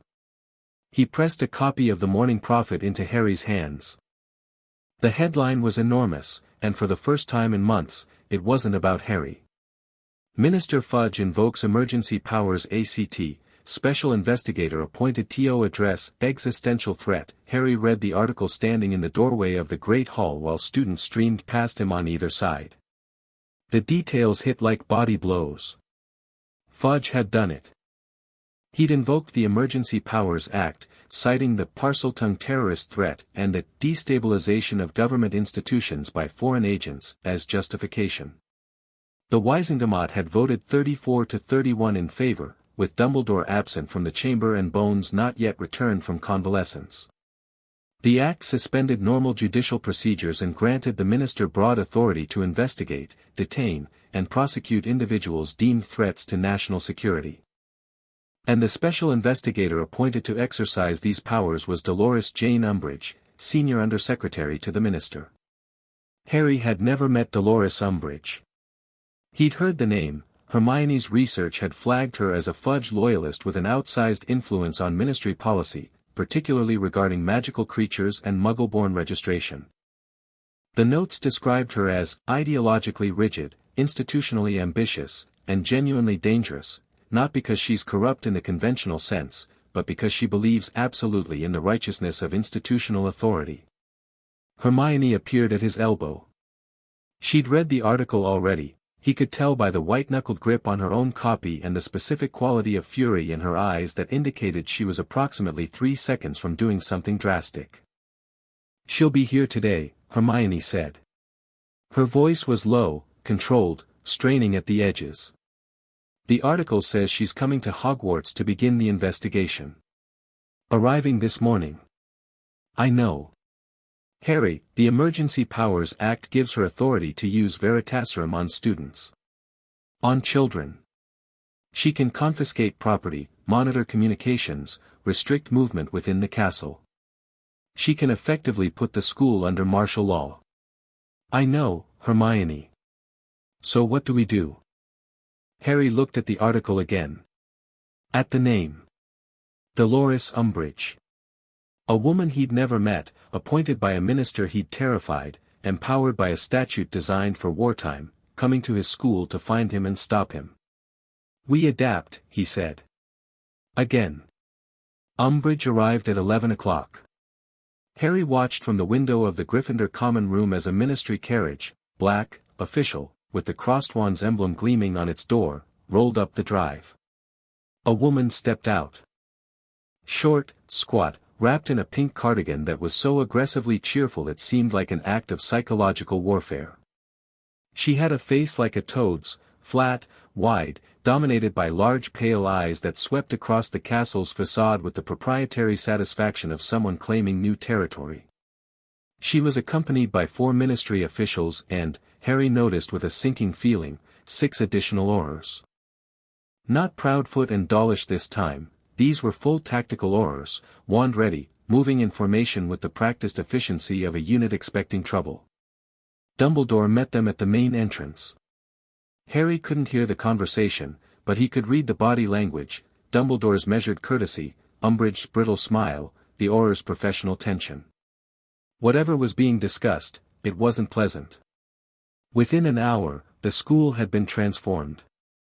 Umbridge established herself in a commandeered office on the first floor, where she installed a series of ministry decrees that appeared on the walls as if by magic, because they were, in fact, by magic, self-posting parchments that unfurled in corridors and classrooms with the officious flutter of bureaucratic authority.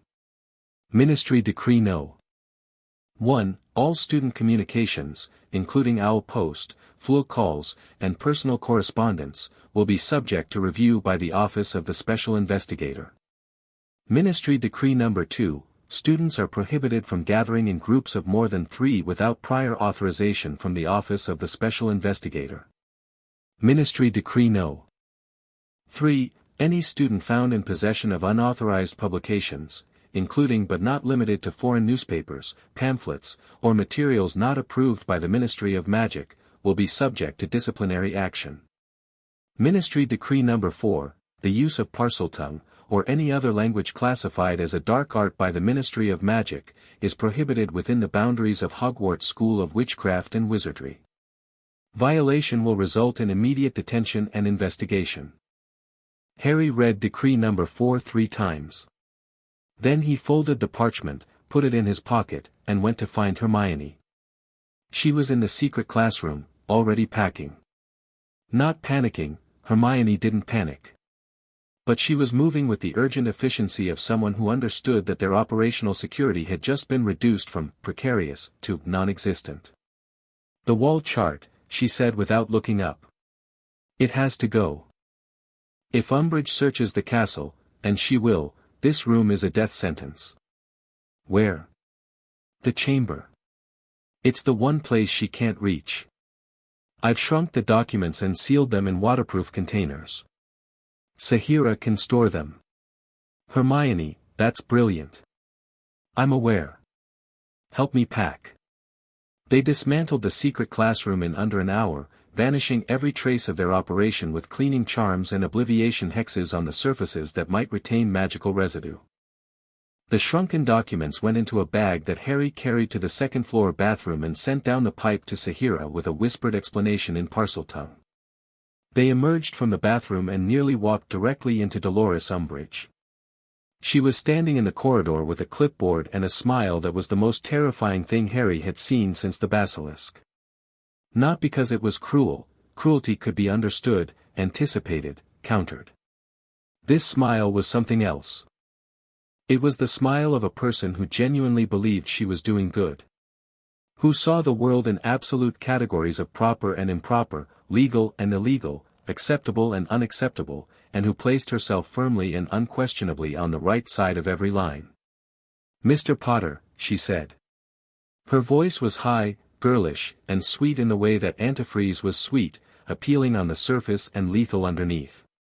"What a pleasure. I've heard so much about you. Professor Umbridge. Special investigator, actually. But how lovely that you know my name. And Miss Granger, isn't it? Top of your year, I'm told. How delightful."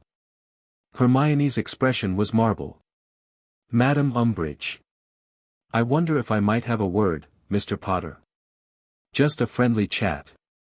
Getting to know the students, you understand. Part of my mandate. It wasn't a request, and they all knew it. But Umbridge maintained the fiction of choice, the careful, insidious pretense of voluntary cooperation that was, Harry recognized, far more dangerous than open coercion. You could fight coercion. You couldn't fight courtesy. Of course, Harry said. Hermione's hand twitched. Harry felt it, the tiny, aborted movement toward her wand, the instinct to protect, the discipline to suppress it. He caught her eye and shook his head, imperceptibly, and she nodded, imperceptibly, and they communicated in that moment the way they always did, without words, through the silent language of shared understanding. I'll be fine. Go. Protect our assets. Hermione walked away. Harry turned to Umbridge and followed her to the commandeered office, where he sat in a chair that was slightly too low, deliberately, he suspected, to make him feel small, and met the gaze of the woman who had been sent to destroy him. The office was pink. Not a little pink, aggressively, overwhelmingly, almost hallucinatorily pink. Pink curtains, pink cushions, pink doilies on every surface, and a collection of decorative plates on the wall featuring kittens in various states of twee sentimentality. It was a room designed to project comfort and femininity and harmlessness, and it was the most unsettling space Harry had ever been in, including the Chamber of Secrets. Umbridge sat behind her desk with her hands folded and her smile fixed in place. Tea, Mr. Potter? No, thank you. Such manners. Now then. She picked up a quill, pink, naturally, and positioned it over a sheet of parchment. I'm here to address the security concerns that have arisen this year. The Parseltongue messages, the breach of ministry security, the alarming publications in the foreign press. You understand, I'm sure, that these are serious matters. I understand that someone sent a message in Parseltongue to the ministry. I read about it in the Prophet. Yes. And you are, I believe, the only known Parselmouth in Britain. I'm a Parselmouth, yes. And you're aware that Parseltongue has been classified as a dark art by the Ministry of Magic? I'm aware that some people consider it one. The classification is controversial. The classification is legal, Mr. Potter. As of Decree No. 4, the use of Parseltongue within this school is a prosecutable offense. Harry held her gaze. She held his. The kitten plates stared down from the walls with their painted smiles, witnesses to a confrontation that neither party was willing to acknowledge as such. I haven't used Parseltongue at Hogwarts, Harry said. It was, technically, not true. But the uses had been in the chamber and in bathrooms, and nobody could prove otherwise. Of course not. I'm merely clarifying the legal landscape. She made a note on her parchment. Now, Mr. Potter. The international publications, the ones alleging corruption in the ministry. I don't suppose you know anything about that. I read about it in the papers. Like everyone else. And the anonymous source who provided those documents? No idea who that might be. No. You see, Mr. Potter, the thing is, she leaned forward, and the sweetness in her voice took on an edge, like sugar crystallizing. The documents were delivered through an unusual method. Our analysis suggests they were transported through the magical plumbing system, the old pipe network that connects major magical structures. Which is, coincidentally, the same method used to deliver the Parseltongue messages. That does seem like a coincidence. Doesn't it? And there are so few people who could navigate the pipe network using a serpentine creature. In fact, there is, as far as we can determine, only one. Harry said nothing. The silence expanded to fill the pink room, pressing against the kitten plates and the lace doilies. I'm going to be direct with you, Mr. Potter. Umbridge's smile hadn't changed, but her eyes had. They were harder now, focused, the eyes of a predator behind the mask of a bureaucrat. I believe you are responsible for the Parseltongue messages and the document leaks. I believe you are using a dark creature, specifically, the basilisk that resides beneath this school, to wage a campaign of terror against the lawful government of magical Britain. And I intend to prove it. Then you should get started, Harry said. Because I have potions in 20 minutes. The temperature in the room dropped. Not literally, metaphorically. Umbridge's smile became something else entirely, a thing stretched over teeth and bone that bore no resemblance to warmth or humor or human connection. You're a child, Mr. Potter. A gifted one, perhaps. But a child nonetheless. And children who play with dangerous forces beyond their understanding tend to get hurt. Is that a threat, Madam Umbridge? That is a fact, Mr. Potter. I am here to protect the students of this school and the stability of our government. If protecting them requires difficult measures, I will not hesitate to take them. Harry stood. The chair scraped against the floor. He looked down at Umbridge, physically down, because the chair was low but he was still taller than her seated form, and for a moment, the mask slipped. Not his public mask of bewildered innocence. The deeper mask.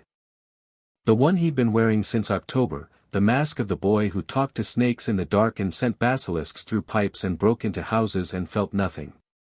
Underneath that mask was something that Umbridge, for all her institutional power, was not prepared for. The quiet, steady, unapologetic gaze of someone who had already decided how this would end and was simply waiting for the world to catch up. Good luck with your investigation, Harry said. I hope you find what you're looking for.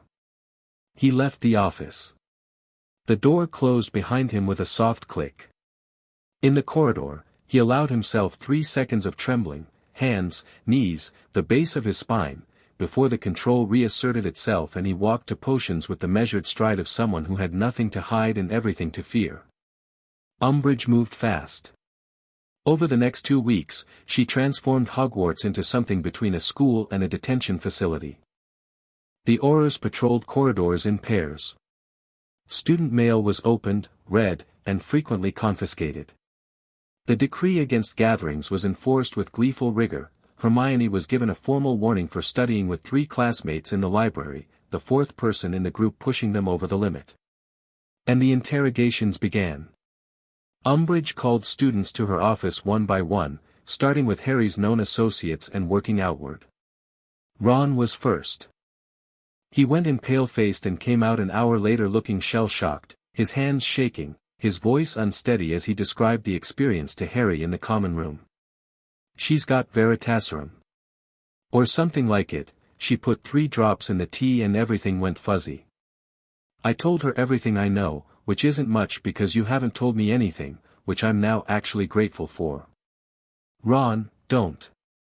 Just, don't apologize. I know you've got your reasons. Just, she's going to call Hermione next, Harry. And Hermione knows a lot more than I do. Harry's blood went cold. Veritaserum. On Hermione. If Umbridge administered truth serum to Hermione, the entire operation was exposed, the intelligence network, the safe house raid, the communication with Bones, everything. He found Hermione in the library, already preparing. She had a textbook open in front of her, but she wasn't reading, she was writing, rapidly, on a piece of parchment that she vanished the moment Harry sat down. I heard about Ron, she said. She's using Veritaserum. I know. I've been thinking about this. She met his eyes, and Harry saw something there he hadn't seen before, not fear, not anger, but the cold, calculated determination of someone who had identified a problem and was going to solve it regardless of the cost. There's a counteragent. An occlumency technique that creates a mental barrier against truth compulsion. It doesn't make you immune, nothing does, but it lets you control which truths you tell. You answer truthfully, but you choose which truths to offer. You can do that. I've been practicing since the Aurors arrived. I'm not good at it, occlumency is supposed to take years to master, but I don't need to be good. I just need to be better than 3 drops of Veritaserum administered by a woman who thinks subtlety is a type of fabric. Harry stared at her. You've been preparing for this. I've been preparing for everything. Including the possibility that you'd get yourself killed and I'd have to finish this alone. The matter-of-factness of it hit Harry like a punch. Not the words, the tone.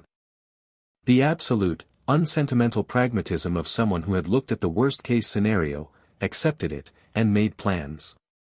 Hermione. Don't. I don't want you to say something emotional right now. I want you to tell me what questions she's likely to ask so I can prepare my true but useless answers. They worked for an hour, rehearsing. Hermione practiced her occlumency technique, a subtle thing, more mental discipline than magic, while Harry played Umbridge, asking the questions he thought she'd ask and evaluating Hermione's responses for vulnerability. Do you know who is responsible for the Parseltongue messages? I've read the newspaper reports. The minister's office said it was a dark wizard. Has Harry Potter ever spoken Parseltongue in your presence? He spoke it at the dueling club. Everyone saw that. Have you helped Harry Potter with any activities related to the ministry investigation? I've helped Harry with his homework. We study together regularly. Each answer was technically true. Each answer revealed nothing. And each answer was delivered with the guileless sincerity of a girl who was very good at looking innocent, which Hermione was, because being underestimated was a skill she'd been perfecting since the day she arrived in the magical world as a Muggleborn who nobody expected to be the smartest person in every room she entered. Umbridge called Hermione in the next day. Harry waited in the corridor outside, his heart hammering, his wand in his hand beneath his robes. 45 minutes passed. Then an hour. Then 90 minutes. The door opened. Hermione emerged, pale but composed, with the careful movements of someone maintaining balance through sheer willpower. She bought it, Hermione said. Her voice was thin, stretched, but triumphant. 3 drops. I gave her nothing. Harry's relief was so intense it made his knees weak. He reached out, almost involuntarily, and took her hand. She let him. They stood in the corridor, hand in hand, and Harry felt the trembling in her fingers and understood, for the first time, the full cost of what he'd asked of her. I'm sorry, he said. For what? For getting you into this. She looked at him. Her eyes were brown and fierce and bright with unshed tears that she was too stubborn to let fall. You didn't get me into anything. I chose this. I chose it when I followed you to that bathroom at midnight. I chose it when I started the research. I chose it every single day I could have walked away and didn't. Why didn't you? Because it's right, Harry. What we're doing is right. The system is corrupt, the powerful are protected, and innocent people are going to die if someone doesn't act. That hasn't changed just because a woman in a pink cardigan is asking me questions under Veritaserum. Her hand tightened in his. He tightened back. And they stood there, in the corridor outside Umbridge's office, while the kitten plates watched through the door with their painted eyes, and Harry thought, This is why I'm not Voldemort. Because I'm not alone. Because she chose this, and I would never have let her if I could have stopped her, and the fact that I couldn't stop her is the reason I'm still capable of being stopped. It was a complicated thought. He'd unpack it later. Come on, he said. Let's go not talk about our feelings in the library. My favorite activity. They went to the library. They did not talk about their feelings. They did, however, sit closer together than strictly necessary, and when Hermione's hand found his under the table for the second time that day, neither of them pulled away. But Umbridge wasn't finished. If the Veritaserum on individuals wasn't yielding results, she'd expand the net. Within a week, she'd interrogated half of Gryffindor House. Then she moved to the other houses. Ravenclaws, Hufflepuffs, even Slytherins, though the pureblood students' families raised such a collective howl of protest that Umbridge was forced to exempt anyone whose parents threatened legal action, which effectively meant exempting anyone connected to Malfoy's network.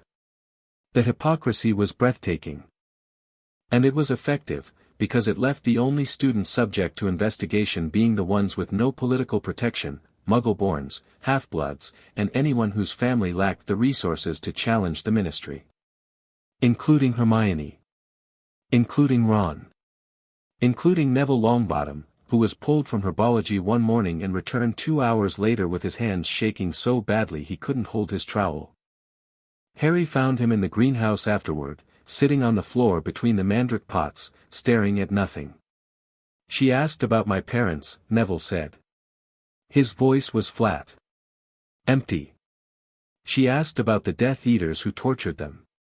She asked if I harbored resentment toward the current government, because the perpetrators were never punished." Harry crouched beside him. "What did you say?" "The truth.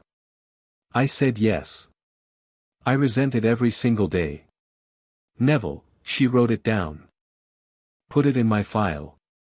Said it was concerning, and that students with unresolved hostility toward institutional authority would be monitored for radicalization indicators."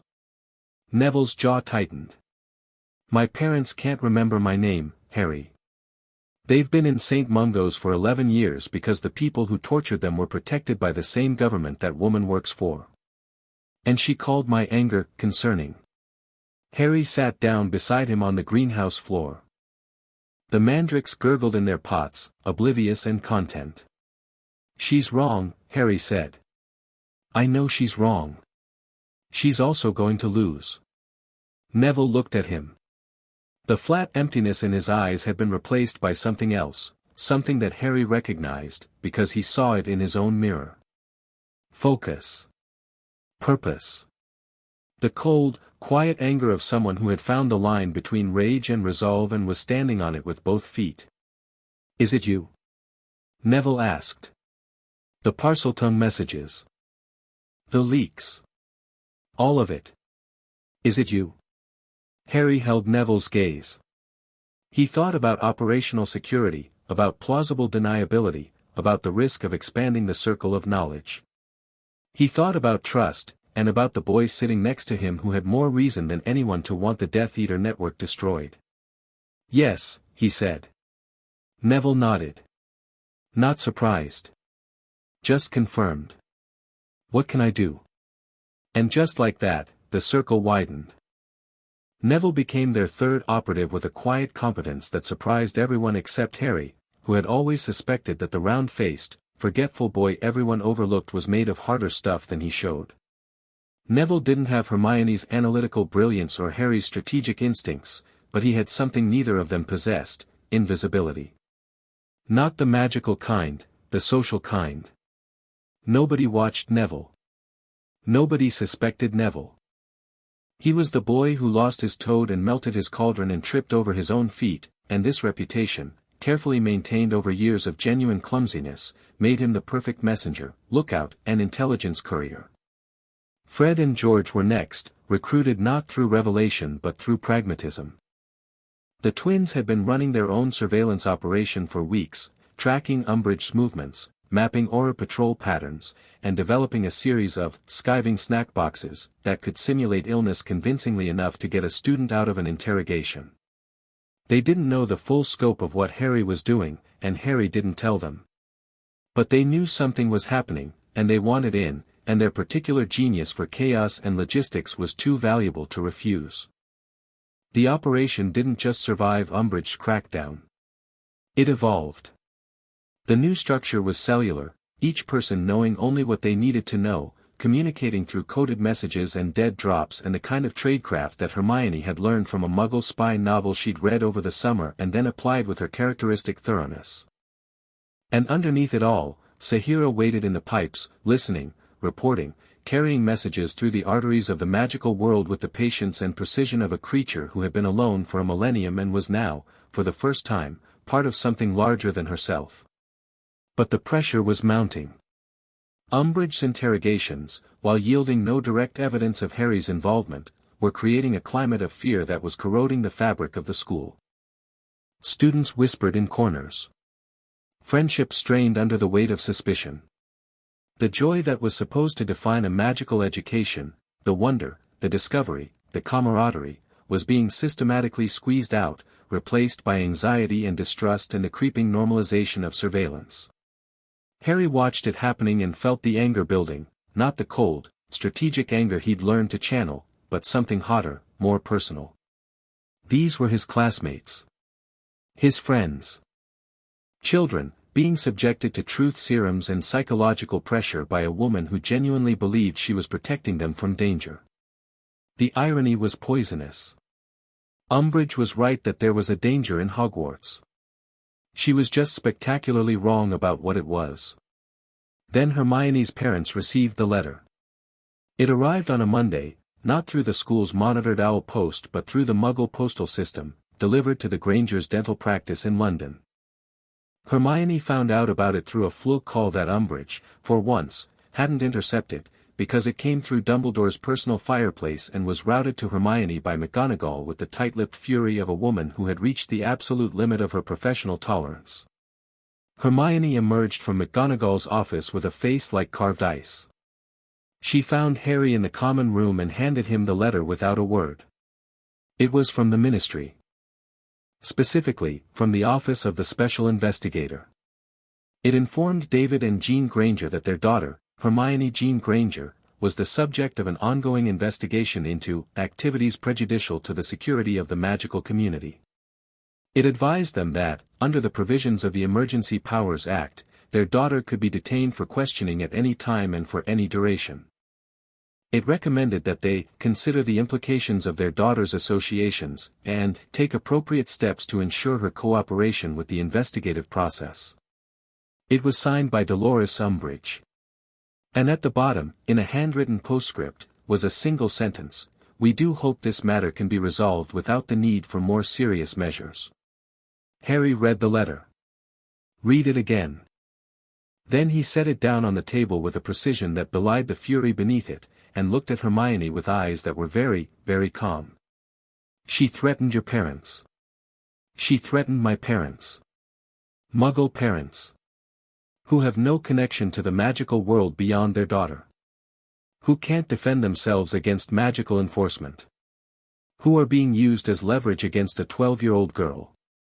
Yes. Harry stood up.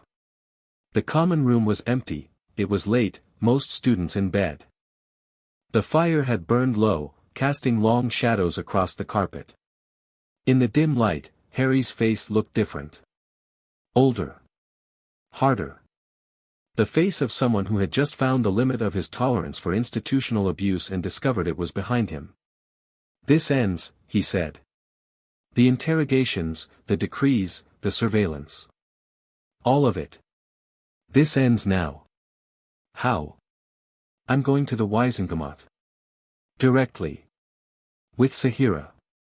"Harry, I know what you're going to say. It's too dangerous, it's too public, it'll expose everything." "I know. And I don't care.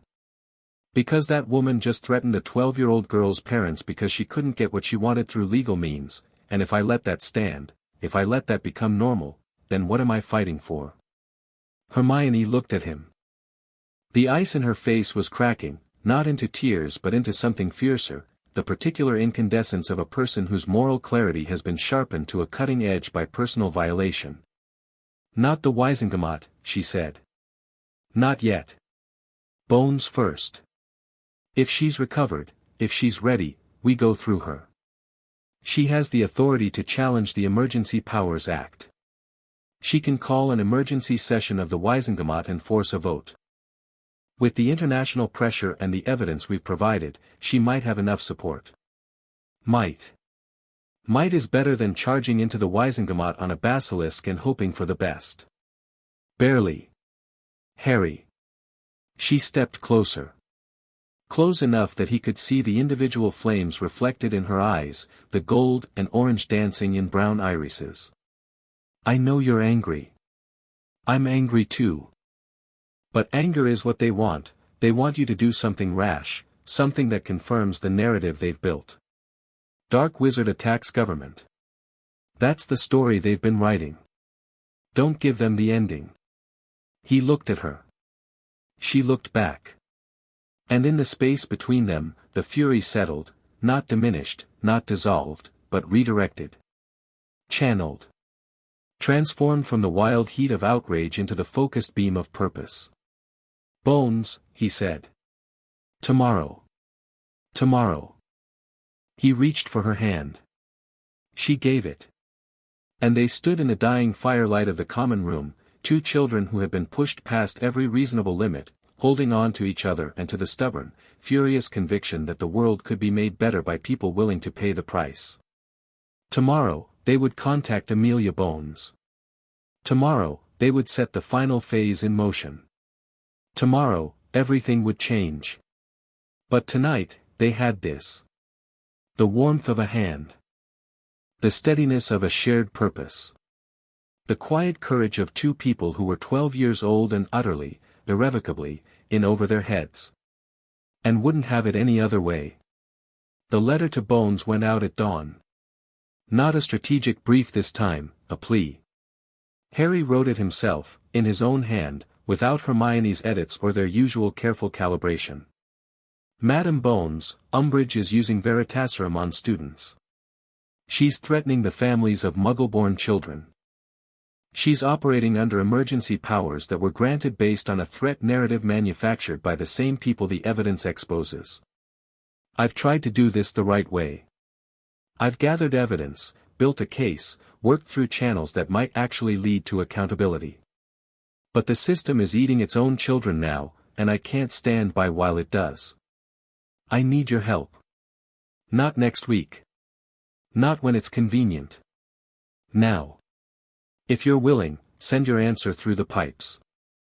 Sahira will be listening." Harry Potter. The response came that afternoon. 2 words, delivered through the second-floor bathroom sink in a voice that was hoarse but steady: "I'm ready." And somewhere in the depths of Hogwarts, beneath the stones and the secrets and the weight of 1,000 years of history, Harry Potter smiled the cold, bright, dangerous smile of someone who had just been told that the cavalry was coming. The endgame had begun. Chapter 4 and Chapter 5, The Purge. The message went out on a Wednesday. Harry composed it in the chamber at midnight, sitting cross-legged on the cold stone floor with Sahira's warmth at his back and the weight of what he was about to do pressing down on his shoulders like a physical force. The message was in Parseltongue, spoken, not written, channeled through the pipe network to every fireplace connected to the flow system in magical Britain. The spell was Sahira's suggestion, an ancient resonance technique that used the interconnected nature of magical infrastructure to carry sound across vast distances, the same principle that had allowed Slytherin to communicate with his allies across the length of medieval England. Harry had never attempted anything on this scale. The technique required him to speak directly into the chamber's main water conduit, a pipe the width of a horse that connected to the arterial system feeding every major magical structure in the country, and to push his Parseltongue not just through the water but through the magical substrate itself, the deep veins of power that ran through the earth like a second nervous system. He pressed his hands against the pipe. The metal was warm, warmer than it should have been, warmer than the ambient temperature of the chamber, humming with a vibration that matched the one he'd felt in the stones above. The remnant. Still there. Still growing. Still listening. He pushed the thought aside. One catastrophe at a time. "Ready?" he asked Sahira. "The question is whether you are ready, small speaker. This will be heard by every magical ear connected to fire and water. There is no taking it back." "I know." "Then speak." Harry closed his eyes. He breathed in. He felt the pipe beneath his palms, the water moving through it, the magic threaded through the water like light through glass. He reached for the resonance, the deep, structural frequency that connected pipe to pipe, water to water, magic to magic, and he found it, a note so low it was felt rather than heard, a vibration that lived in the bones of the earth. And he spoke. "The serpent comes for the guilty. You have 3 days." The words left his mouth in Parseltongue and entered the pipe and became something more, a wave, a pulse, a ripple that traveled outward through the water and the metal and the magic at a speed that Harry could feel but not measure. It spread like rings on a pond, expanding, amplifying, carrying his voice through miles of ancient infrastructure until it reached the flow network's nexus points, where it jumped from water to fire and emerged from every connected fireplace in Britain as a sound that was not quite speech and not quite music but something in between, a hissing, resonant chord that lasted 3 seconds and carried a meaning that every witch and wizard who heard it understood instinctively, even if they'd never heard a word of Parseltongue in their lives. Something is coming. Something is angry. Something knows what you've done. Harry pulled his hands from the pipe and sat back. His arms were trembling. His vision was blurred. The effort of channeling that much magical energy through his voice had drained him in a way that no spell ever had, a deep, cellular exhaustion, as though every part of his body had been briefly used as a conduit and was now protesting the experience. "It is done," Sahira said. Her voice was gentle. "Rest. Can't rest. 3 days. Then rest briefly. Even weapons need to cool between firings." Harry leaned against her and closed his eyes and allowed himself 60 seconds of absolute stillness. Then he stood up, brushed the dust from his robes, and went to war. The magical world lost its collective mind. Harry heard about it in fragments over the next 12 hours, pieced together from Sahira's surveillance, contraband newspapers, and the increasingly frantic gossip that percolated through Hogwarts like water through limestone. The Parseltongue message had been received in every magical home, business, and government building in Britain simultaneously. It had interrupted flue calls, manifested from dormant fireplaces, and even emerged from portable heating charms carried by street vendors in Diagon Alley. Nobody had been spared. Nobody had been missed. The ministry's response was immediate and chaotic. Fudge convened an emergency cabinet meeting at 4 a.m. The Auror Division went to full alert status, every available operative deployed to protect key government buildings and high-profile targets. The DMLE activated its crisis protocols. The Department of Mysteries sealed its doors and went dark. And the Daily Prophet ran a headline so large it occupied the entire front page: "Parseltongue Threat, 3 days." The article beneath it was a masterpiece of institutionalized panic, equal parts breathless reporting and thinly veiled propaganda, framing the message as a terrorist threat of unprecedented scope while carefully avoiding any mention of the corruption evidence that had triggered the crisis in the first place. The narrative was clear: Britain was under attack by a dark wizard, the government was the victim, and the emergency powers were justified. Umbridge, at Hogwarts, went nuclear. She placed the castle under full lockdown, no students allowed outside, no communications in or out, Auror patrols doubled, and a standing order to detain anyone caught speaking in a manner consistent with Parseltongue. The definition of consistent was left deliberately vague, which meant that several students were detained for hissing at cats, whispering in corridors, or, in one memorable case, sneezing. Harry observed all of this from within the lockdown, a picture of wide-eyed innocence surrounded by chaos. He attended classes. He ate meals in the Great Hall. He submitted his potions homework on time, which was itself so unusual that Snape gave him a look of deep suspicion. He was, to all appearances, exactly what a 12-year-old student should be during a security crisis: present, compliant, and slightly bored.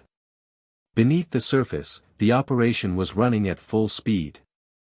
Amelia Bones had been in contact since the previous afternoon. Her messages, delivered through the pipe network with a briskness that suggested she'd adapted to the unconventional communication method with the pragmatic efficiency that Harry was learning to associate with her, laid out the legal strategy.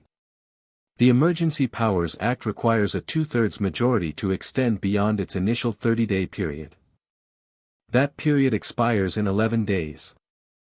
If I can force an emergency session of the Wisengamot before then and present the full evidence, I can prevent the extension and potentially get the act revoked entirely. But I need the votes. Current count, I have 28 confirmed supporters. I need 44 for 2/3. That means I need 16 votes from the undecided middle, members who are not aligned with Malfoy but who are also not yet convinced that challenging the government is safe. Those 16 votes will depend on the strength of the evidence and the credibility of the presentation. They need to see proof that is irrefutable and public and impossible to spin. They need to be more afraid of the truth than they are of Malfoy. Harry read the message in the second-floor bathroom, Hermione standing guard outside. The math was daunting. 16 votes from fence-sitters who'd spent their careers in the comfortable center of magical politics, avoiding controversy, following the wind. Convincing them to stand against Malfoy, against Fudge, against the entire institutional apparatus of the Ministry, would require more than evidence. It would require a spectacle. Harry smiled. He had a 60-foot basilisk. Spectacle was something he could do. Day 1 began at 4 a.m. with Harry descending into the chamber for the last time. He'd told Hermione the plan the night before, sitting in the common room after everyone else had gone to bed, speaking in the low tones of conspirators. She'd listened without interrupting, her face cycling through the now familiar sequence of expressions: alarm, calculation, reluctant acceptance, and the particular twist of her mouth that meant she thought he was insane but couldn't argue with his logic. "You want to raid the safe houses," she said. "Not all of them. 3. The ones that contain the operational records, the breakout plans, the communication protocols, the contingency strategies. The stuff that wasn't in the dossier we already leaked. Because the leaked documents showed corruption. These documents show conspiracy. Active, ongoing conspiracy to facilitate a mass breakout from Azkaban and prepare the groundwork for Voldemort's return." Exactly. The corruption evidence is damning, but it's also deniable. Malfoy's lawyers can argue that financial irregularities aren't the same as treason. The safe house documents are different. They're explicit. They describe specific plans, specific targets, specific timelines. There's no spinning that. And you need physical copies. The originals, not duplicates. Duplicates can be challenged as forgeries. Originals can't. If we walk into the Wizengamot with the actual planning documents, with Malfoy's handwriting, with his seal, with the enchantments that authenticate them as genuine, it's over. No lawyer in the world can dismiss that. "Walk into the Wizengamot," Hermione repeated slowly. "You. Walking into the Wizengamot. Carrying stolen documents. Accompanied by a basilisk. That's the general idea, yes. Harry, you'll be arrested on sight. Not if Bones is there. She has the authority to accept evidence on behalf of the DMLE, even under the Emergency Powers Act. If I deliver the documents directly to her, in the Wizengamot chamber, in front of witnesses, there's no legal basis for suppressing them. They become part of the official record. And the basilisk? Insurance. Nobody's going to arrest me while Sahira's in the room. Nobody's going to do anything while Sahira's in the room. They'll be too busy having heart attacks. That's somewhat the point. Hermione had stared at him for a long time. Then she'd done something that surprised him, she'd laughed. Not a hysteria laugh or a disbelief laugh. A real laugh, short and sharp and bright with something that might have been pride. "You absolute madman," she said. "All right. Let's plan a heist." The plan required 4 things: the safe house raids, transportation to London, entry into the Ministry, and timing. They had 3 days. Harry allocated them with the ruthless efficiency of someone who'd been planning this, in one form or another, since October. Day 1 was the raids. Harry had identified 3 target locations from the safe house documents and Sahira's surveillance. The primary target was a townhouse in Chelsea, not the original safe house he'd raided in December, which Malfoy had ordered emptied and burned, too late to protect the documents Harry had already copied, but effectively enough to destroy anything remaining, but a secondary location that the network had been using as an overflow storage site. The second target was a flat in Hoxton used by the network's communication coordinator, a man named Avery who handled the coded message system. The third was a warehouse in Bermondsey where, according to Sahira's intelligence, the Azkaban breakout plans were being physically stored in a warded vault. Harry couldn't hit all 3 himself. Not in one night, not across London, not while maintaining the operational security needed to avoid detection. Which meant he needed help. The team assembled in the chamber at midnight: Harry, Hermione, Neville, and Fred and George. It was the first time any of them besides Harry had been in the chamber. Hermione entered with the controlled composure of someone who had prepared herself for the experience intellectually but was still processing it emotionally: the vast darkness, the serpent-carved columns, the primordial weight of a space that had existed beneath the school for a millennium. Neville was silent, his eyes wide, his jaw set with the determined expression of someone who was going to be brave whether his body cooperated or not. Fred and George looked at each other with identical expressions of delighted terror, which was their default response to anything that was simultaneously incredibly dangerous and incredibly cool. And Sahira. They couldn't see her, the chamber was dark, and Harry had insisted they enter with their eyes closed as a precaution, navigating by the light of specially charmed lamps that emitted a frequency Sahira's gaze couldn't weaponize. But they could feel her. The displacement of air.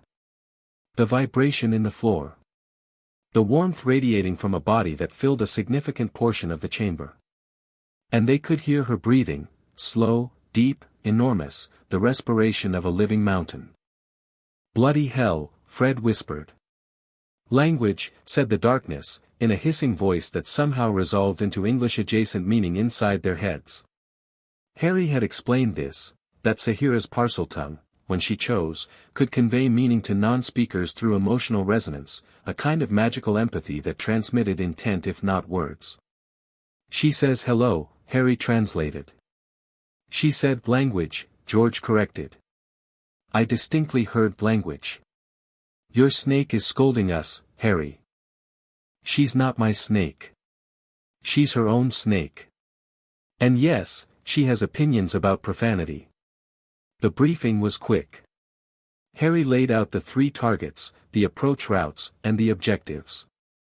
He would take the primary target, the Chelsea townhouse, with Sahira, traveling through the pipe network. Neville and Hermione would handle the Hoxton flat, using a port key that Hermione had constructed from a modified homework planner, illegal, untraceable, and activated by tapping it 3 times with a wand while saying, "I really need to study." Fred and George would take the Bermondsey warehouse, using their own transportation, a flying car that Arthur Weasley had enchanted years ago and that the twins had secretly recovered from the Forbidden Forest, where it had been living a feral existence since Ron's unfortunate arrival at Hogwarts at the start of the year. "The car's been wild for months," Fred said. "But we've been feeding it motor oil and chatting it up. It's mostly domesticated." "Mostly," George confirmed. "Defined mostly," Hermione said. "It only tries to buck us off about 30% of the time now. That's not reassuring." "It'll be fine." "Probably."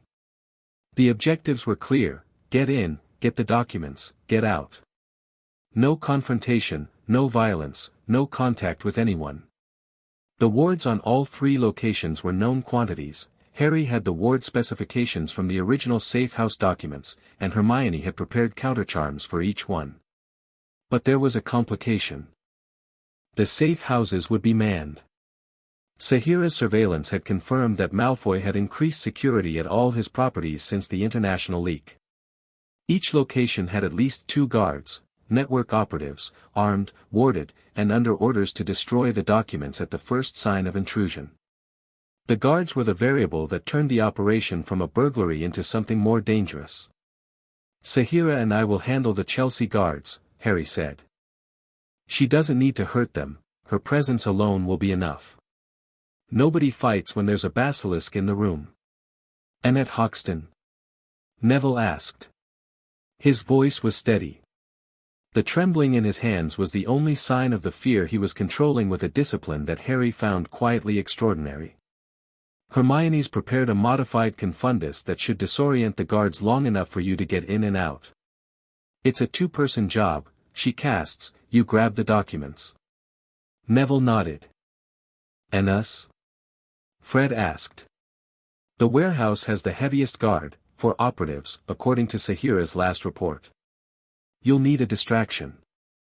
The twins exchanged a look. The look said, without words, that distraction was their entire reason for existing. "We may have," George said, reaching into his bag, "prepared something." He withdrew a box. Inside, nestled in cotton wool like eggs in a nest, were a dozen small, round objects that glowed faintly with an internal light, swirling, iridescent, and pulsing with contained energy. Portable swamp grenades, Fred said proudly. Modified from our original design. Each one creates a 50-square-foot swamp on impact, complete with mud, reeds, and a very confused toad.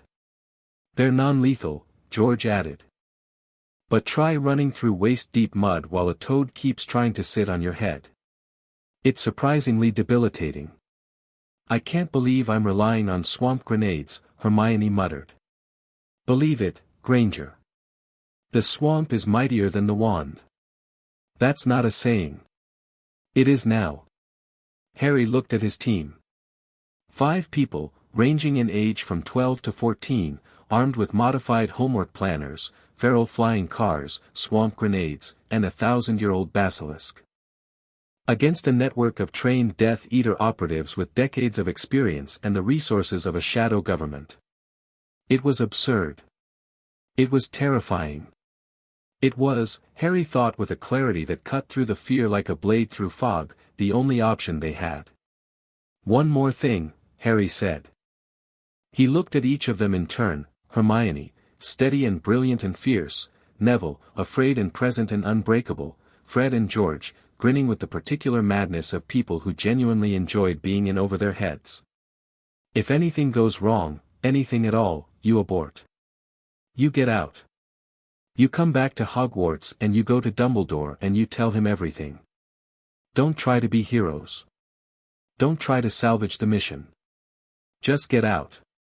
What about you? Neville asked. I'll be on a basilisk. I'll be fine. That's what you always say, Hermione said quietly. Right before you do something that's not fine at all. I know. That's why I have you to be the contingency. She held his gaze. The chamber was dark around them, the enchanted lamps casting pale circles of light that made their faces look like paintings, bright against shadow, human against the ancient, inhuman dark. Come back, she said. The same words as before. The same command. But the weight behind them was different now, heavier, more personal, carrying something that had been building for months and was now, in the charged stillness before action, impossible to ignore. I'll come back, Harry said. They deployed at 2 in the morning. Harry and Sahira went first, sliding into the pipe network with the practiced ease of a routine they'd perfected over months. The route to Chelsea was shorter than the original safe house run. Sahira had mapped a more efficient path through the old pipes, bypassing several bottlenecks in the Victorian-era infrastructure and using a deep earth passage that cut 2 hours off the journey. They arrived beneath the Chelsea townhouse at 3:30. Harry dismounted in a pipe junction that smelled of rust and Thames water, his body cramped and sore from the ride but his mind sharp and clear. He could feel the building above him, the weight of it, the hum of its wards, the faint signature of magical activity that indicated the guards were awake and alert. 2 guards. Sahira had confirmed their positions during a reconnaissance sweep the previous night. One on the ground floor, one on the first floor where the documents were kept. Both armed. Both warded with personal shield charms that would deflect most hexes. None of their preparations accounted for a basilisk. Ready? Harry asked. I have been ready for 1,000 years, small speaker. Let us not waste another minute. Harry climbed through the building's plumbing, a process that was exactly as dignified as it sounded, and emerged from the ground floor toilet for the second time in his life. The bathroom was dark. The house was quiet. Somewhere above, a floorboard creaked under the weight of a pacing guard. He opened the bathroom door a crack. The ground floor corridor was empty, lit by a single enchanted candle that cast a weak, flickering light. The guard was in the front room. Harry could hear the faint sound of a wireless broadcast, the murmur of a late-night Quidditch commentary that the guard was using to stay awake. Harry withdrew and spoke into the pipe. Ground floor. Front room. 1 target. Sahira's response was a vibration through the pipe, a deep, subsonic rumble that Harry felt in his teeth. She was moving through the building's plumbing, which was too narrow for her body but not too narrow for her influence. She pushed water through the pipes with controlled force, creating a pressure wave that traveled through the system and emerged from every tap, every drain, every water source in the building simultaneously. The effect was immediate and devastating. Every faucet in the house erupted. Every toilet overflowed. Every pipe groaned and shuddered as water exploded from fixtures that had been placid moments before. The sound was enormous, a roar of water that filled the building like a flash flood, accompanied by the shriek of stressed metal and the deep, structural vibration of a plumbing system being pushed far beyond its design limits. The guard in the front room swore and stumbled into the corridor, wand drawn, his feet already ankle-deep in water that was cascading down the stairs from the bathroom above. He was disoriented, alarmed, his attention split between the water and the instinctive fear that the house was under attack. He was right about the attack. He was wrong about the direction. Sahira came up through the floor. Not literally, the pipes weren't large enough. But she came through the access point that Harry had identified during his previous raid, a maintenance hatch in the basement that connected to the old pipe network, wide enough for her to push her head and the first 20 feet of her body into the building's lower level. The sound of her emergence was like the earth splitting open, the groan of stone and metal, the hiss of displaced air, and then the vast, impossible presence of a creature that should not have existed, filling the basement and pressing upward through the floor joists with a weight that made the whole building shudder. The guard felt it. Harry saw the moment the man's training deserted him, the widening of the eyes, the loosening of the grip on his wand, the particular slack-jawed expression of a human being confronting something that his brain was refusing to process. A basilisk. In the basement. Of a townhouse. In Chelsea. Harry stepped out of the bathroom. "Evening," he said. The guard's wand came up, instinct, not thought, and Harry disarmed him with an Expelliarmus that was clean and fast and carried the practiced efficiency of someone who'd been in enough dangerous situations to know that hesitation was a luxury he couldn't afford. The wand clattered away down the flooded corridor. The guard stared at Harry, then at the floor where the vibrations from below were growing stronger, then back at Harry. You're a kid," the guard said. His voice cracked. "Yeah. And she's a basilisk. Don't look down." The guard didn't look down. He looked at Harry with the desperate, calculating expression of a man assessing his survival options and finding them limited. "The documents upstairs," Harry said. "Where exactly?" I'm not telling you," the floor groaned. A crack appeared in the hallway tiles, running from the basement access point to the base of the stairs. Through the crack, a sound emerged, not a hiss, not a roar, but a low, resonant vibration that bypassed the ears and went directly to the hindbrain, to the ancient, preverbal part of the human nervous system that knew, without being told, when it was in the presence of an apex predator. The guard's resistance lasted approximately 4 seconds. Study. First floor. Second door on the right. The cabinet against the far wall, it's warded, but the password is pure blood ascendancy. The operational files are in the bottom drawer. Thank you. Harry stunned him with a precise stupefy, caught his body before it hit the water, and levitated him onto a dry patch of carpet. Then he went upstairs. The second guard was already gone. The water explosion and the basilisk's emergence had been enough. He'd fled through a first-floor window, leaving it open behind him, the curtains snapping in the cold night air. Harry didn't pursue. One fewer obstacle was a gift, and he wasn't going to question it. The study was as the first guard described. Harry spoke the password, opened the cabinet, and found the bottom drawer filled with documents that made the original safe house hall look like a warm-up. The Azkaban breakout plans were here, not copies, not summaries, but the full operational blueprints, annotated in Malfoy's hand, with diagrams of the prison's ward structure, guard rotation schedules, and a timeline for the operation that was chillingly specific. There was more. Communication protocols for the network's inner circle. Lists of assets in foreign governments. A financial structure that mapped the movement of gold from Malfoy's personal vaults through a series of shell companies to destinations that included a private military contractor in Eastern Europe. And a name. The Keeper. The identity they'd been trying to triangulate for months. It was Fudge. Cornelius Fudge. The Minister for Magic himself.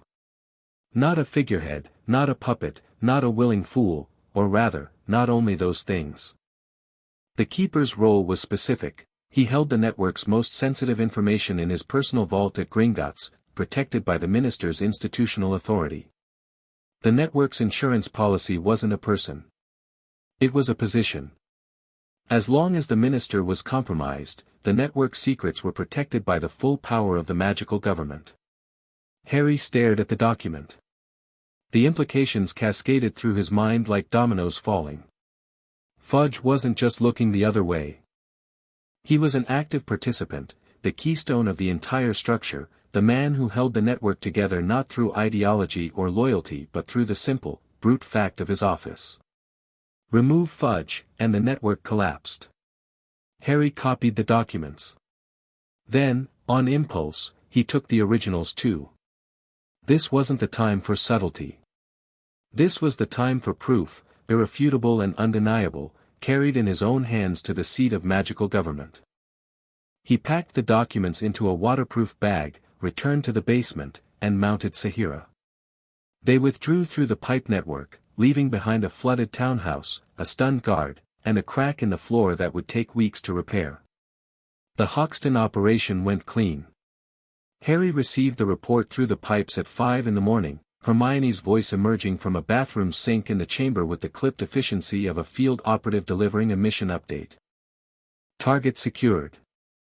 2 guards neutralized. Confundus worked perfectly. They're currently having a lovely conversation with a hat stand about the weather. Documents retrieved, all communication protocols, cipher keys, and network membership records.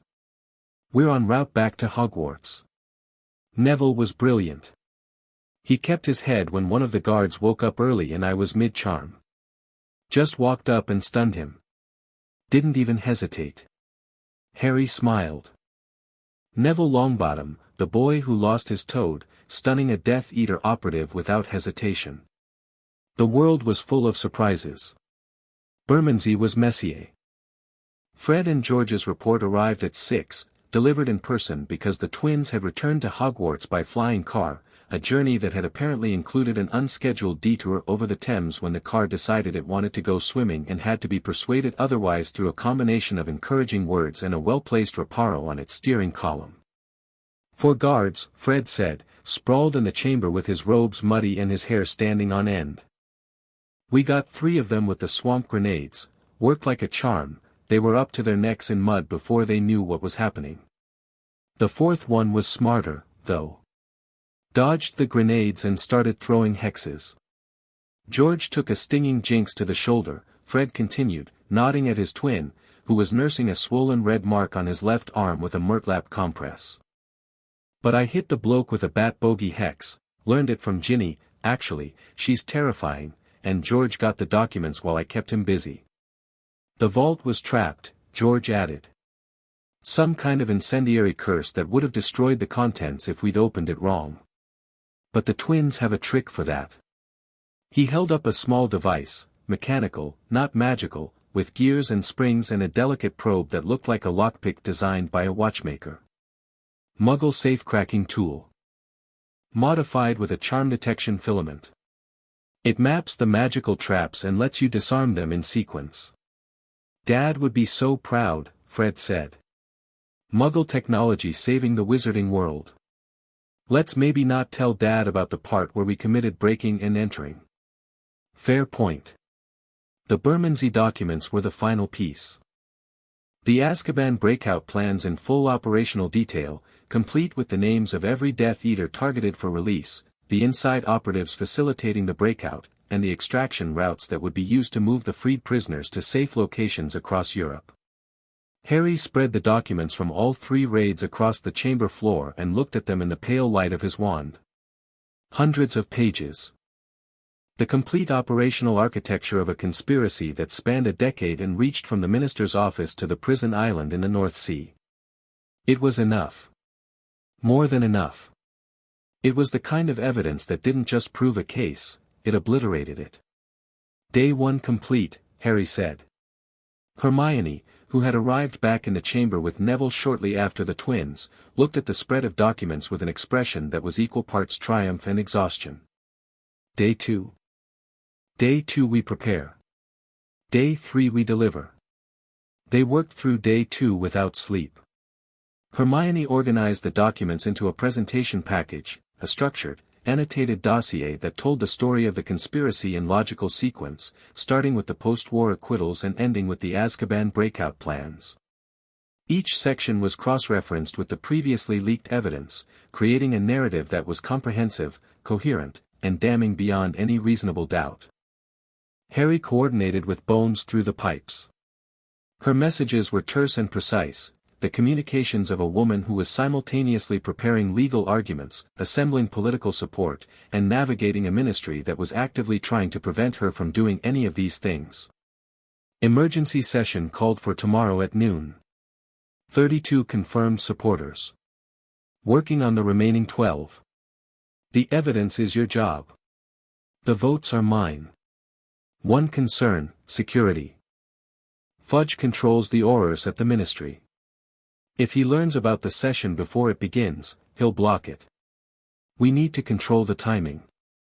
Harry's response, I'll handle the timing. And the security. Trust me. I trust you as far as a 12-year-old with a basilisk can be trusted, which is apparently quite far. Don't be late. Day 2 was also the day Dumbledore found them. Not in the chamber, even Dumbledore, for all his formidable abilities, couldn't access a Parseltongue-sealed room. He found Harry in the corridor outside the second-floor bathroom at 3 in the morning, standing in the half-light of a single torch with his hands clasped behind his back and his expression grave. Harry. Harry stopped. He'd been heading to the chamber for a final planning session with Sahira. The timing was terrible.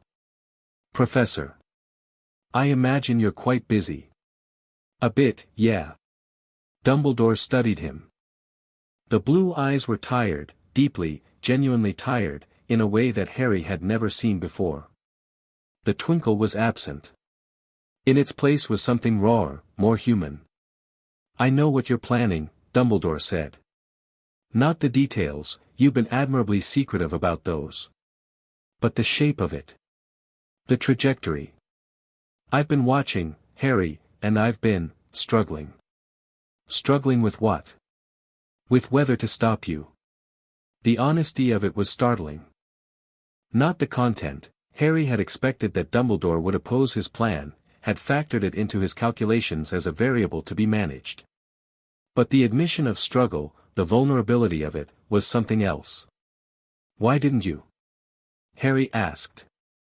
Because you may be right.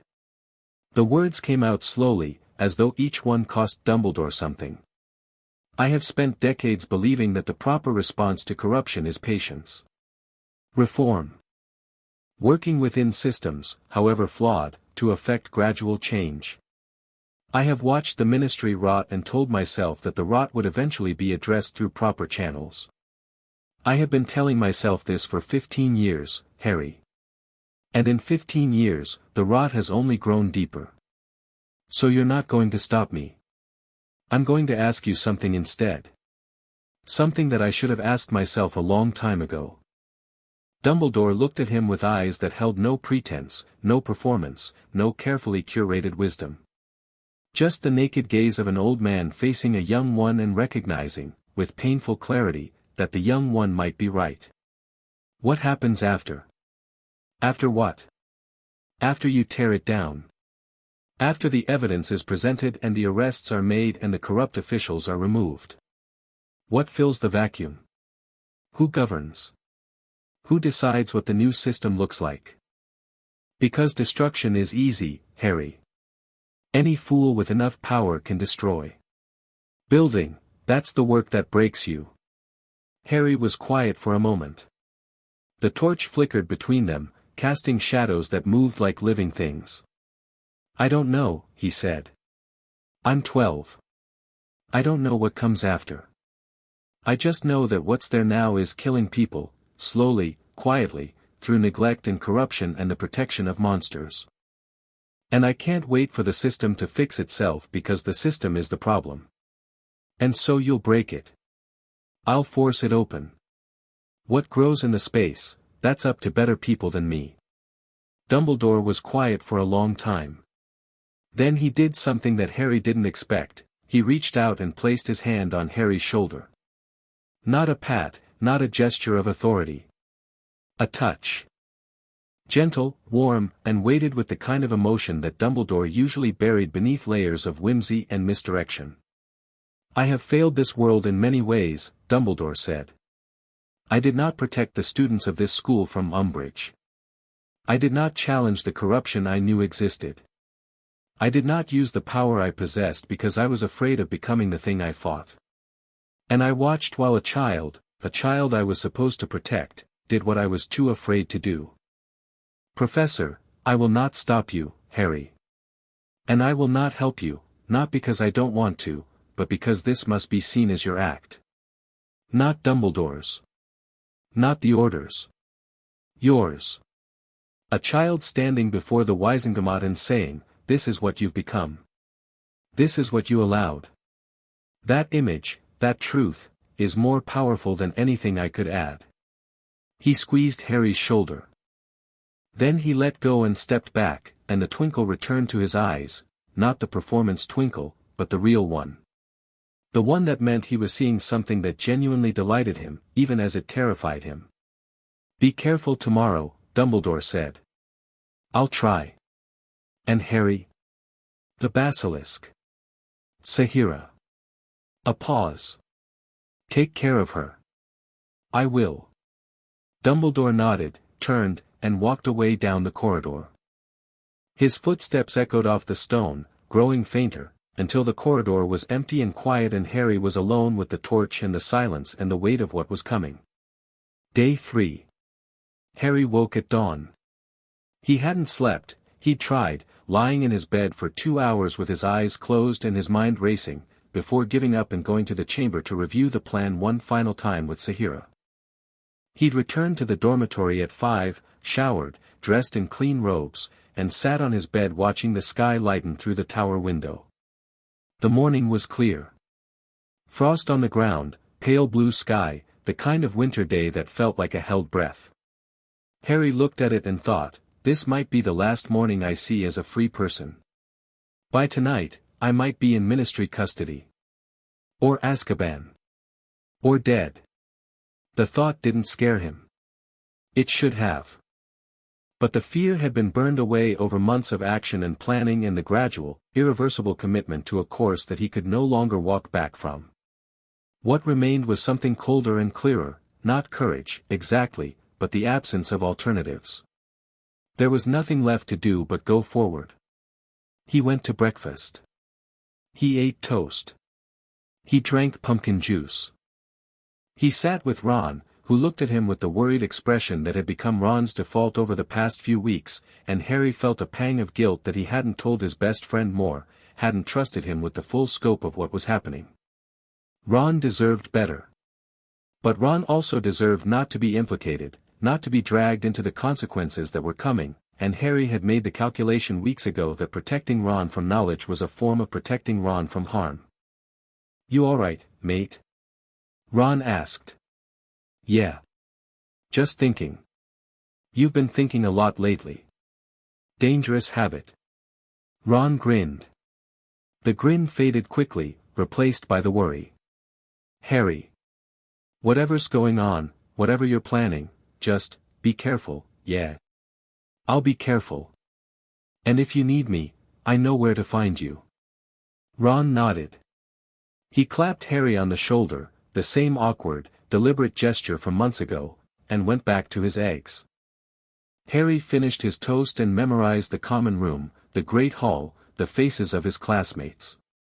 Not because he thought he wouldn't see them again. But because he wanted to remember what he was fighting for. At 11 o'clock, Harry descended into the chamber for the last time. Sahira was ready. She'd positioned herself at the main water conduit, her body coiled in a tight, efficient configuration she used for long-distance travel. Harry mounted her back, settled the waterproof bag of documents against his chest, and closed his eyes. "The Ministry," he said. "The Wisengamot chamber. We go in through the sub-basement, the old pipes, the ones they don't know about. We emerge in the chamber itself. I know the way. Sahira. When we get there, a lot of people are going to be very scared. I need you to be restrained." A low, rumbling vibration that Harry recognized as amusement. "I have been restrained for 1,000 years, small speaker. One more day will not kill me. It's not you I'm worried about. Then stop worrying and hold on." She moved. The journey to London was faster this time. Sahira had perfected the route, and she traveled with a focused urgency that pushed her speed beyond anything Harry had experienced. The pipes blurred around them, the ancient stones streaking past in Harry's Parselmouth sense like a landscape scene from a train window. They descended deep, then deeper, passing through the old earth where the magic was thick and heavy and alive, before rising again as they approached London and the pipe network grew more complex. They reached the Ministry's sub-basement at 11:45. 15 minutes before the emergency session was scheduled to begin. Harry dismounted and stood in the darkness, listening. Above him, through layers of stone and enchanted marble, he could hear the Ministry coming to life. Footsteps. Voices. The particular hum of a building full of anxious people preparing for something unprecedented. Bones had done her work, the emergency session had been called, the members notified, the chamber prepared. Fudge, according to Sahira's last intelligence report, had attempted to block the session and failed. Bones had invoked a procedural clause that allowed any member of the Wisengamot to call an emergency session with the support of 25% of the body, and she had her 25% and then some. But Fudge would be there. Malfoy would be there. Umbridge would be there. And the Aurors, loyal to Fudge, commanded by officers on Malfoy's payroll, would be everywhere. Harry took a breath. He looked down at himself, a 12-year-old boy in school robes, carrying a bag of stolen documents, standing in a sewer beneath the seat of magical government, about to ride a basilisk into a room full of the most powerful people in magical Britain. Absurd. Terrifying. Inevitable. "Let's go," he said. Sahira moved upward. The Wisengamot chamber was a circular amphitheater carved from dark stone, ringed by ascending tiers of benches where the members sat in their plum-colored robes. At its center was the speaker's floor, a flat, open space where the accused stood during trials and where, on rare occasions, members could address the full body. Above the chamber, a domed ceiling was enchanted to show the sky, currently a pale winter blue, serene and indifferent to the drama about to unfold beneath it. The chamber was full. Not just Wisengamot members, spectators filled the gallery above, journalists crammed into the press box, ministry officials lined the walls. The air was electric with the particular tension of a political body that knew, collectively, that something was about to change and wasn't sure whether to welcome it or fear it. Amelia Bones stood at the speaker's podium. She was thinner than Harry had imagined, the attack and subsequent hospitalization had taken a visible toll, but she stood with the rigid, uncompromising posture of a woman who had been fighting institutional corruption for decades and had no intention of stopping now. Her voice carried clearly through the chamber as she presented the motion for the emergency session. Fudge sat in the minister's box, flanked by aides and Aurors, his face a mask of controlled composure that cracked at the edges. Umbridge was beside him, her pink cardigan a vivid stain against the dark stone, her smile fixed and unblinking. And Lucius Malfoy was in the gallery, seated with the calm, watchful stillness of a chess player who could see the board clearly and was already calculating his response. Bones was speaking. Evidence of a systematic conspiracy to undermine the institutions of magical governance, involving current and former officials at the highest levels, the chamber erupted. Objections from Malfoy-aligned members. Demands for order. Fudge half rising from his seat, his face flushed, his mouth opening to invoke some procedural technicality that would derail the session before it began. Harry didn't hear the specific words. He didn't need to. He knew what was coming next, because he'd timed it to the second, coordinated through the pipes with Bones's office, synchronized with the moment of maximum institutional resistance. The floor of the Wizengamot chamber cracked. Not violently. Not destructively. A single fissure, running from the drainage grate in the center of the speaker's floor to the base of the podium, accompanied by a sound that silenced every voice in the chamber, a deep, resonant vibration that bypassed the ears and went directly to the spine. The sound of something enormous moving through stone. The grate lifted. Not blew off, not exploded, lifted, slowly and deliberately, pushed upward by a force from below that was controlled and precise and utterly terrifying in its restraint. And Sahira rose into the chamber. Her head emerged first, broad, flat, scaled in dark green that shimmered with iridescent patterns in the enchanted light. Her eyes were closed. Harry had made her promise, no open eyes, no matter what happened. She'd agreed with the dry observation that she'd managed to keep her eyes closed for 1,000 years and could probably manage another hour. She rose and kept rising. 20 feet of her body emerged from the sub-basement, filling the speaker's floor with coils that gleamed like dark jade, her scales catching the light from the enchanted ceiling and throwing it back in fractured rainbows.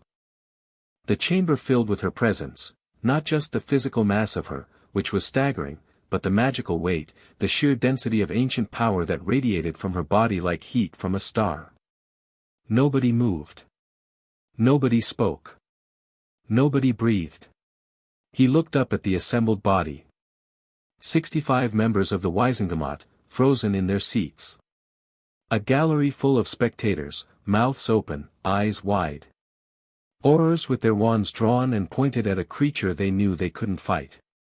Journalists with their quills suspended in mid-air, ink dripping forgotten onto their parchment. And Lucius Malfoy, in the gallery, his composure cracked like a vase hit with a hammer, staring at Harry with an expression that was, for the first time in their acquaintance, honest. Not calculated. Not managed. Just the raw, unfiltered shock of a man who had been outmaneuvered by a child.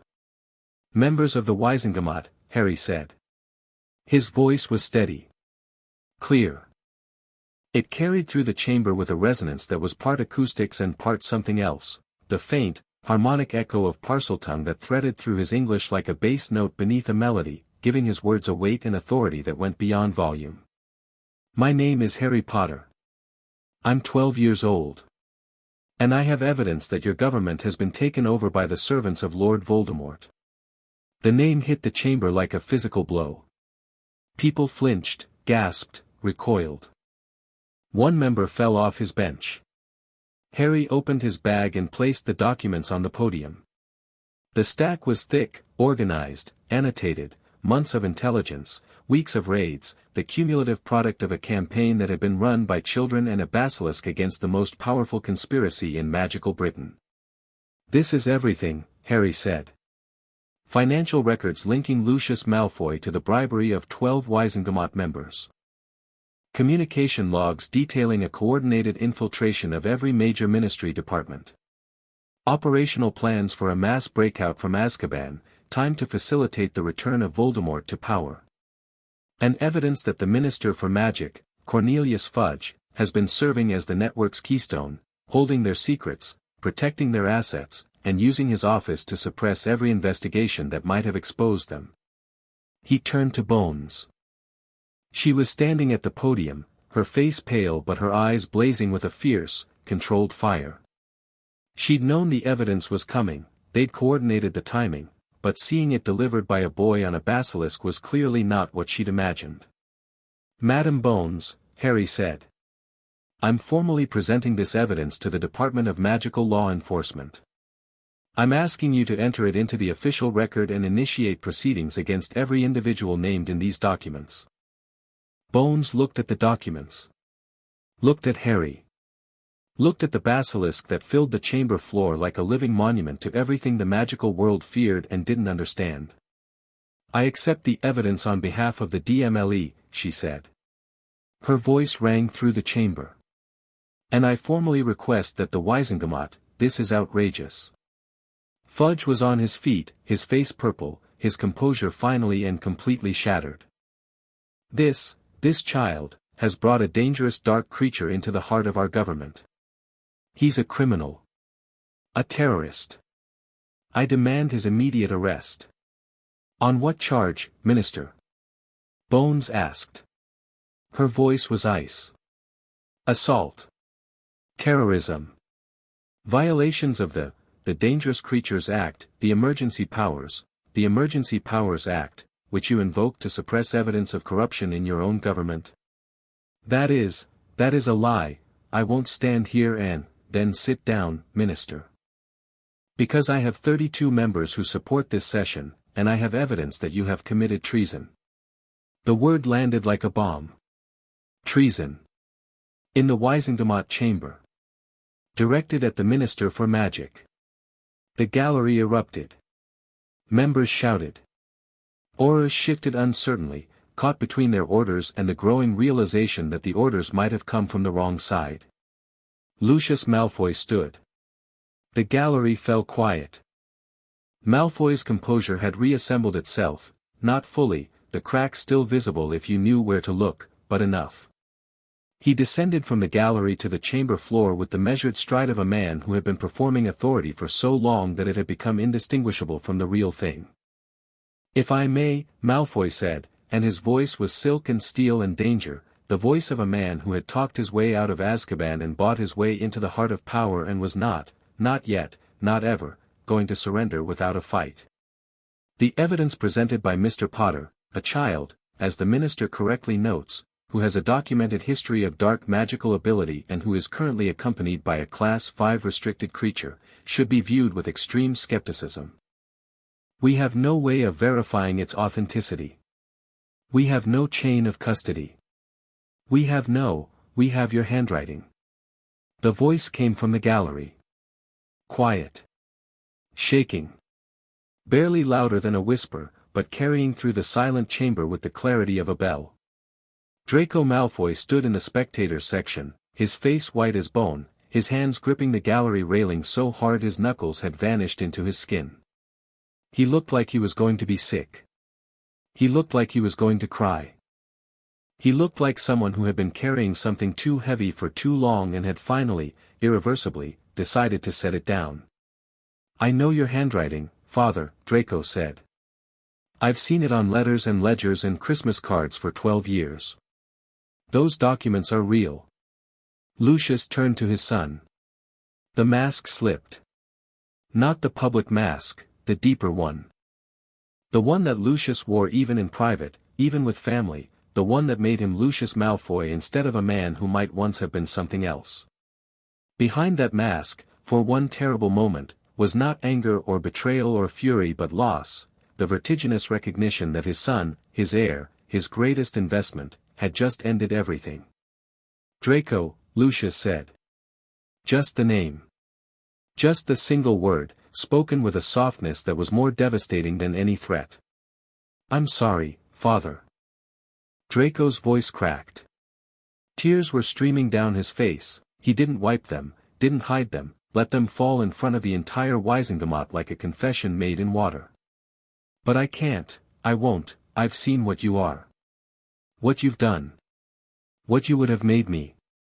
And I can't be that. I won't be that. He looked at Harry.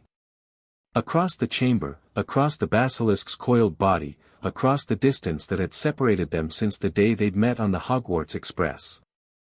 And something passed between them that wasn't friendship, that might never be friendship, but was recognition. The acknowledgement of a choice made at enormous cost. Harry nodded. Draco nodded back. And the Wisengamot erupted. What followed was the most chaotic hour in the history of magical governance. Bones, seizing the moment with the tactical instincts of a career law enforcement officer, formally moved to accept the evidence and begin proceedings. Malfoy-aligned members objected, were overruled, objected again, were overruled again. Fudge attempted to invoke the Emergency Powers Act to shut down the session and was informed by the Chief Warlock that the Act did not grant the Minister authority over the Wizengamot when it was in formal session. The Aurors, the ones loyal to Fudge, the ones on Malfoy's payroll, were neutralized not by force but by numbers. As the session progressed and the evidence mounted, Auror after Auror quietly lowered their wand and stepped back. Not because they'd changed sides, because they'd done the math. The Wizengamot was turning. The evidence was real. And being on the wrong side of this particular moment in history was a career decision that no amount of Malfoy gold could undo. Fudge saw it happening. Harry watched the precise moment the minister understood that the ground beneath him had shifted, that the infrastructure of protection he'd built over years of compromise and complicity was dissolving in real time. The color drained from his face. His hands, which had been gesturing expansively, fell to his sides. He sat down in the minister's box with the slow, careful movements of a man lowering himself into a grave. Umbridge was the last to fall. She stood at the edge of the chamber, her pink cardigan bright against the dark stone, her smile fixed even as the world collapsed around her. She didn't break. She didn't surrender. She simply became irrelevant. The institutional authority she'd wielded with such zeal rendered meaningless by the institutional process she'd claimed to serve. Harry stood in the center of it all, Sahira coiled behind him, and watched the magical government tear itself apart and begin, painfully and imperfectly, to rebuild. The formal proceedings lasted until evening. Bones presented the evidence methodically, building the case with the patient precision of a woman who'd been waiting years for this moment. Malfoy's network was laid bare, name by name, transaction by transaction, plan by plan. The Azkaban breakout was revealed in full detail, drawing gasps from members who had believed, until that moment, that the post-war peace was secure. And the votes came. The Emergency Powers Act was revoked, 48-17. A formal investigation into the minister's office was authorized, 51-14. And a motion to arrest Lucius Malfoy, Cornelius Fudge, and 17 other named individuals on charges of conspiracy, treason, and violations of the International Statute of Secrecy was passed, 53-12. When the Aurors moved to arrest Malfoy, he went quietly. Not because he'd accepted defeat, his eyes, as he was led from the chamber, burned with the cold, patient fury of a man who was already calculating his next move. But the move would have to wait. Because the evidence was irrefutable, the votes were recorded, and the magical world was watching. Fudge wept. Quietly, without drama, the tears of a man who had known for years that this day was possible and had chosen to believe it wouldn't come. He offered no resistance when the Aurors approached. He simply stood, removed the minister's badge from his lapel, and placed it on the desk in front of him. "I knew," he said. "To no one. To everyone. I knew all along. And I told myself it would be all right. That it would work out. That someone else would fix it." No one answered him. There was nothing to say. The chamber emptied slowly. Members filed out in subdued groups, their faces carrying the particular exhaustion of people who had just participated in something historic and weren't sure yet whether to be proud or ashamed. Journalists rushed to file their stories. Aurors escorted prisoners to holding cells. The gallery cleared until only a few stragglers remained, watching the aftermath with the morbid fascination of passers-by at a road accident. Harry stood on the speaker's floor with Sahira behind him and Hermione beside him. She'd entered the chamber an hour into the proceedings, slipping through a side entrance that Bones had left unwarded for exactly this purpose. She'd stood against the wall, watching, silent, her face unreadable but her eyes reflecting the enchanted sky above. "It's done," Harry said. "Part of it," Hermione said. "The arrests are the beginning, not the end. The trials will take months. The institutional reform will take years. And Malfoy has resources, allies, contingency plans we haven't seen yet." "I know. But today was." She trailed off. Looked at the empty chamber, the vacant minister's box, the podium where the evidence still sat in its neat, devastating stack. Today was something. Yeah. She took his hand. He let her. They stood there, in the chamber where everything had changed, and for a moment, the weight of it lifted, not completely, not permanently, but enough to let them breathe. Then Bones approached. She looked exhausted, the dark circles under her eyes were deep enough to cast shadows, but her back was straight and her voice was steady. Mr. Potter. I need to discuss your status. Harry's chest tightened. This was the part he'd known was coming, the part he'd accepted as the price of everything they'd accomplished. I understand. You've committed multiple criminal acts. Breaking and entering. Theft of private documents. Unauthorized use of a restricted creature. Breach of the International Statute of Secrecy. Violations of the decree for the reasonable restriction of underage sorcery. She paused. And you've saved the wizarding world from a conspiracy that would have destroyed it. I know the charges. I'm prepared to face them. I'm sure you are. But the situation is more complex than that. Bones glanced at Sahira, who had remained motionless throughout the proceedings, a monument of dark scales and ancient power, her eyes closed, her body radiating the patient stillness of a creature who had waited 1,000 years and could wait 1,000 more. The Basilisk. She's technically an illegal creature. The law requires her destruction. Harry's hand tightened on Hermione's. That's not happening. No. It isn't. A ghost of a smile crossed Bones's face. I'm the interim head of this government as of 30 minutes ago, Mr. Potter. And my first executive decision is that the creature who helped expose the worst corruption scandal in magical history is not going to be killed for the inconvenience of being illegal. Harry's relief was so intense it made his knees weak. Thank you. Don't thank me yet. We need to discuss your trial.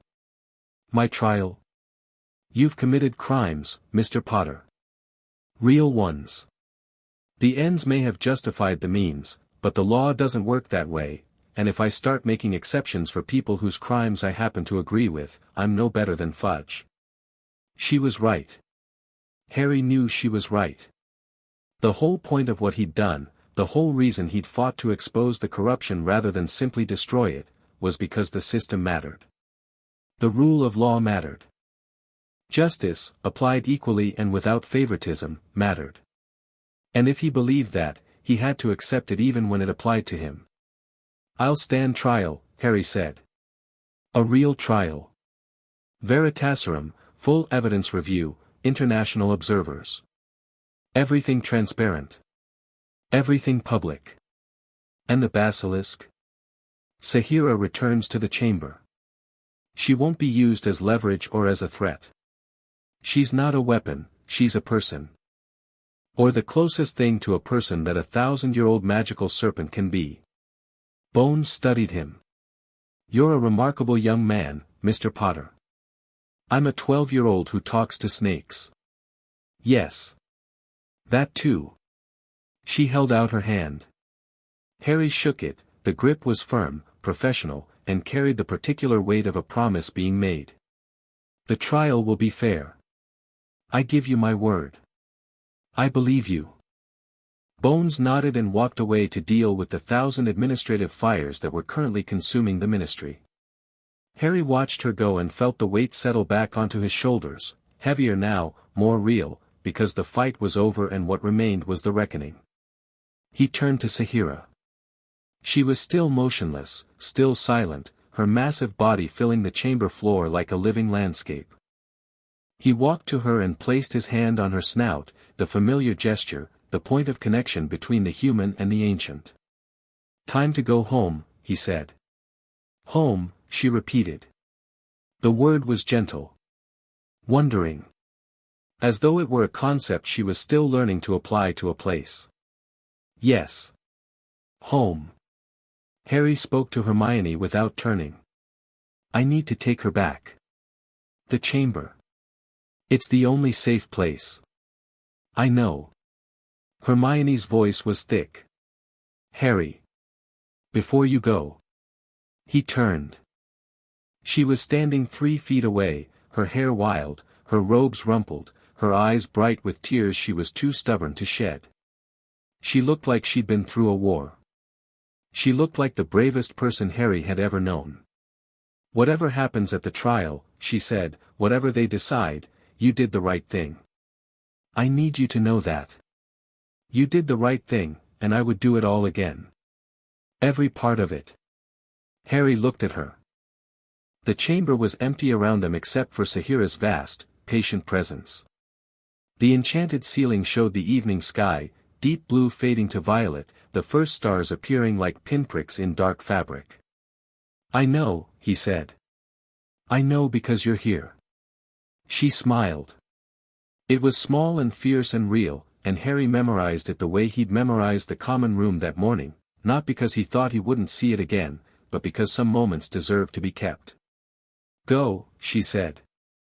"Take her home. I'll handle things here." "Hermione, go, Harry." He went. He climbed onto Sahira's back, whispered the command, and they descended through the broken floor of the Wizengamot chamber into the pipes below. The last thing he saw before the darkness swallowed them was Hermione standing alone in the empty chamber, backlit by the enchanted stars, her hand raised in a wave that was also a promise. They traveled back to Hogwarts in silence. The pipes were dark and warm and familiar, and Harry rode with his cheek pressed against Sahira's scales, listening to her heartbeat, feeling the vibration of her movement through his bones. The mission was over. The evidence was delivered. The arrests were happening. The world was changing. And tomorrow, Harry would face the consequences. "Sahira," he said as they approached Hogwarts. "Yes, small speaker. If I'm not back in a week, Hermione will come. She'll explain what happened. She'll take care of things. You will come back. You don't know that. I know you. You have survived the Dursleys, a troll, a Dark Lord's ghost, a 1,000-year-old guardian, a corrupt government, and a woman in a pink cardigan. A trial will not defeat you." Harry laughed. It was small and exhausted and carried the particular sound of someone who was too tired to pretend and too honest to try. "If I don't come back," he said again, "then I will wait. As I have always waited. But this time, I will wait knowing that someone is coming. And that is different from waiting alone." Harry pressed his hand against her scales. The warmth. The heartbeat. The vast, patient, ancient love of a creature who had been given a name and a purpose and a friend. "Thank you, Sahira. For everything. Thank me when it is done and we are both still alive. You promised." "I promised." They reached the chamber. Harry dismounted. Sahira coiled herself in the main hall, not the tight, functional coil of preparation, but the loose, comfortable spiral of rest. Of home. Harry climbed the pipe to the second-floor bathroom. He emerged, soaked and exhausted, and found Hermione waiting. She'd beaten him back somehow, Flo network, probably, or one of the dozen contingency plans she prepared for exactly this situation. "Bones sent a message," she said. "The trial is set for next week. International observers confirmed. Veritaserum authorized. Full public proceedings." Harry nodded. "I'll be there," Hermione said. "Front row." "I know. And if they try to convict you, they won't. But if they do, then I'll serve whatever sentence they give me. Because that's how this works. The law applies to everyone, or it applies to no one." Hermione looked at him.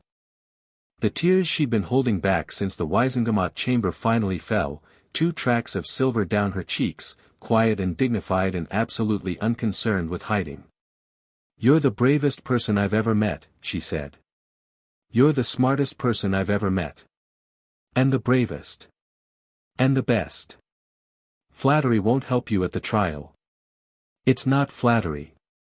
It's the truth." She took his hand. He took hers. They stood in the flooded bathroom, two children who had changed the world, holding on to each other in the dark. "Come on," Harry said. "Let's go, not sleep, probably." "Probably not." "Hot chocolate? From the kitchens?" "I think we've earned it." They left the bathroom together, hand in hand, and walked through the sleeping castle toward the kitchens. Behind them, the entrance to the chamber sealed itself with a whisper of stone on stone. Below them, Sahira settled into her coils and closed her eyes and slept. And in the pipes, in the stones, in the deep places where the old magic lived and breathed and remembered, something stirred. Something that had been watching. Something that had been listening. Something that had been growing stronger with every Parseltongue command, every resonance pulse, every use of the ancient frequency that connected speaker to stone and stone to earth and earth to the deepest foundations of the magical world. The remnant opened its eyes. And waited. Chapter 5 and Chapter 6, The Heir's Verdict. The morning of the trial, Harry Potter put on clean robes, combed his hair for the first time in recent memory, and went to breakfast. The great hall was quiet. Not the comfortable quiet of a lazy weekend morning, but the tight, breathless quiet of a school full of people who knew that one of their own was about to walk into the most consequential legal proceeding in magical history and were collectively pretending to eat their porridge like everything was normal. Conversations died when Harry entered. Spoons paused midway to mouths. Eyes tracked him from the door to the Gryffindor table with the focused intensity of people watching someone walk toward the edge of a cliff. Harry sat down. Poured himself pumpkin juice. Reached for the toast. Ron was across from him, looking like he hadn't slept. Neville was beside Ron, looking like he'd slept but wished he hadn't. Fred and George were further down the table, uncharacteristically subdued, their usual kinetic energy compressed into a stillness that was more unsettling than any prank. "Morning," Harry said. "Morning," Ron said. His voice was hoarse. "So. Big day. Bit of one, yeah. You're going to be all right.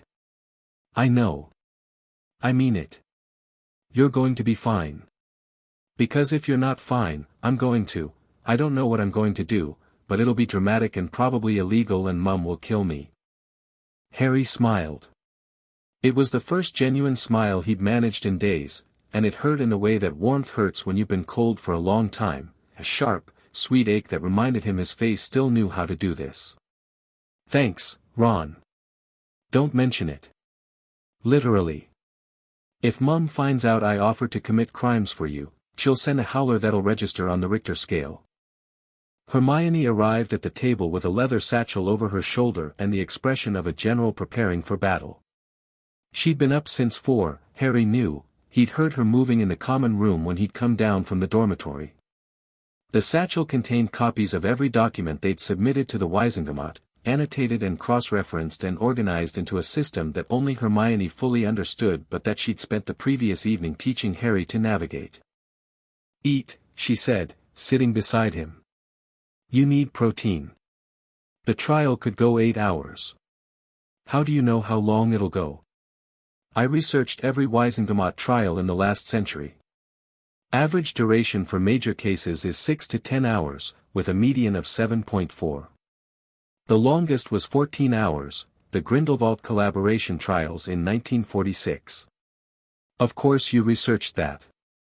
Preparation isn't optional, Harry. Have some eggs." He had some eggs. They tasted like cardboard, but the act of eating was mechanical and comforting, a routine that his body performed while his mind circled the day ahead like a hawk circling a field. The trial. His trial. Standing before the full Wisengamot with Veritaserum in his blood and the truth on his tongue and the weight of everything he'd done, right and wrong, justified and questionable, brave and reckless, laid bare for the magical world to judge. He wasn't afraid. He'd moved past fear somewhere around the 3rd day in the chamber, when the scale of what he was doing had become so vast that fear lost its grip on him, like a hand trying to hold water. What he felt now was something else, a clarity that was almost peaceful, the calm at the center of a storm that he'd created and was now standing inside, waiting for the wind. The full connection to the ministry had been specially arranged by Bones's office. Harry would travel from Dumbledore's fireplace directly to a secure arrival point in the ministry's sublevels, escorted by 2 Aurors, hand-picked by Bones, vetted for loyalty, not Malfoy's men, to the Wizengamot chamber. Dumbledore was waiting in his office. The headmaster looked old this morning, not the theatrical old of his usual persona, with its twinkling eyes and whimsical non-sequiturs, but genuinely old. Tired. The lines in his face deeper, the silver of his beard duller, the blue of his eyes carrying a weight that seemed to press them deeper into their sockets.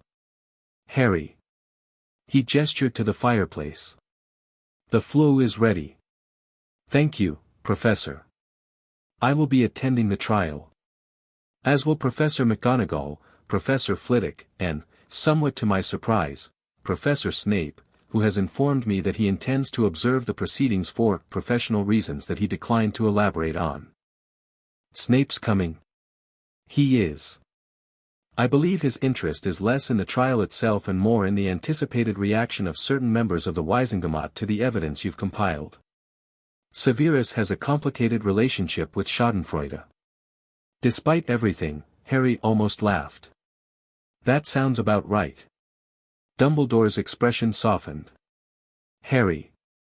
Before you go, I want you to know that regardless of the outcome today, what you've accomplished is extraordinary.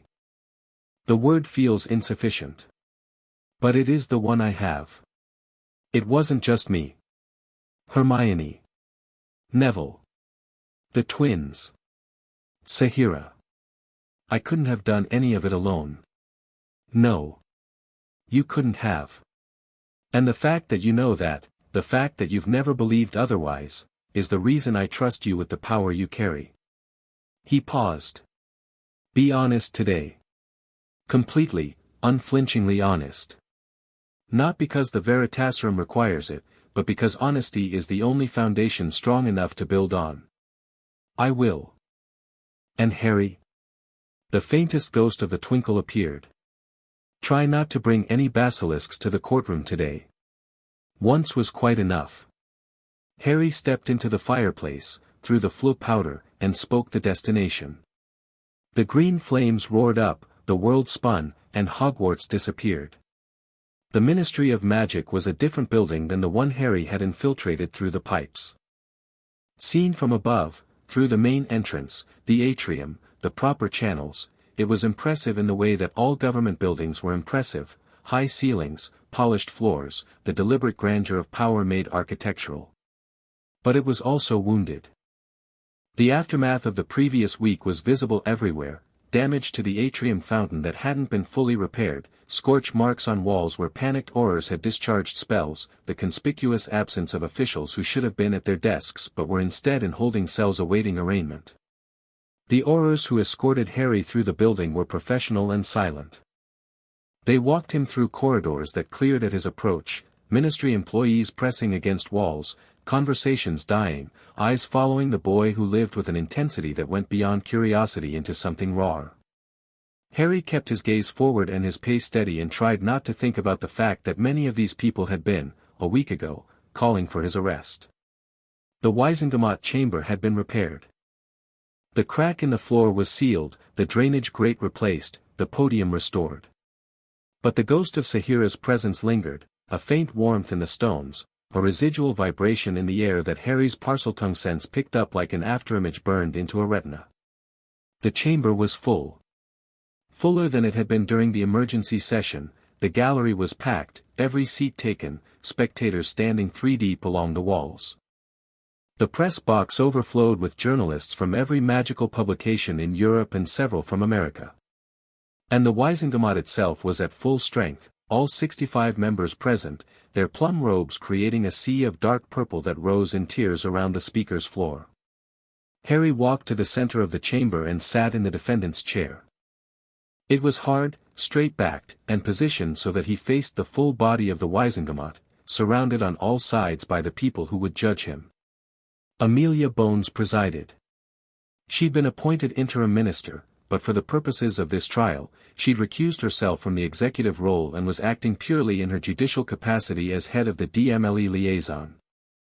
The chief warlock, Tiberius Ogden, a man so old that he made Dumbledore look youthful, sat beside her, his trembling hand steadied by a combination of potions and sheer institutional stubbornness.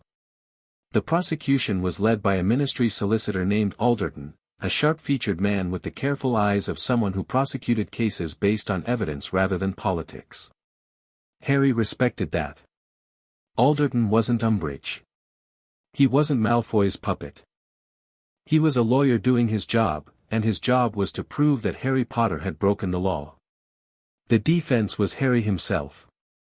Bones had offered to arrange counsel, and Hermione had urged him to accept, but Harry had declined. Not out of arrogance, out of conviction. He'd done what he'd done. He'd explain it himself. No lawyer, however skilled, could communicate the reality of the past 6 months better than the person who'd lived it. The trial of Harry James Potter will come to order, Ogden announced, his voice thin but carrying. The charges are as follows: unauthorized entry into a restricted area of Hogwarts School of Witchcraft and Wizardry.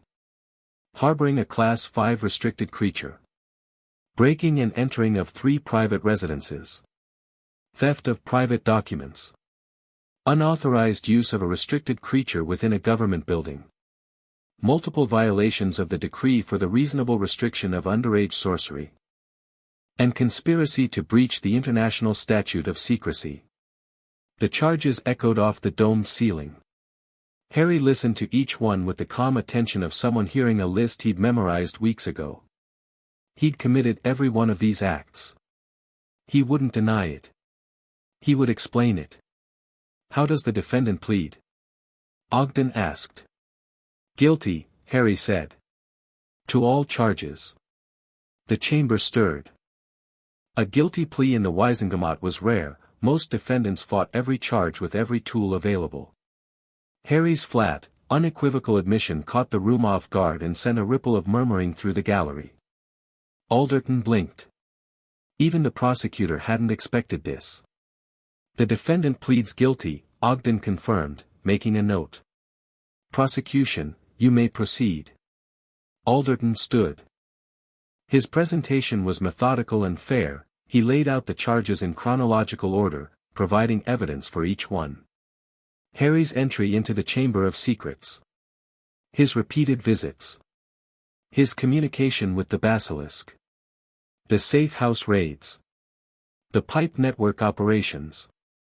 The message to Fudge. The delivery of documents to the Wizengamot. Harry listened and didn't interrupt. Everything Alderton said was true. The facts were not in dispute. When the prosecution rested, Ogden turned to Harry. The defendant may present his defense. Harry stood. The chair scraped against the stone floor. He looked up at the Wizengamot, 65 faces, some hostile, some sympathetic, most carefully neutral, and felt the familiar weight settle onto his shoulders. The weight of truth. The weight of a story that needed to be told not to justify what he'd done, but to explain why he believed it was necessary. Before I speak, Harry said, I'd like to take Veritaserum. The murmuring intensified. Alderton's eyebrows rose. Ogden looked at Bones, who nodded. The defendant's request is granted, Ogden said. Administer the Veritaserum. A court official brought forward a small crystal vial containing 3 drops of clear liquid. Harry tilted his head back and let the drops fall onto his tongue. The effect was immediate, a spreading warmth, like swallowing sunlight, followed by a loosening sensation in his chest and throat. The mental barriers that every person maintained, the filters, the omissions, the carefully curated version of reality that constituted normal human interaction, dissolved. What remained was the truth. All of it. Unvarnished, unfiltered, and unavoidable. Harry looked at the Wizengamot and began to speak. He started at the beginning. Not the chamber, not the diary, the garden. The grass snake beneath the hydrangeas. 6 years old, on his knees in the dirt, hearing a voice that no one else could hear and discovering, in that moment, that the world was larger and stranger and more connected than anything he'd been told. He told them about the Desleys. Not for sympathy, the Veritasium wouldn't let him manipulate, but because it was context. Because a boy who grew up in a cupboard under the stairs, unloved and unexplained, who found his first real connection in the language of snakes, was a different person than a boy who stumbled into Parseltongue by accident. He'd been shaped by loneliness, and the shape it had given him was one that reached toward connection wherever he could find it, even if that connection was with a creature that the world considered a monster. He told them about arriving at Hogwarts. About the wonder of it, the belonging, the first real friendships of his life. And about the slow, dawning realization that the magical world was not the utopia he'd imagined, that it was a place with its own cruelties, its own injustices, its own willingness to punish people for being different. He told them about the Chamber of Secrets. About hearing the basilisk in the walls, not a mindless killer but a voice, confused and lonely and forced to obey commands it didn't want to follow. About descending into the dark. About meeting Sahira for the first time, eyes closed, navigating by sound and trust, and discovering that the creature everyone feared was, in her own way, as lonely and misunderstood as he was. I named her, Harry said. Because she'd been alone for 1,000 years, and I believe that everything alive deserves to be known. To have a name. To be more than a weapon. He told them about the diary. About Riddle's ghost. About the cold, parasitic intelligence that had been using Ginny Weasley as a puppet to command a creature it had no right to command. About destroying it with basilisk venom, calmly, deliberately, without heroics or drama. Just a boy with a vial of poison, ending a thing that should never have existed. He told them about the conversation with Dumbledore in the corridor. About the question he'd asked, "Why haven't you fixed the Ministry?" And the answer that Dumbledore had given. "Because I was afraid." I understood his fear, Harry said. I still do. Power is terrifying. Using it is worse. And the possibility that using it would make me into something I despised is, the thing that keeps me awake at night. But understanding fear doesn't make the world less broken. And waiting for someone else to act while people suffer and die under the protection of a system that was built to serve them, that isn't patience. That's complicity. He told them about Hermione's research. About the 50 pages of documentation that proved what many of them already knew, that the Death Eater network hadn't been defeated after the First War. It had evolved. Transformed from a military organization into a political one. Embedded itself in the government through gold and connections and the reliable complicity of officials who valued their careers more than their principles. He told them about the intelligence gathering. About Sahira's ability to move through the pipe network, to listen, to observe.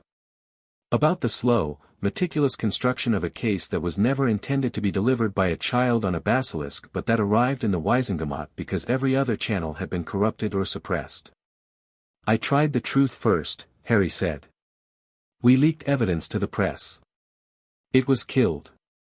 We sent intelligence to law enforcement. Amelia Bones acted on it, and was attacked for her trouble. We built a case that should have been irrefutable, and the system that was supposed to evaluate it was too compromised to function. He told them about the safe house raids. About riding Sahira through the pipes to London. About the documents he'd found, the financial records, the communication logs, the Azkaban breakout plans. About the moment he'd realized that the conspiracy wasn't just about maintaining power but about engineering Voldemort's return. He told them about Umbridge. About the interrogations, the Veritasium on students, the threats to Muggle families.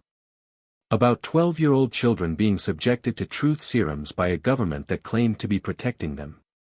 Hermione Granger's parents received a letter threatening their daughter's freedom, Harry said. His voice, under the Veritasium, was flat and factual, stripped of the emotional coloring that might have made it more dramatic but also less honest. They're dentists. Muggles. They can't defend themselves against magical enforcement. And the woman who wrote that letter did it because she couldn't break a 12-year-old girl with truth serum, and she needed another lever. He stopped.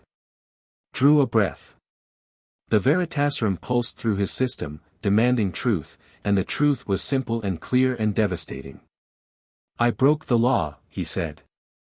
"Every charge the prosecution has listed is accurate. I entered restricted areas. I harbored a restricted creature. I broke into private residences. I stole documents. I used a basilisk to deliver messages to the Minister for Magic. I did all of these things deliberately, with full knowledge that they were illegal, and I would do them again." The chamber was silent. 65 faces stared down at him. "But I want you to understand something." Harry looked up at them, not with defiance, not with arrogance, but with the exhausted honesty of someone who has nothing left to hide. "I did not want to do this. I am 12 years old. I wanted to go to school, learn magic, play Quidditch, and figure out what kind of person I'm going to be. I did not want to fight a shadow government. I did not want to ride a basilisk through sewers. I did not want to stand in this chamber and explain to the most powerful people in my world why a child had to do what they were too afraid or too corrupt to do themselves." He paused. Let the silence hold. But no one else was going to do it. "And the children in this school, my friends, my classmates, the 11-year-olds who just learned they can do magic, they deserved better than a government that was being prepared as a welcome mat for a Dark Lord. They deserved better than a system that protected the powerful and punished anyone who asked why. They deserve, adults who are willing to use their power to protect them, instead of a world where the protection has to come from a kid with a scar and a snake." Harry sat down. The silence lasted a very long time. Alderton, to his credit, did not attempt to rebut. He stood, straightened his robes, and addressed the court. "The prosecution rests on the charges as filed. We have no additional argument."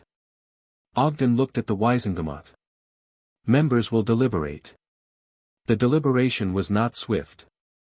Harry waited in the defendant's chair, the Veritasium slowly fading from his system, feeling the warmth drain away and the filters return, the normal, human capacity for self-deception that made daily life bearable. He was grateful for its return. The truth was necessary, but it was also exhausting, like standing naked in a cold wind. Hermione was in the gallery. He could feel her presence without looking, the particular quality of attention she radiated, like a lighthouse beam, steady and unwavering. Beside her, Ron. Beside Ron, Neville. Behind them, Dumbledore, McGonagall, Flitwick, and Snape. And in a corner of the gallery, alone, staring at the floor with an expression that was impossible to read, Draco Malfoy. He'd come. Harry didn't know what that meant. He wasn't sure Draco knew either. The deliberation lasted 2 hours. When the members returned to their seats, their expressions ran the full spectrum from grim determination to visible discomfort to what appeared, on at least a few faces, to be something approaching admiration. Ogden stood. His hands trembled, but his voice was steady. "The Wizengamot has reached a verdict." Harry rose. On the charges of unauthorized entry into a restricted area of Hogwarts School, harboring a Class 5 restricted creature, breaking and entering of private residences, theft of private documents, and violations of the decree for the reasonable restriction of underage sorcery, the defendant is found guilty. The gallery stirred. Harry's expression didn't change. On the charge of conspiracy to breach the International Statute of Secrecy, the defendant is found not guilty, the evidence being insufficient to establish intent. On the charge of unauthorized use of a restricted creature within a government building, Ogden paused. Something that might have been a smile flickered at the corner of his ancient mouth. The court notes that the use in question directly facilitated the exposure of the most significant conspiracy against the magical government of Britain in recorded history. The defendant is found not guilty by reason of justification. The gallery erupted. Ogden waited for the noise to subside with the patience of a man who had been presiding over loud rooms for longer than most of the occupants had been alive. On the matter of sentencing for the guilty charges. He looked at Harry. The court recognizes the extraordinary circumstances under which these offenses were committed. The court recognizes that the defendant acted in the absence of functional institutional oversight and in response to an active conspiracy that posed an existential threat to the magical community. The court further recognizes that the defendant is 12 years old. He adjusted his spectacles. The sentence is as follows: a formal reprimand, to be entered into the defendant's record and to remain there for a period of 5 years, after which it will be reviewed for expungement. No custodial sentence. No fine. No restriction of magical practice. Harry heard the words. Processed them. Felt the weight of them settle into his chest like a stone that had been falling for months and had finally, come to rest. The basilisk known as Sahira, Ogden continued, will be placed under the legal protection of the Ministry of Magic's newly established Department of Magical Being Relations, pending the development of appropriate legislation. She is not to be harmed, relocated, or interfered with without the express authorization of this body. Harry's breath caught. The defendant is free to go. The gallery exploded. Applause, shouting, the stamp of feet on stone. Harry stood in the center of it, alone and surrounded, and the sound washed over him like a wave, not triumph, not celebration, but the raw, chaotic relief of a community that had just been forced to look at itself and had decided, narrowly and imperfectly, that it could be better. Hermione reached him first. She came through the crowd like a force of nature, her hair flying, her eyes streaming, and she threw her arms around him with a force that nearly knocked him off his feet. He caught her, held her, and for a moment the world contracted to the two of them, the smell of her hair, the pressure of her arms, the hitch of her breathing against his chest. You did it, she whispered. We did it. You absolute, impossible, infuriating, brilliant, I know. She laughed. It was wet and messy and perfect, and Harry held her tighter and closed his eyes and let himself feel, for the first time in months, something that wasn't urgency or fear or the cold, focused drive of the mission. Ron was next. He clapped Harry on the back with enough force to cause structural damage, his face split in a grin so wide it threatened to meet at the back of his head. You beautiful, mental, basilisk-riding lunatic. I can't believe you actually, a basilisk, Harry. In the bloody Wisengamot. It seemed like a good idea at the time. It was the worst idea in the history of ideas and I've never been prouder to know you. Neville shook his hand. The grip was firm, steady, the handshake of someone who'd found something in themselves over the past few months and wasn't going to let go of it. For my parents, he said quietly. And for everyone they couldn't protect. Harry nodded. No words necessary. Fred and George materialized on either side of him, their identical grins carrying the particular wattage of people who were already composing the story they'd tell for the rest of their lives. So, Fred said. When you write the autobiography, which you absolutely should, George continued. Make sure you mention the swamp grenades. The swamp grenades were pivotal. Load-bearing, really. The whole operation hinged on them. We're available for interviews. Harry laughed. It was the laugh of someone who'd been holding his breath for months and had finally, explosively, let go, wild, too loud, bordering on hysterical, and more genuine than anything he'd produced since October. And then, through the crowd, he saw Draco. The blonde boy was standing at the edge of the gallery, apart from the celebration, watching the scene below with an expression that was too complex to name. Not happiness, Draco had just testified against his own father, and happiness was a continent he wouldn't visit for a long time. Not regret, either. Something in between. The numb, disoriented expression of someone who had jumped off a cliff and was still falling, waiting to find out whether the water below was deep enough to survive. Harry met his eyes across the chamber. The noise of the crowd faded to a blur.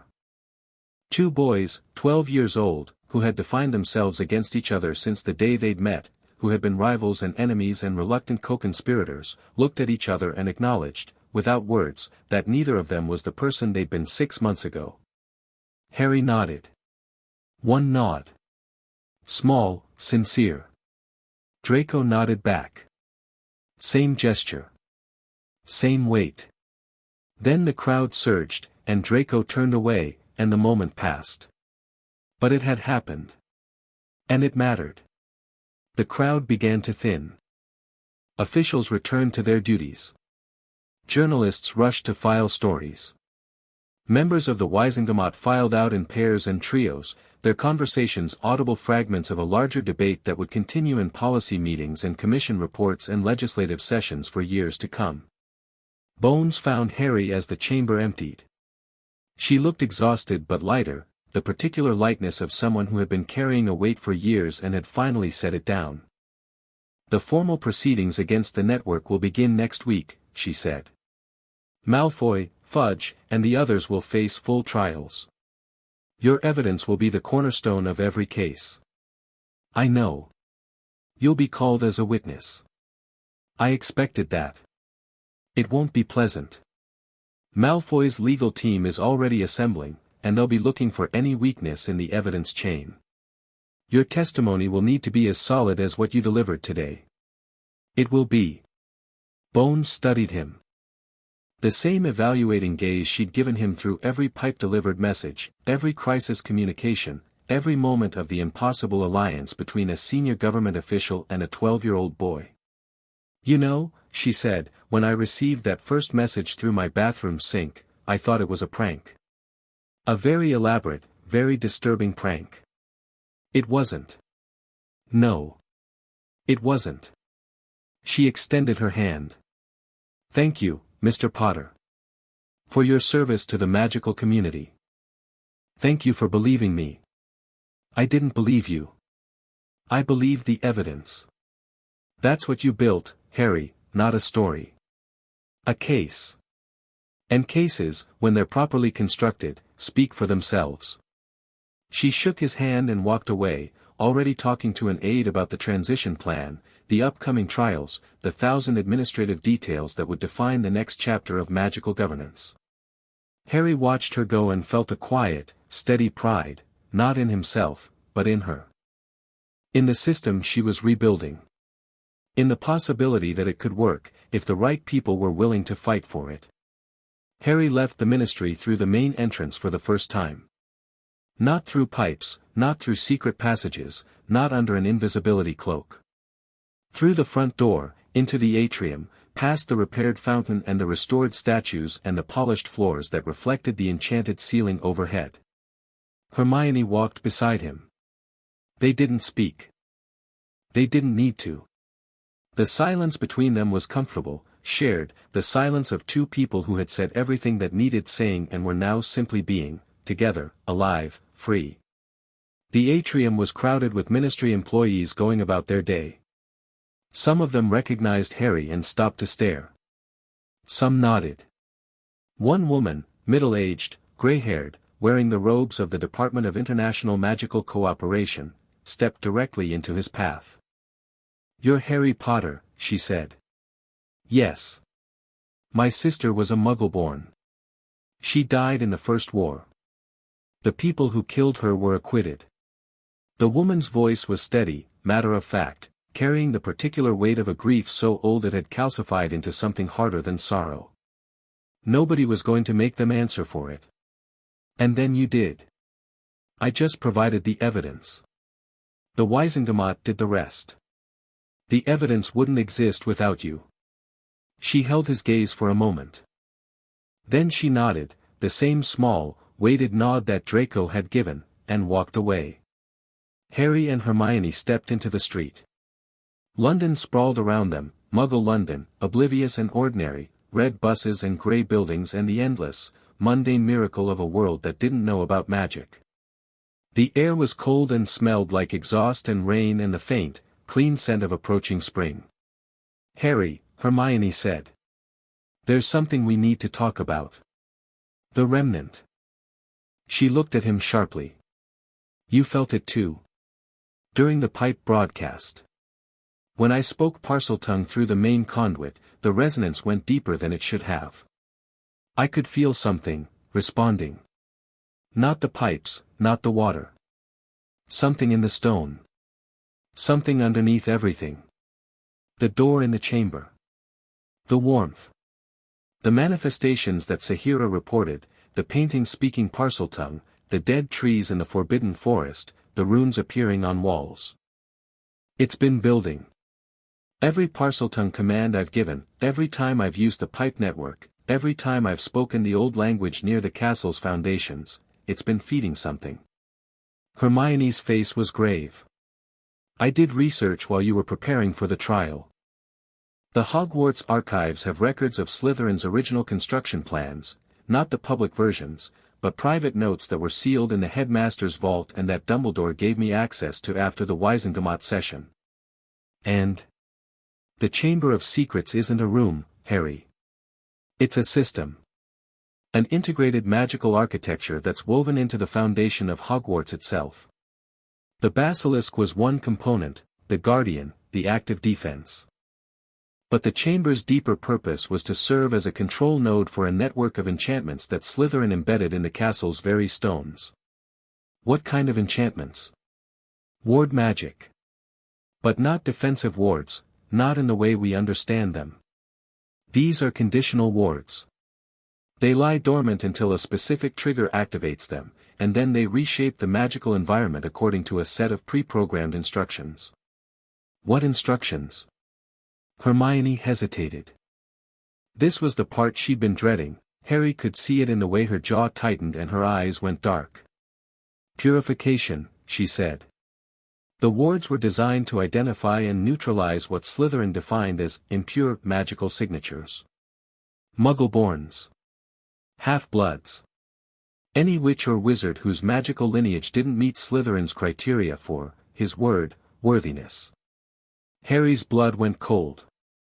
He built a genocide machine into the foundations of a school. He built a contingency. In his mind, it was protection, a fail-safe against the scenario he feared most, the dilution and eventual destruction of magical bloodlines through Muggle intermarriage. The wards were never meant to activate unprovoked. They required a specific trigger, a Parseltongue speaker, Slytherin's heir, issuing commands through the chamber's control node. Commands like the ones I've been issuing for 6 months. Yes. They stood on a London street corner, Muggles flowing around them like water around stones, and the scale of what Hermione was telling him expanded in Harry's mind like a dark flower blooming. Every Parseltongue message he'd sent through the pipes. Every command to Sahira. Every resonance pulse, every whispered conversation, every use of the ancient frequency that connected the chamber to the castle to the earth itself. He'd been activating Slytherin's contingency. Slowly, incrementally, with every word he spoke in the language of snakes. The remnant wasn't a creature. It wasn't a spirit. It was the castle itself, Hogwarts, waking up to programming that was 1,000 years old, responding to a voice it recognized as its master's, preparing to execute instructions that would reshape the magical world according to the vision of a man who'd been dead for a millennium. How far along is it? Harry asked. I don't know exactly. But the manifestations have been accelerating. Sahira reported that the door in the chamber is warmer every day. The runes on the walls are more frequent, more complex. And during your broadcast, the one that went to every fireplace in Britain, the castle's ward spiked. Flitwick measured it. The ambient magical field at Hogwarts increased by 40% in 3 seconds. So I supercharged it. You gave it its biggest activation pulse yet. A Parseltongue command, channeled through the primary conduit, reaching every connected node in the network simultaneously. From the remnant's perspective, that's an order. A big one. What does it think I ordered? That's what we need to find out. They returned to Hogwarts that evening. The castle was quiet. Word of Harry's acquittal had reached the school through the usual channels of gossip and contraband press, and the mood was celebratory but subdued, the particular exhaustion of a community that had been under siege and was now gingerly poking its head out to check if the coast was clear. Harry didn't celebrate. He went directly to the second-floor bathroom, opened the entrance to the chamber, and descended. Sahira was waiting. She was agitated. Not the restless energy of anticipation but something deeper, more primal. Her body was in constant motion, her coils shifting and resettling with a restlessness that made the entire chamber vibrate. "It speaks," she said the moment Harry reached the floor. "The thing behind the door. It speaks in a voice I cannot understand, not Parseltongue, not any language I know. It is the voice of the stones themselves, and they are saying something, and I am afraid." Harry's stomach dropped. "Show me." They moved through the tunnels, past the familiar passages of the main chamber complex, into the deeper sections where the air was warm and heavy and carried that green, organic scent. The door was there, the Parseltongue-warded door that Saheera had discovered weeks ago, set into a wall that shouldn't exist, covered in serpentine carvings that were no longer static. They were moving. The carved snakes writhed slowly across the stone surface, their bodies intertwining and separating in patterns that were too complex for Harry's eye to follow. The door itself was warm, not just warm. Hot. The heat radiated from it like an open furnace, and the air around it shimmered with a distortion that wasn't thermal but magical, the visible effect of immense power building behind a barrier that was never meant to hold it permanently. And the sound. Harry could hear it now, not through his ears but through his Parseltongue sense, the deep frequency perception that let him feel vibrations in stone and water and air. A voice. Not a human voice, not a serpent's voice. Something else entirely. A vast, distributed intelligence, speaking through the stones of the castle in a language that was not language but pure magical intent. It was saying, "The air has spoken.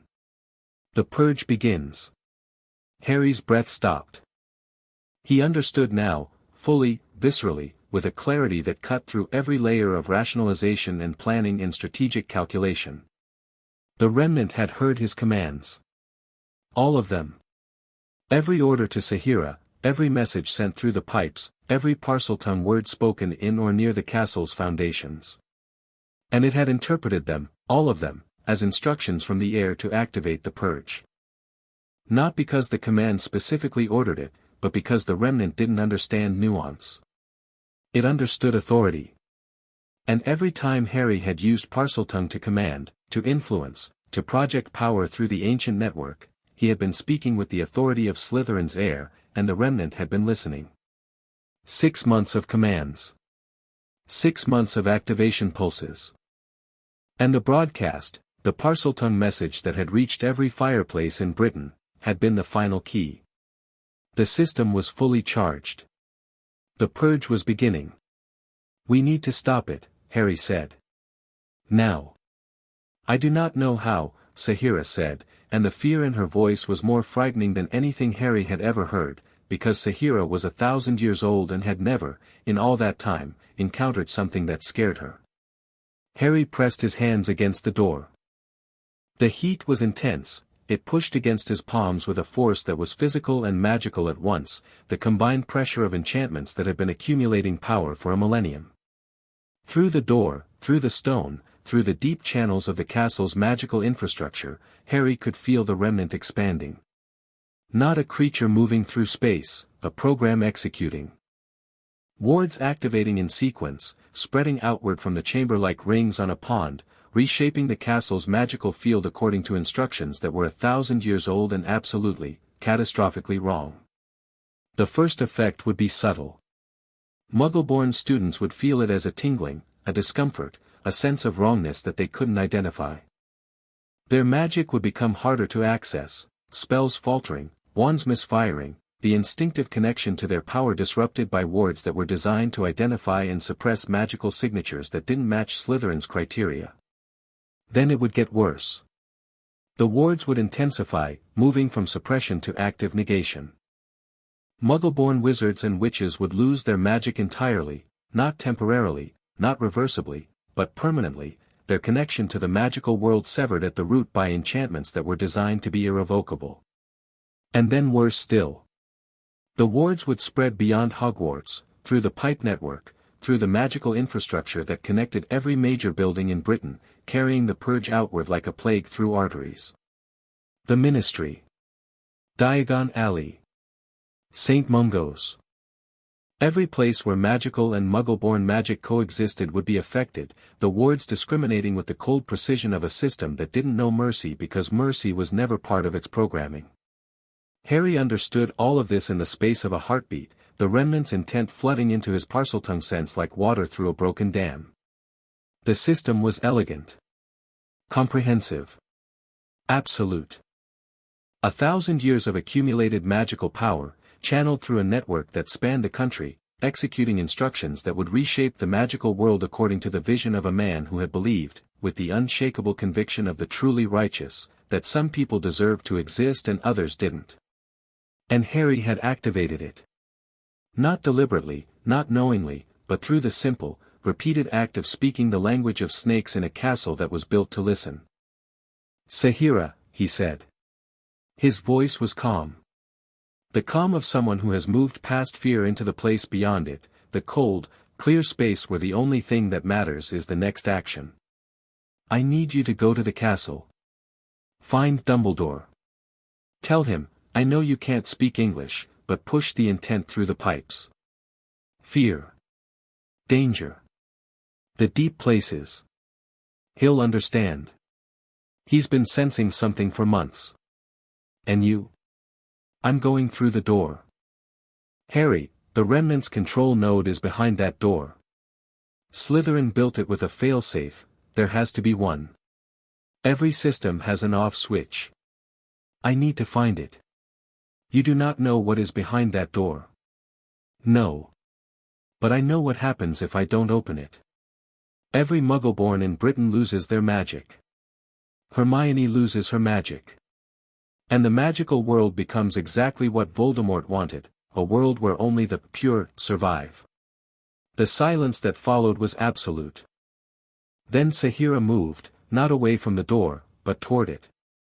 Her massive head lowered until it was level with Harry's chest, and he felt her breath against his face, warm, steady, carrying the scent of 1,000 years of patience and solitude and the quiet, unbreakable loyalty of a creature who had chosen, for the first time in her existence, to follow rather than obey. Together, she said. We go together, or we do not go at all. Your eyes, I will keep them closed. As I have always done. But I will be beside you. This is not negotiable, small speaker. Harry wanted to argue. The protective instinct screamed at him. Sahira was his responsibility, his friend, his partner, and the thought of leading her into something that might destroy them both was unbearable. But she was right. She was 1,000 years old, and she was right, and the door was hot against his hands, and there was no more time for debate. Together, he agreed. He pressed his palms flat against the door and spoke in Parseltongue. Not a command, a request. The language of the old binding, the words that Slytherin had woven into the chamber's foundations, the sequence of syllables that meant open in a tongue older than English, older than Latin, older than any human language that still had a name. The door opened. The space beyond was not a room. It was a cavern, vast, cathedral-like, carved from the living rock beneath Hogwarts by forces that were more geological than architectural. The ceiling arched overhead like the inside of a skull, and from it hung formations of crystallized magic, stalactites that glowed with a green light so intense it was almost solid, casting the entire space in an emerald radiance that made the air itself seem to pulse. At the center of the cavern was the control node. It was beautiful. Harry hadn't expected beauty, but it was the only word that fit. A pillar of light, rising from the floor to the ceiling, composed of interwoven strands of magical energy that spiraled around each other like DNA helixes. Each strand carried a different frequency. Harry could feel them through his Parseltongue sense, thousands of individual channels humming at different pitches, each one connected to a different part of the castle's ward network. Together, they formed a column of pure magical intent that was breathtaking in its complexity and terrifying in its purpose. And the column was speaking. The voice of the remnant was everywhere, in the walls, in the floor, in the crystallized light overhead. It filled the cavern like water filling a basin, a presence so vast that it seemed less like a voice and more like an environment. Harry stood in it, breathed it, felt it pressing against his Parseltongue sense with a weight that was almost physical. The air has spoken. The words were not words. They were meaning itself, transmitted directly into Harry's mind through the frequency of Parseltongue, bypassing language entirely. Pure intent. Pure command. The remnant recognized him, recognized his voice, his authority, the pattern of his Parseltongue that matched the criteria Slytherin had programmed 1,000 years ago. The purge begins. No, Harry said. His voice was small in the cavern, human and fragile and utterly inadequate against the vast, ancient intelligence that surrounded him. No. Stop. I'm countermanding the order. The purge does not begin. Stand down. The air has spoken. The commands have been received. The activation sequence is complete. The purge is irreversible. Irreversible. The word hit Harry like a physical blow. Not irreversible because the magic couldn't be stopped, irreversible because the system had been designed to be unstoppable once activated. A fail-safe against hesitation. Slytherin had known that future heirs might waver, might doubt, might question the necessity of the purge. So he'd built the system to be self-executing once it reached full activation, removing the possibility of second thoughts. Harry had given the system 6 months of activation commands. The broadcast had pushed it past the threshold. And now it was running, autonomously, beyond anyone's control. Almost anyone's. Harry closed his eyes. He reached deep into the place where Parseltongue lived, not the surface layer, the conversational frequency he used with Saheera and garden snakes. The deep layer. The one that connected to the earth itself, to the ancient magical substrate, to the fundamental frequency of the language that Slytherin had used to build the system in the first place. He'd felt this frequency before. In the pipes, during the broadcast. In the chamber, during his conversations with Saheera. In the garden, 6 years ago, when a grass snake had said warm and something in Harry's chest had clicked into place like a key finding its lock. The language beneath the language. The meaning beneath meaning. The layer of Parseltongue that wasn't about snakes or speakers or airs but about the fundamental connection between magical intent and the living world that received it. Harry spoke. Not in commands. Not in the imperatives that the remnant recognized as authorization. He spoke in the layer beneath, the questioning layer, the wondering layer, the place where language became exploration rather than control. He asked the remnant a question. Why? Not, why are you doing this? The remnant would answer that with its programming. Why does the purge matter?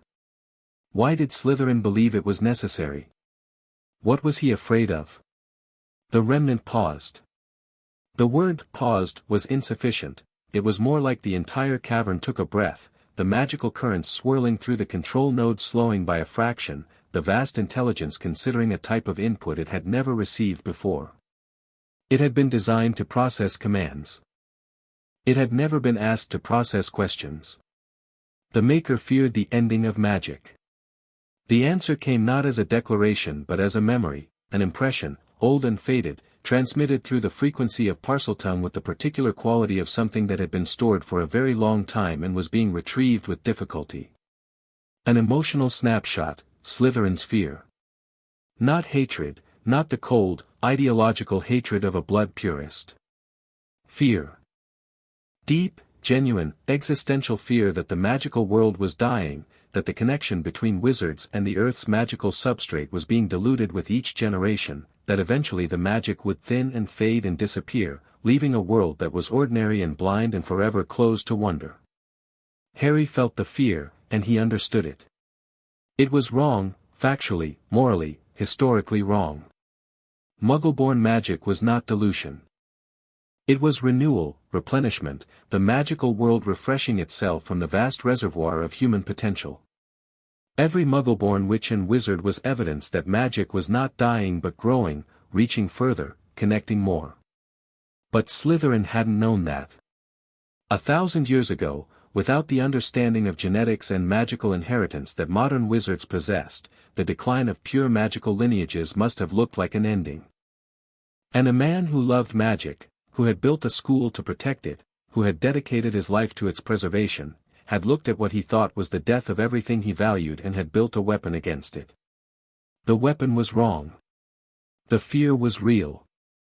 Harry spoke again, in the deep frequency, reaching not for the remnant's programming but for the ghost of intent behind it, the echo of Slytherin's fear, preserved in the system like an insect in amber. Magic is not dying. It never was. The Muggleborns you were built to destroy are the proof. They carry magic that comes from the earth itself, the same earth you're connected to, the same substrate you draw your power from. They don't dilute magic. They prove it's alive. That it's growing. That it reaches for anyone capable of receiving it, regardless of bloodline. The remnant processed this. Harry could feel it, the vast intelligence working through information that contradicted its foundational assumptions, testing it against its programming, encountering a conflict that it was not designed to resolve. The Maker's instructions are absolute. The Maker was wrong. The words came out in spoken Parseltongue, Harry's voice, raw and small and human, echoing off the cavern walls. Not the deep frequency. Just a boy, talking to a machine, telling it the truth. Slytherin was brilliant. He was powerful. He loved magic more than almost anyone who's ever lived. And he was wrong. His fear was understandable, and his solution was monstrous, and the difference between those two things is the difference between wisdom and tragedy. The remnant flickered. The control node's light pulsed, faster, brighter, the strands of magical energy vibrating with a frequency that was almost musical. The intelligence was struggling. Not fighting Harry, struggling with itself, with the contradiction between its programming and the information it was receiving, with the existential crisis of a system that had just been told its entire purpose was based on a mistake. And in that moment of instability, Harry saw the failsafe. Not a switch. Not a command.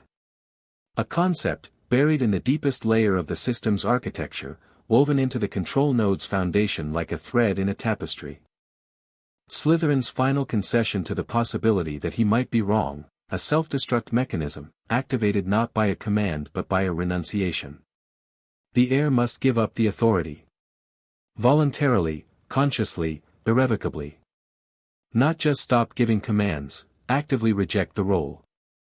Renounce the connection to the chamber, the basilisk, the pipe network, the deep Parseltongue frequency that links speaker to stone. Surrender the power that Slytherin had built the system to channel. The cost was real. Not just symbolic, magical. The renunciation would sever Harry's connection to the ancient resonance that had been amplifying his Parseltongue for months. He would still be a Parselmouth, the basic ability was innate, born, part of his magical identity. But the deeper layer, the one that connected him to the castle and the earth and the vast network of power that Slytherin had built, that would be gone. The authority, the amplification, the ability to speak through pipes and command basilisks and shake the foundations of the magical world with his voice, all of it. And Saheera. The binding that connected her to the heir would be severed. She would no longer answer to him, not because she chose not to, but because the magical mechanism that enabled their communication at this level would be dissolved. He could still talk to snakes. But the deep bond, the resonance, the extraordinary connection that had allowed a boy and a basilisk to become partners, that would end. Harry looked at the control node. At the beautiful, terrible pillar of light that represented 1,000 years of fear and power and misguided love. He looked at the cavern walls, the crystallized magic, the ancient stones that had been whispering to him since September. Then he turned to Saheera. She was beside him, massive and warm and alive, her body filling half the cavern, her eyes closed, her breathing steady. She couldn't see the control node or the light or the failsafe mechanism. But she could feel it, he knew she could, from the tension in her body, the slight tremor in her scales, the way her head was turned toward him with an attention that went beyond hearing. Saheera. I know. You can feel it. I am part of the system, small speaker. I have always been part of it. The binding that connects me to the heir, it runs through the same channels as the remnant. When you sever your connection, you sever mine. I'm sorry. Do not be sorry. I existed before the binding. I will exist after. The difference is, she paused. The tremor in her scales intensified. The difference is that I will not hear you. Your voice, in the deep frequency. The one that sounds like water over stones. I will lose that. Harry pressed his hand against her snout. The familiar gesture. The point of connection that had become, over 6 months, as natural as breathing. We can still talk, he said. The regular frequency. Parseltongue. I'll still come to the chamber. I'll still sit with you. I'll still tell you about the world above. But it will not be the same. No. It won't. Silence. The control node pulsed between them, casting green shadows across Sahira's scales, illuminating the intricate patterns that covered her body like text in a language only the earth could read. Do it, she said. Stop the purge. Save the ones you call Muggleborn. Save your Hermione, who smells of courage and parchment. Save your world, small speaker. And when it is done, come back and sit with me in the dark, and tell me the story of how you became the first heir to choose the world over the power. Harry's eyes burned. His throat tightened. The emotions hit him all at once, grief and love and the particular, devastating pride of knowing someone who was willing to sacrifice something irreplaceable for something right. You are the bravest creature I've ever known, he said. I am a serpent. We deal in survival, not bravery. But if you insist on calling it bravery, I will not argue. This time. He laughed. It came out as a sob. Same sound, different frequency. I'll come back, he said. I promise. You make too many promises, small speaker. Make fewer. Keep them all. Harry nodded. He pressed his forehead against her snout, the warm, smooth scales, the heartbeat pulsing beneath them, the ancient, vast, irreplaceable presence that had been his partner and his friend and the most extraordinary being he'd ever known. Then he turned to the control node. He placed his hands on its surface, the strands of magical energy parting around his fingers like threads, the remnant's voice filling his mind with its vast, confused, questioning presence. And he spoke the words. Not in the deep frequency. Not in the commanding voice of the air. In his own voice, 12 years old, cracking with emotion, small and human and absolutely certain. The words were in Parseltongue, but their meaning was universal. They meant, I am not your master. I am not your heir. I do not claim the authority that was given to me by blood and accident and a language I was born speaking. I renounce the binding. I renounce the power. I renounce the right to command the stones and the water and the creature who sleeps in the dark beneath the school. I give it up. All of it. Freely, consciously, and without reservation. I choose the world over the power. And I choose it knowing what it costs. The control node flared. The light intensified, green becoming white becoming something beyond color, a radiance that burned through Harry's closed eyelids and filled the cavern with a brilliance that was felt rather than seen. The remnant screamed, not in pain, not in anger, but in the sound of a system encountering an input it had never been designed to process. The sound of a 1,000-year-old machine shutting down. The strands of magical energy began to unravel. One by one, the channels that connected the control node to the castle's ward network dissolved, the magical currents that had been building for months dissipating like fog in sunlight. Harry felt each severance as a physical sensation, a snapping, a loosening, a progressive emptying of something that had been filling him since October without his knowledge. The deep frequency went first. The layer beneath language, the connection to the Earth's magical substrate, it thinned, faded, and disappeared, like a radio signal moving out of range. Harry felt it go and gasped at the loss. It was like losing a sense he hadn't known he had, a dimension of perception that had been quietly enhancing everything he experienced, making the world richer and deeper and more connected. Without it, the cavern felt flat. Ordinary. Just stone and light and a boy standing in the dark. Then the amplification. The Parseltongue power that had allowed him to speak through pipes and shake fireplaces and project his voice across the length of Britain, it drained away like water through cupped hands, leaving behind only the basic ability. The natural gift.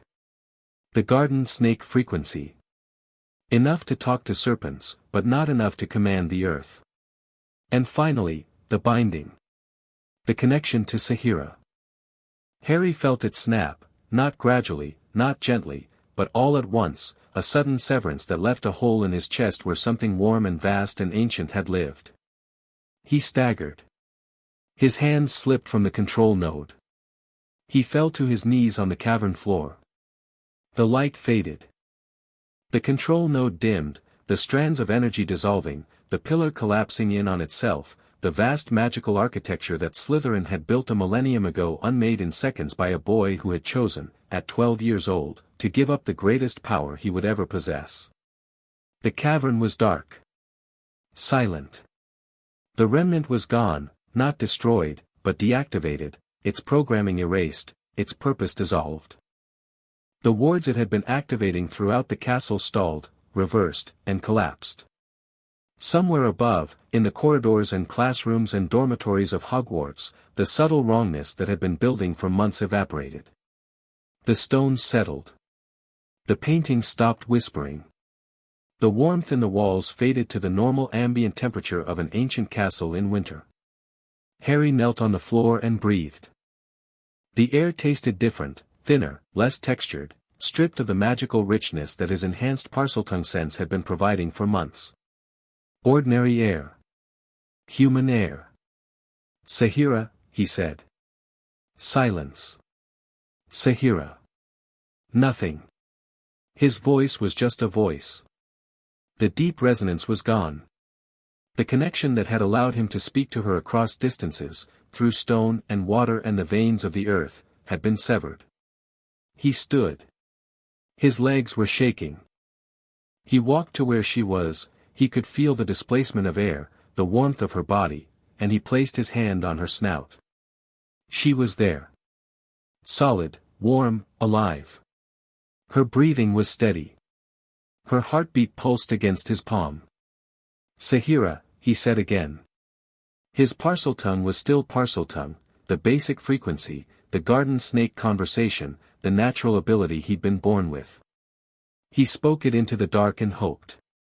A pause. Long, terrifying. Then, I am here. Her voice was different.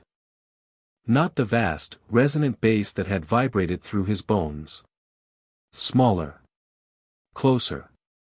The voice of a creature speaking through an ordinary channel, without the amplification of the binding or the deep frequency or the ancient resonance that had made their communication feel like a symphony. It was enough. I hear you, Harry said, and his voice broke, and tears ran down his face in the dark, and he didn't care, because she was alive and he could hear her and the world above them was safe. You are crying, Sahira observed. Yeah. Humans leak when they feel strongly. It is very inconvenient. Yeah, it is. Did it work? The renunciation? It worked. The remnant is gone. The purge is stopped. And the cost? I can still hear you. Everything else, the deep frequency, the amplification, the binding, it's gone. I feel it. The emptiness where the binding was. It is, strange. Like a phantom limb. The memory of a connection that no longer exists. I'm sorry. You are choosing to be cold so others may be warm, she said. And her voice, even diminished, carried the weight of 1,000 years of wisdom compressed into a single sentence. This is what the best serpents do. Harry pressed his face against her snout. The scales were still warm. The heartbeat still pulsed. The darkness of the cavern surrounded them like a blanket, and they stayed there, a boy and a basilisk, bound not by magic anymore but by something older and simpler and more enduring. Choice. Harry climbed back through the tunnels, through the chamber, up the pipe to the second-floor bathroom. He emerged into the flooded bathroom and found it crowded. Hermione was there. Dumbledore was there. McGonagall, Flitwick, Sprout, even Snape, standing in the doorway with his arms crossed and his expression unreadable. They'd come because Sahira's alert, the push of fear and danger through the pipes, had reached Dumbledore, who had mobilized the staff and deduced, through the particular brilliance that made him Dumbledore, that the center of the crisis was the Chamber of Secrets. They'd been waiting. Unable to enter. Unable to help. Just waiting. Hermione looked at Harry's face and knew. She always knew. The tears. The exhaustion. The particular quality of loss that he carried in the set of his shoulders and the emptiness behind his eyes. The remnant, she asked. Gone. The purge. Stopped. The binding. Severed.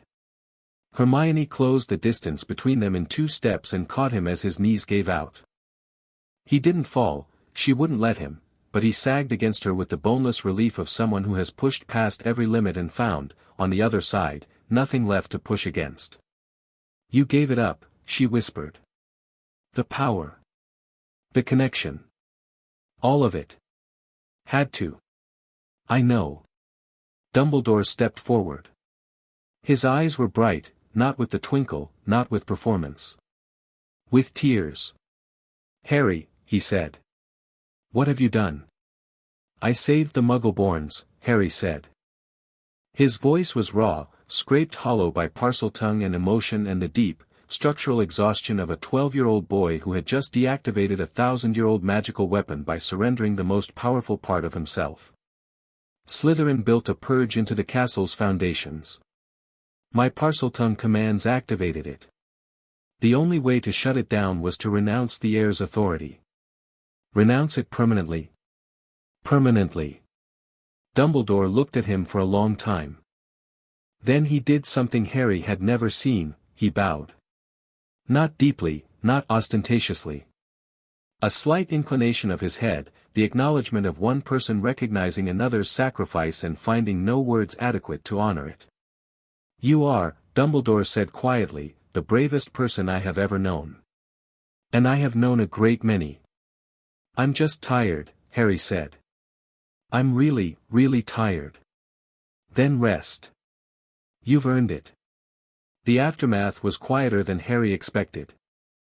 He'd braced himself for more chaos, investigations into the remnant, interrogations about the chamber, a public reckoning with the revelation that Hogwarts itself had been a dormant weapon of genocide.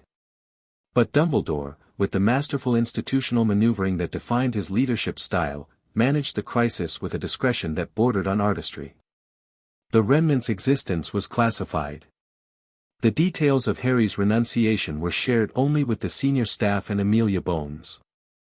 The official explanation for the castle's recent magical instability was attributed to residual effects of the Chamber of Secrets events, now fully resolved.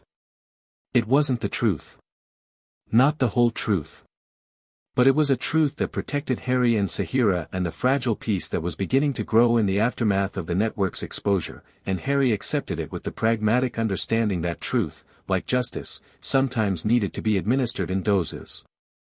The corruption trials began the following week. Lucius Malfoy stood before the Wizengamot for the first time as a defendant rather than a patron, and the irony was lost on no one. The evidence was overwhelming. Harry's documents, supplemented by testimony from network members who turned Crown's evidence in exchange for reduced sentences, painted a picture of systematic treason that left even Malfoy's most skilled solicitors without a viable defense. Malfoy was convicted on all charges. The sentence was life in Azkaban, without the possibility of the early release that his gold had purchased the first time. He received the verdict with the rigid composure that had defined his public persona for 20 years, but Harry, watching from the gallery, saw the moment the mask finally broke, a flicker of something in those grey eyes that might have been fear, or regret, or the particular anguish of a man who had gambled everything and lost. Fudge was convicted of conspiracy and corruption. His sentence was shorter, 15 years, in recognition of his cooperation during the trial and the argument, made by his defense, that he'd been more a willing tool than an architect. Harry thought the distinction was generous. But the courts were the courts, and the system he'd fought to preserve, needed to be trusted to work. 17 other network members were convicted. Sentences ranged from 2 years to 30, depending on the severity of involvement. The Azkaban breakout plan was dismantled. The financial infrastructure was seized. The communication network was shut down. And Dolores Umbridge was removed from her position, charged with abuse of authority, and sentenced to 5 years for the illegal use of Veritaserum on minors. She received the verdict with the same fixed smile she'd worn throughout the trial, and Harry felt no satisfaction in her conviction, only the grim, necessary acknowledgement that institutional power, unchecked, was as dangerous as any dark wizard. Amelia Bones was confirmed as Minister for Magic by a vote of 57 to 8. Her first act was the establishment of an independent oversight commission to monitor ministry operations and prevent the kind of institutional capture that Malfoy's network had achieved. Her second act was the formal creation of the Department of Magical Being Relations, with Sahira's protected status as its first official action. Harry received a letter from Bones after the trials concluded. It was brief, professional, and carried the warmth of someone who had come to respect, against all expectation and probability, a 12-year-old boy. Mr. Potter, the magical world owes you a debt it cannot repay. I intend to spend my tenure as minister ensuring that it never needs a child to save it again. Thank you. A.B. Harry read the letter in the Gryffindor common room, surrounded by the comfortable noise of his housemates, conversations, laughter, the crackle of the fire, the mundane soundtrack of a school that had survived a crisis and was returning, gradually and imperfectly, to normal. Hermione was beside him. She'd been beside him constantly since the chamber, not clinging, not anxious, but present. Quietly, steadily present, in the way she'd been present since the night she'd waited in a flooded bathroom with a clock and a book. "What does it say?" she asked. He showed her. She read it, folded it, and handed it back. "She's good," Hermione said. "Bones. She'll be a good minister. Better than the last one." "A hamster would be better than the last one." Harry smiled. The smile came easier now, not the cold, focused thing it had been during the mission, but something warmer, softer, more human. The smile of a boy who was remembering how to be a boy. They sat in the common room as the afternoon faded into evening. Ron was on Harry's other side, engaged in a chess match against Neville that was going poorly for Neville, but that Neville was contesting with a stubborn determination that Ron found both infuriating and admirable. Fred and George were in the corner, testing what appeared to be a self-inflating whoopee cushion on an unsuspecting first year. The fire crackled. The room was warm. Normal. Imperfect. Wonderful. "Harry," Hermione said. Her voice was quiet, careful, carrying the specific tone she used when she was about to say something important and wanted to make sure he was listening. "Yeah. What you did. In the chamber. The renunciation." She paused. "You gave up the most powerful thing you had. You'll never get it back. And you did it without hesitation." "I hesitated a little." "No. You didn't." She turned to face him. Her brown eyes were steady, clear, fierce with an emotion that Harry was only beginning to learn to read, not admiration, not pity, but something deeper. The particular look of someone who had seen you at your best and your worst and had decided, with full knowledge of both, that you were worth standing beside. "You're extraordinary," she said. "Not because of the Parseltongue or the Basilisk or any of the things you can do. Because of who you choose to be. Because of what you chose to give up." Harry looked at her. The firelight made her hair glow amber and gold. The freckles across her nose, he'd never noticed the freckles before, and now he couldn't stop noticing them, stood out against skin that was flushed with warmth and the particular kind of vulnerability that Hermione only showed when she was absolutely sure of what she was saying. "You're extraordinary too," he said. "You know that, right? None of this happens without you. Not the research, not the strategy, not the intelligence network. I had the snake. You had the brain. Don't sell yourself short. You had a brain too. A smaller one. Considerably smaller. Oi. She grinned. It was the grin he'd seen in the flooded bathroom, wide, real, lighting up her face with a brightness that had nothing to do with magic and everything to do with the simple, stubborn joy of being alive and being here and being together. Harry reached for her hand.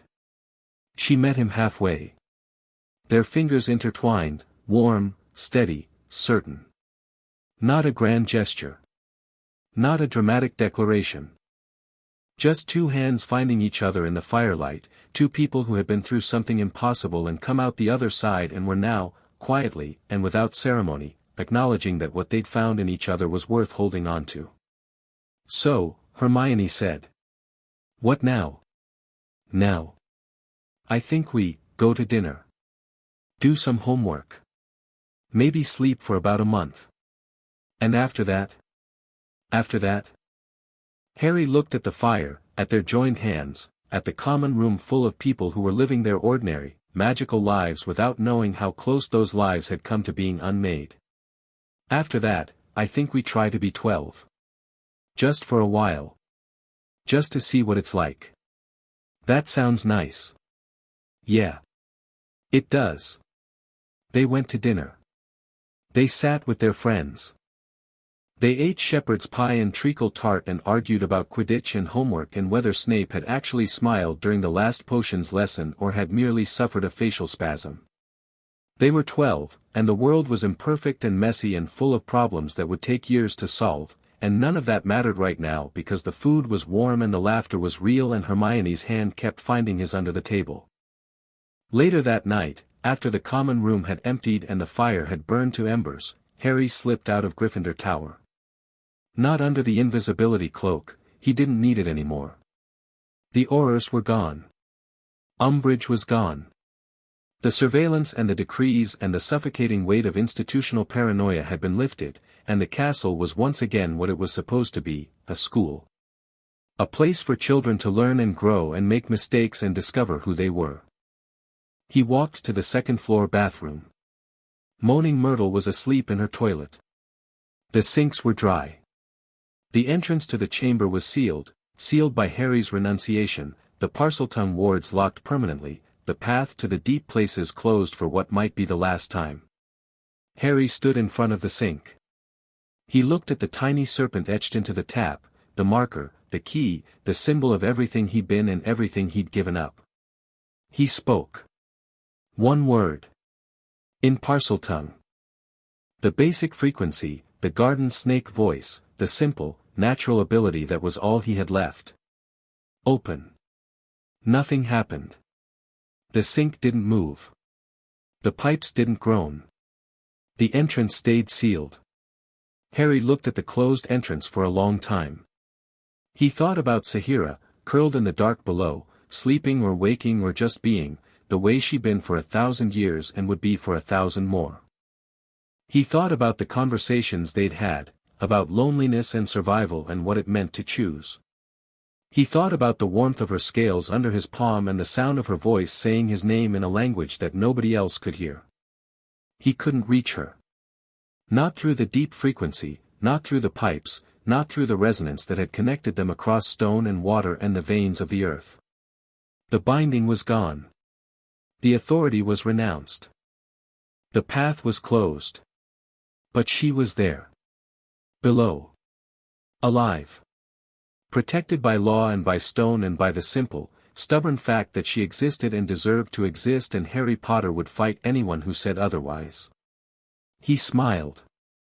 Small, sad, genuine. The smile of someone who had lost something precious and gained something more. Then he turned and walked away. Down the corridor. Past the sleeping portraits and the silent suits of armor. Through the castle that had been his first real home, that had nearly destroyed him, that he had saved by giving up the power to save it. He walked through the quiet halls of Hogwarts, and the castle didn't hum. The stones didn't whisper. The walls didn't glow with ancient, hidden light. It was just a building. Old, beautiful, magical in the ordinary way, the way of moving staircases and enchanted ceilings and 1,000 years of accumulated wonder that had nothing to do with Slytherin's contingency and everything to do with the simple, enduring truth that magic existed and was worth protecting. Harry walked. And for the first time in months, he felt light. Not powerful. Not afraid. Not driven or calculating or weighed down by the terrible clarity of purpose that had carried him from October to March like a current carrying a leaf. Just light. Just free. Just 12 years old, walking through a castle at night, thinking about tomorrow. And tomorrow was enough.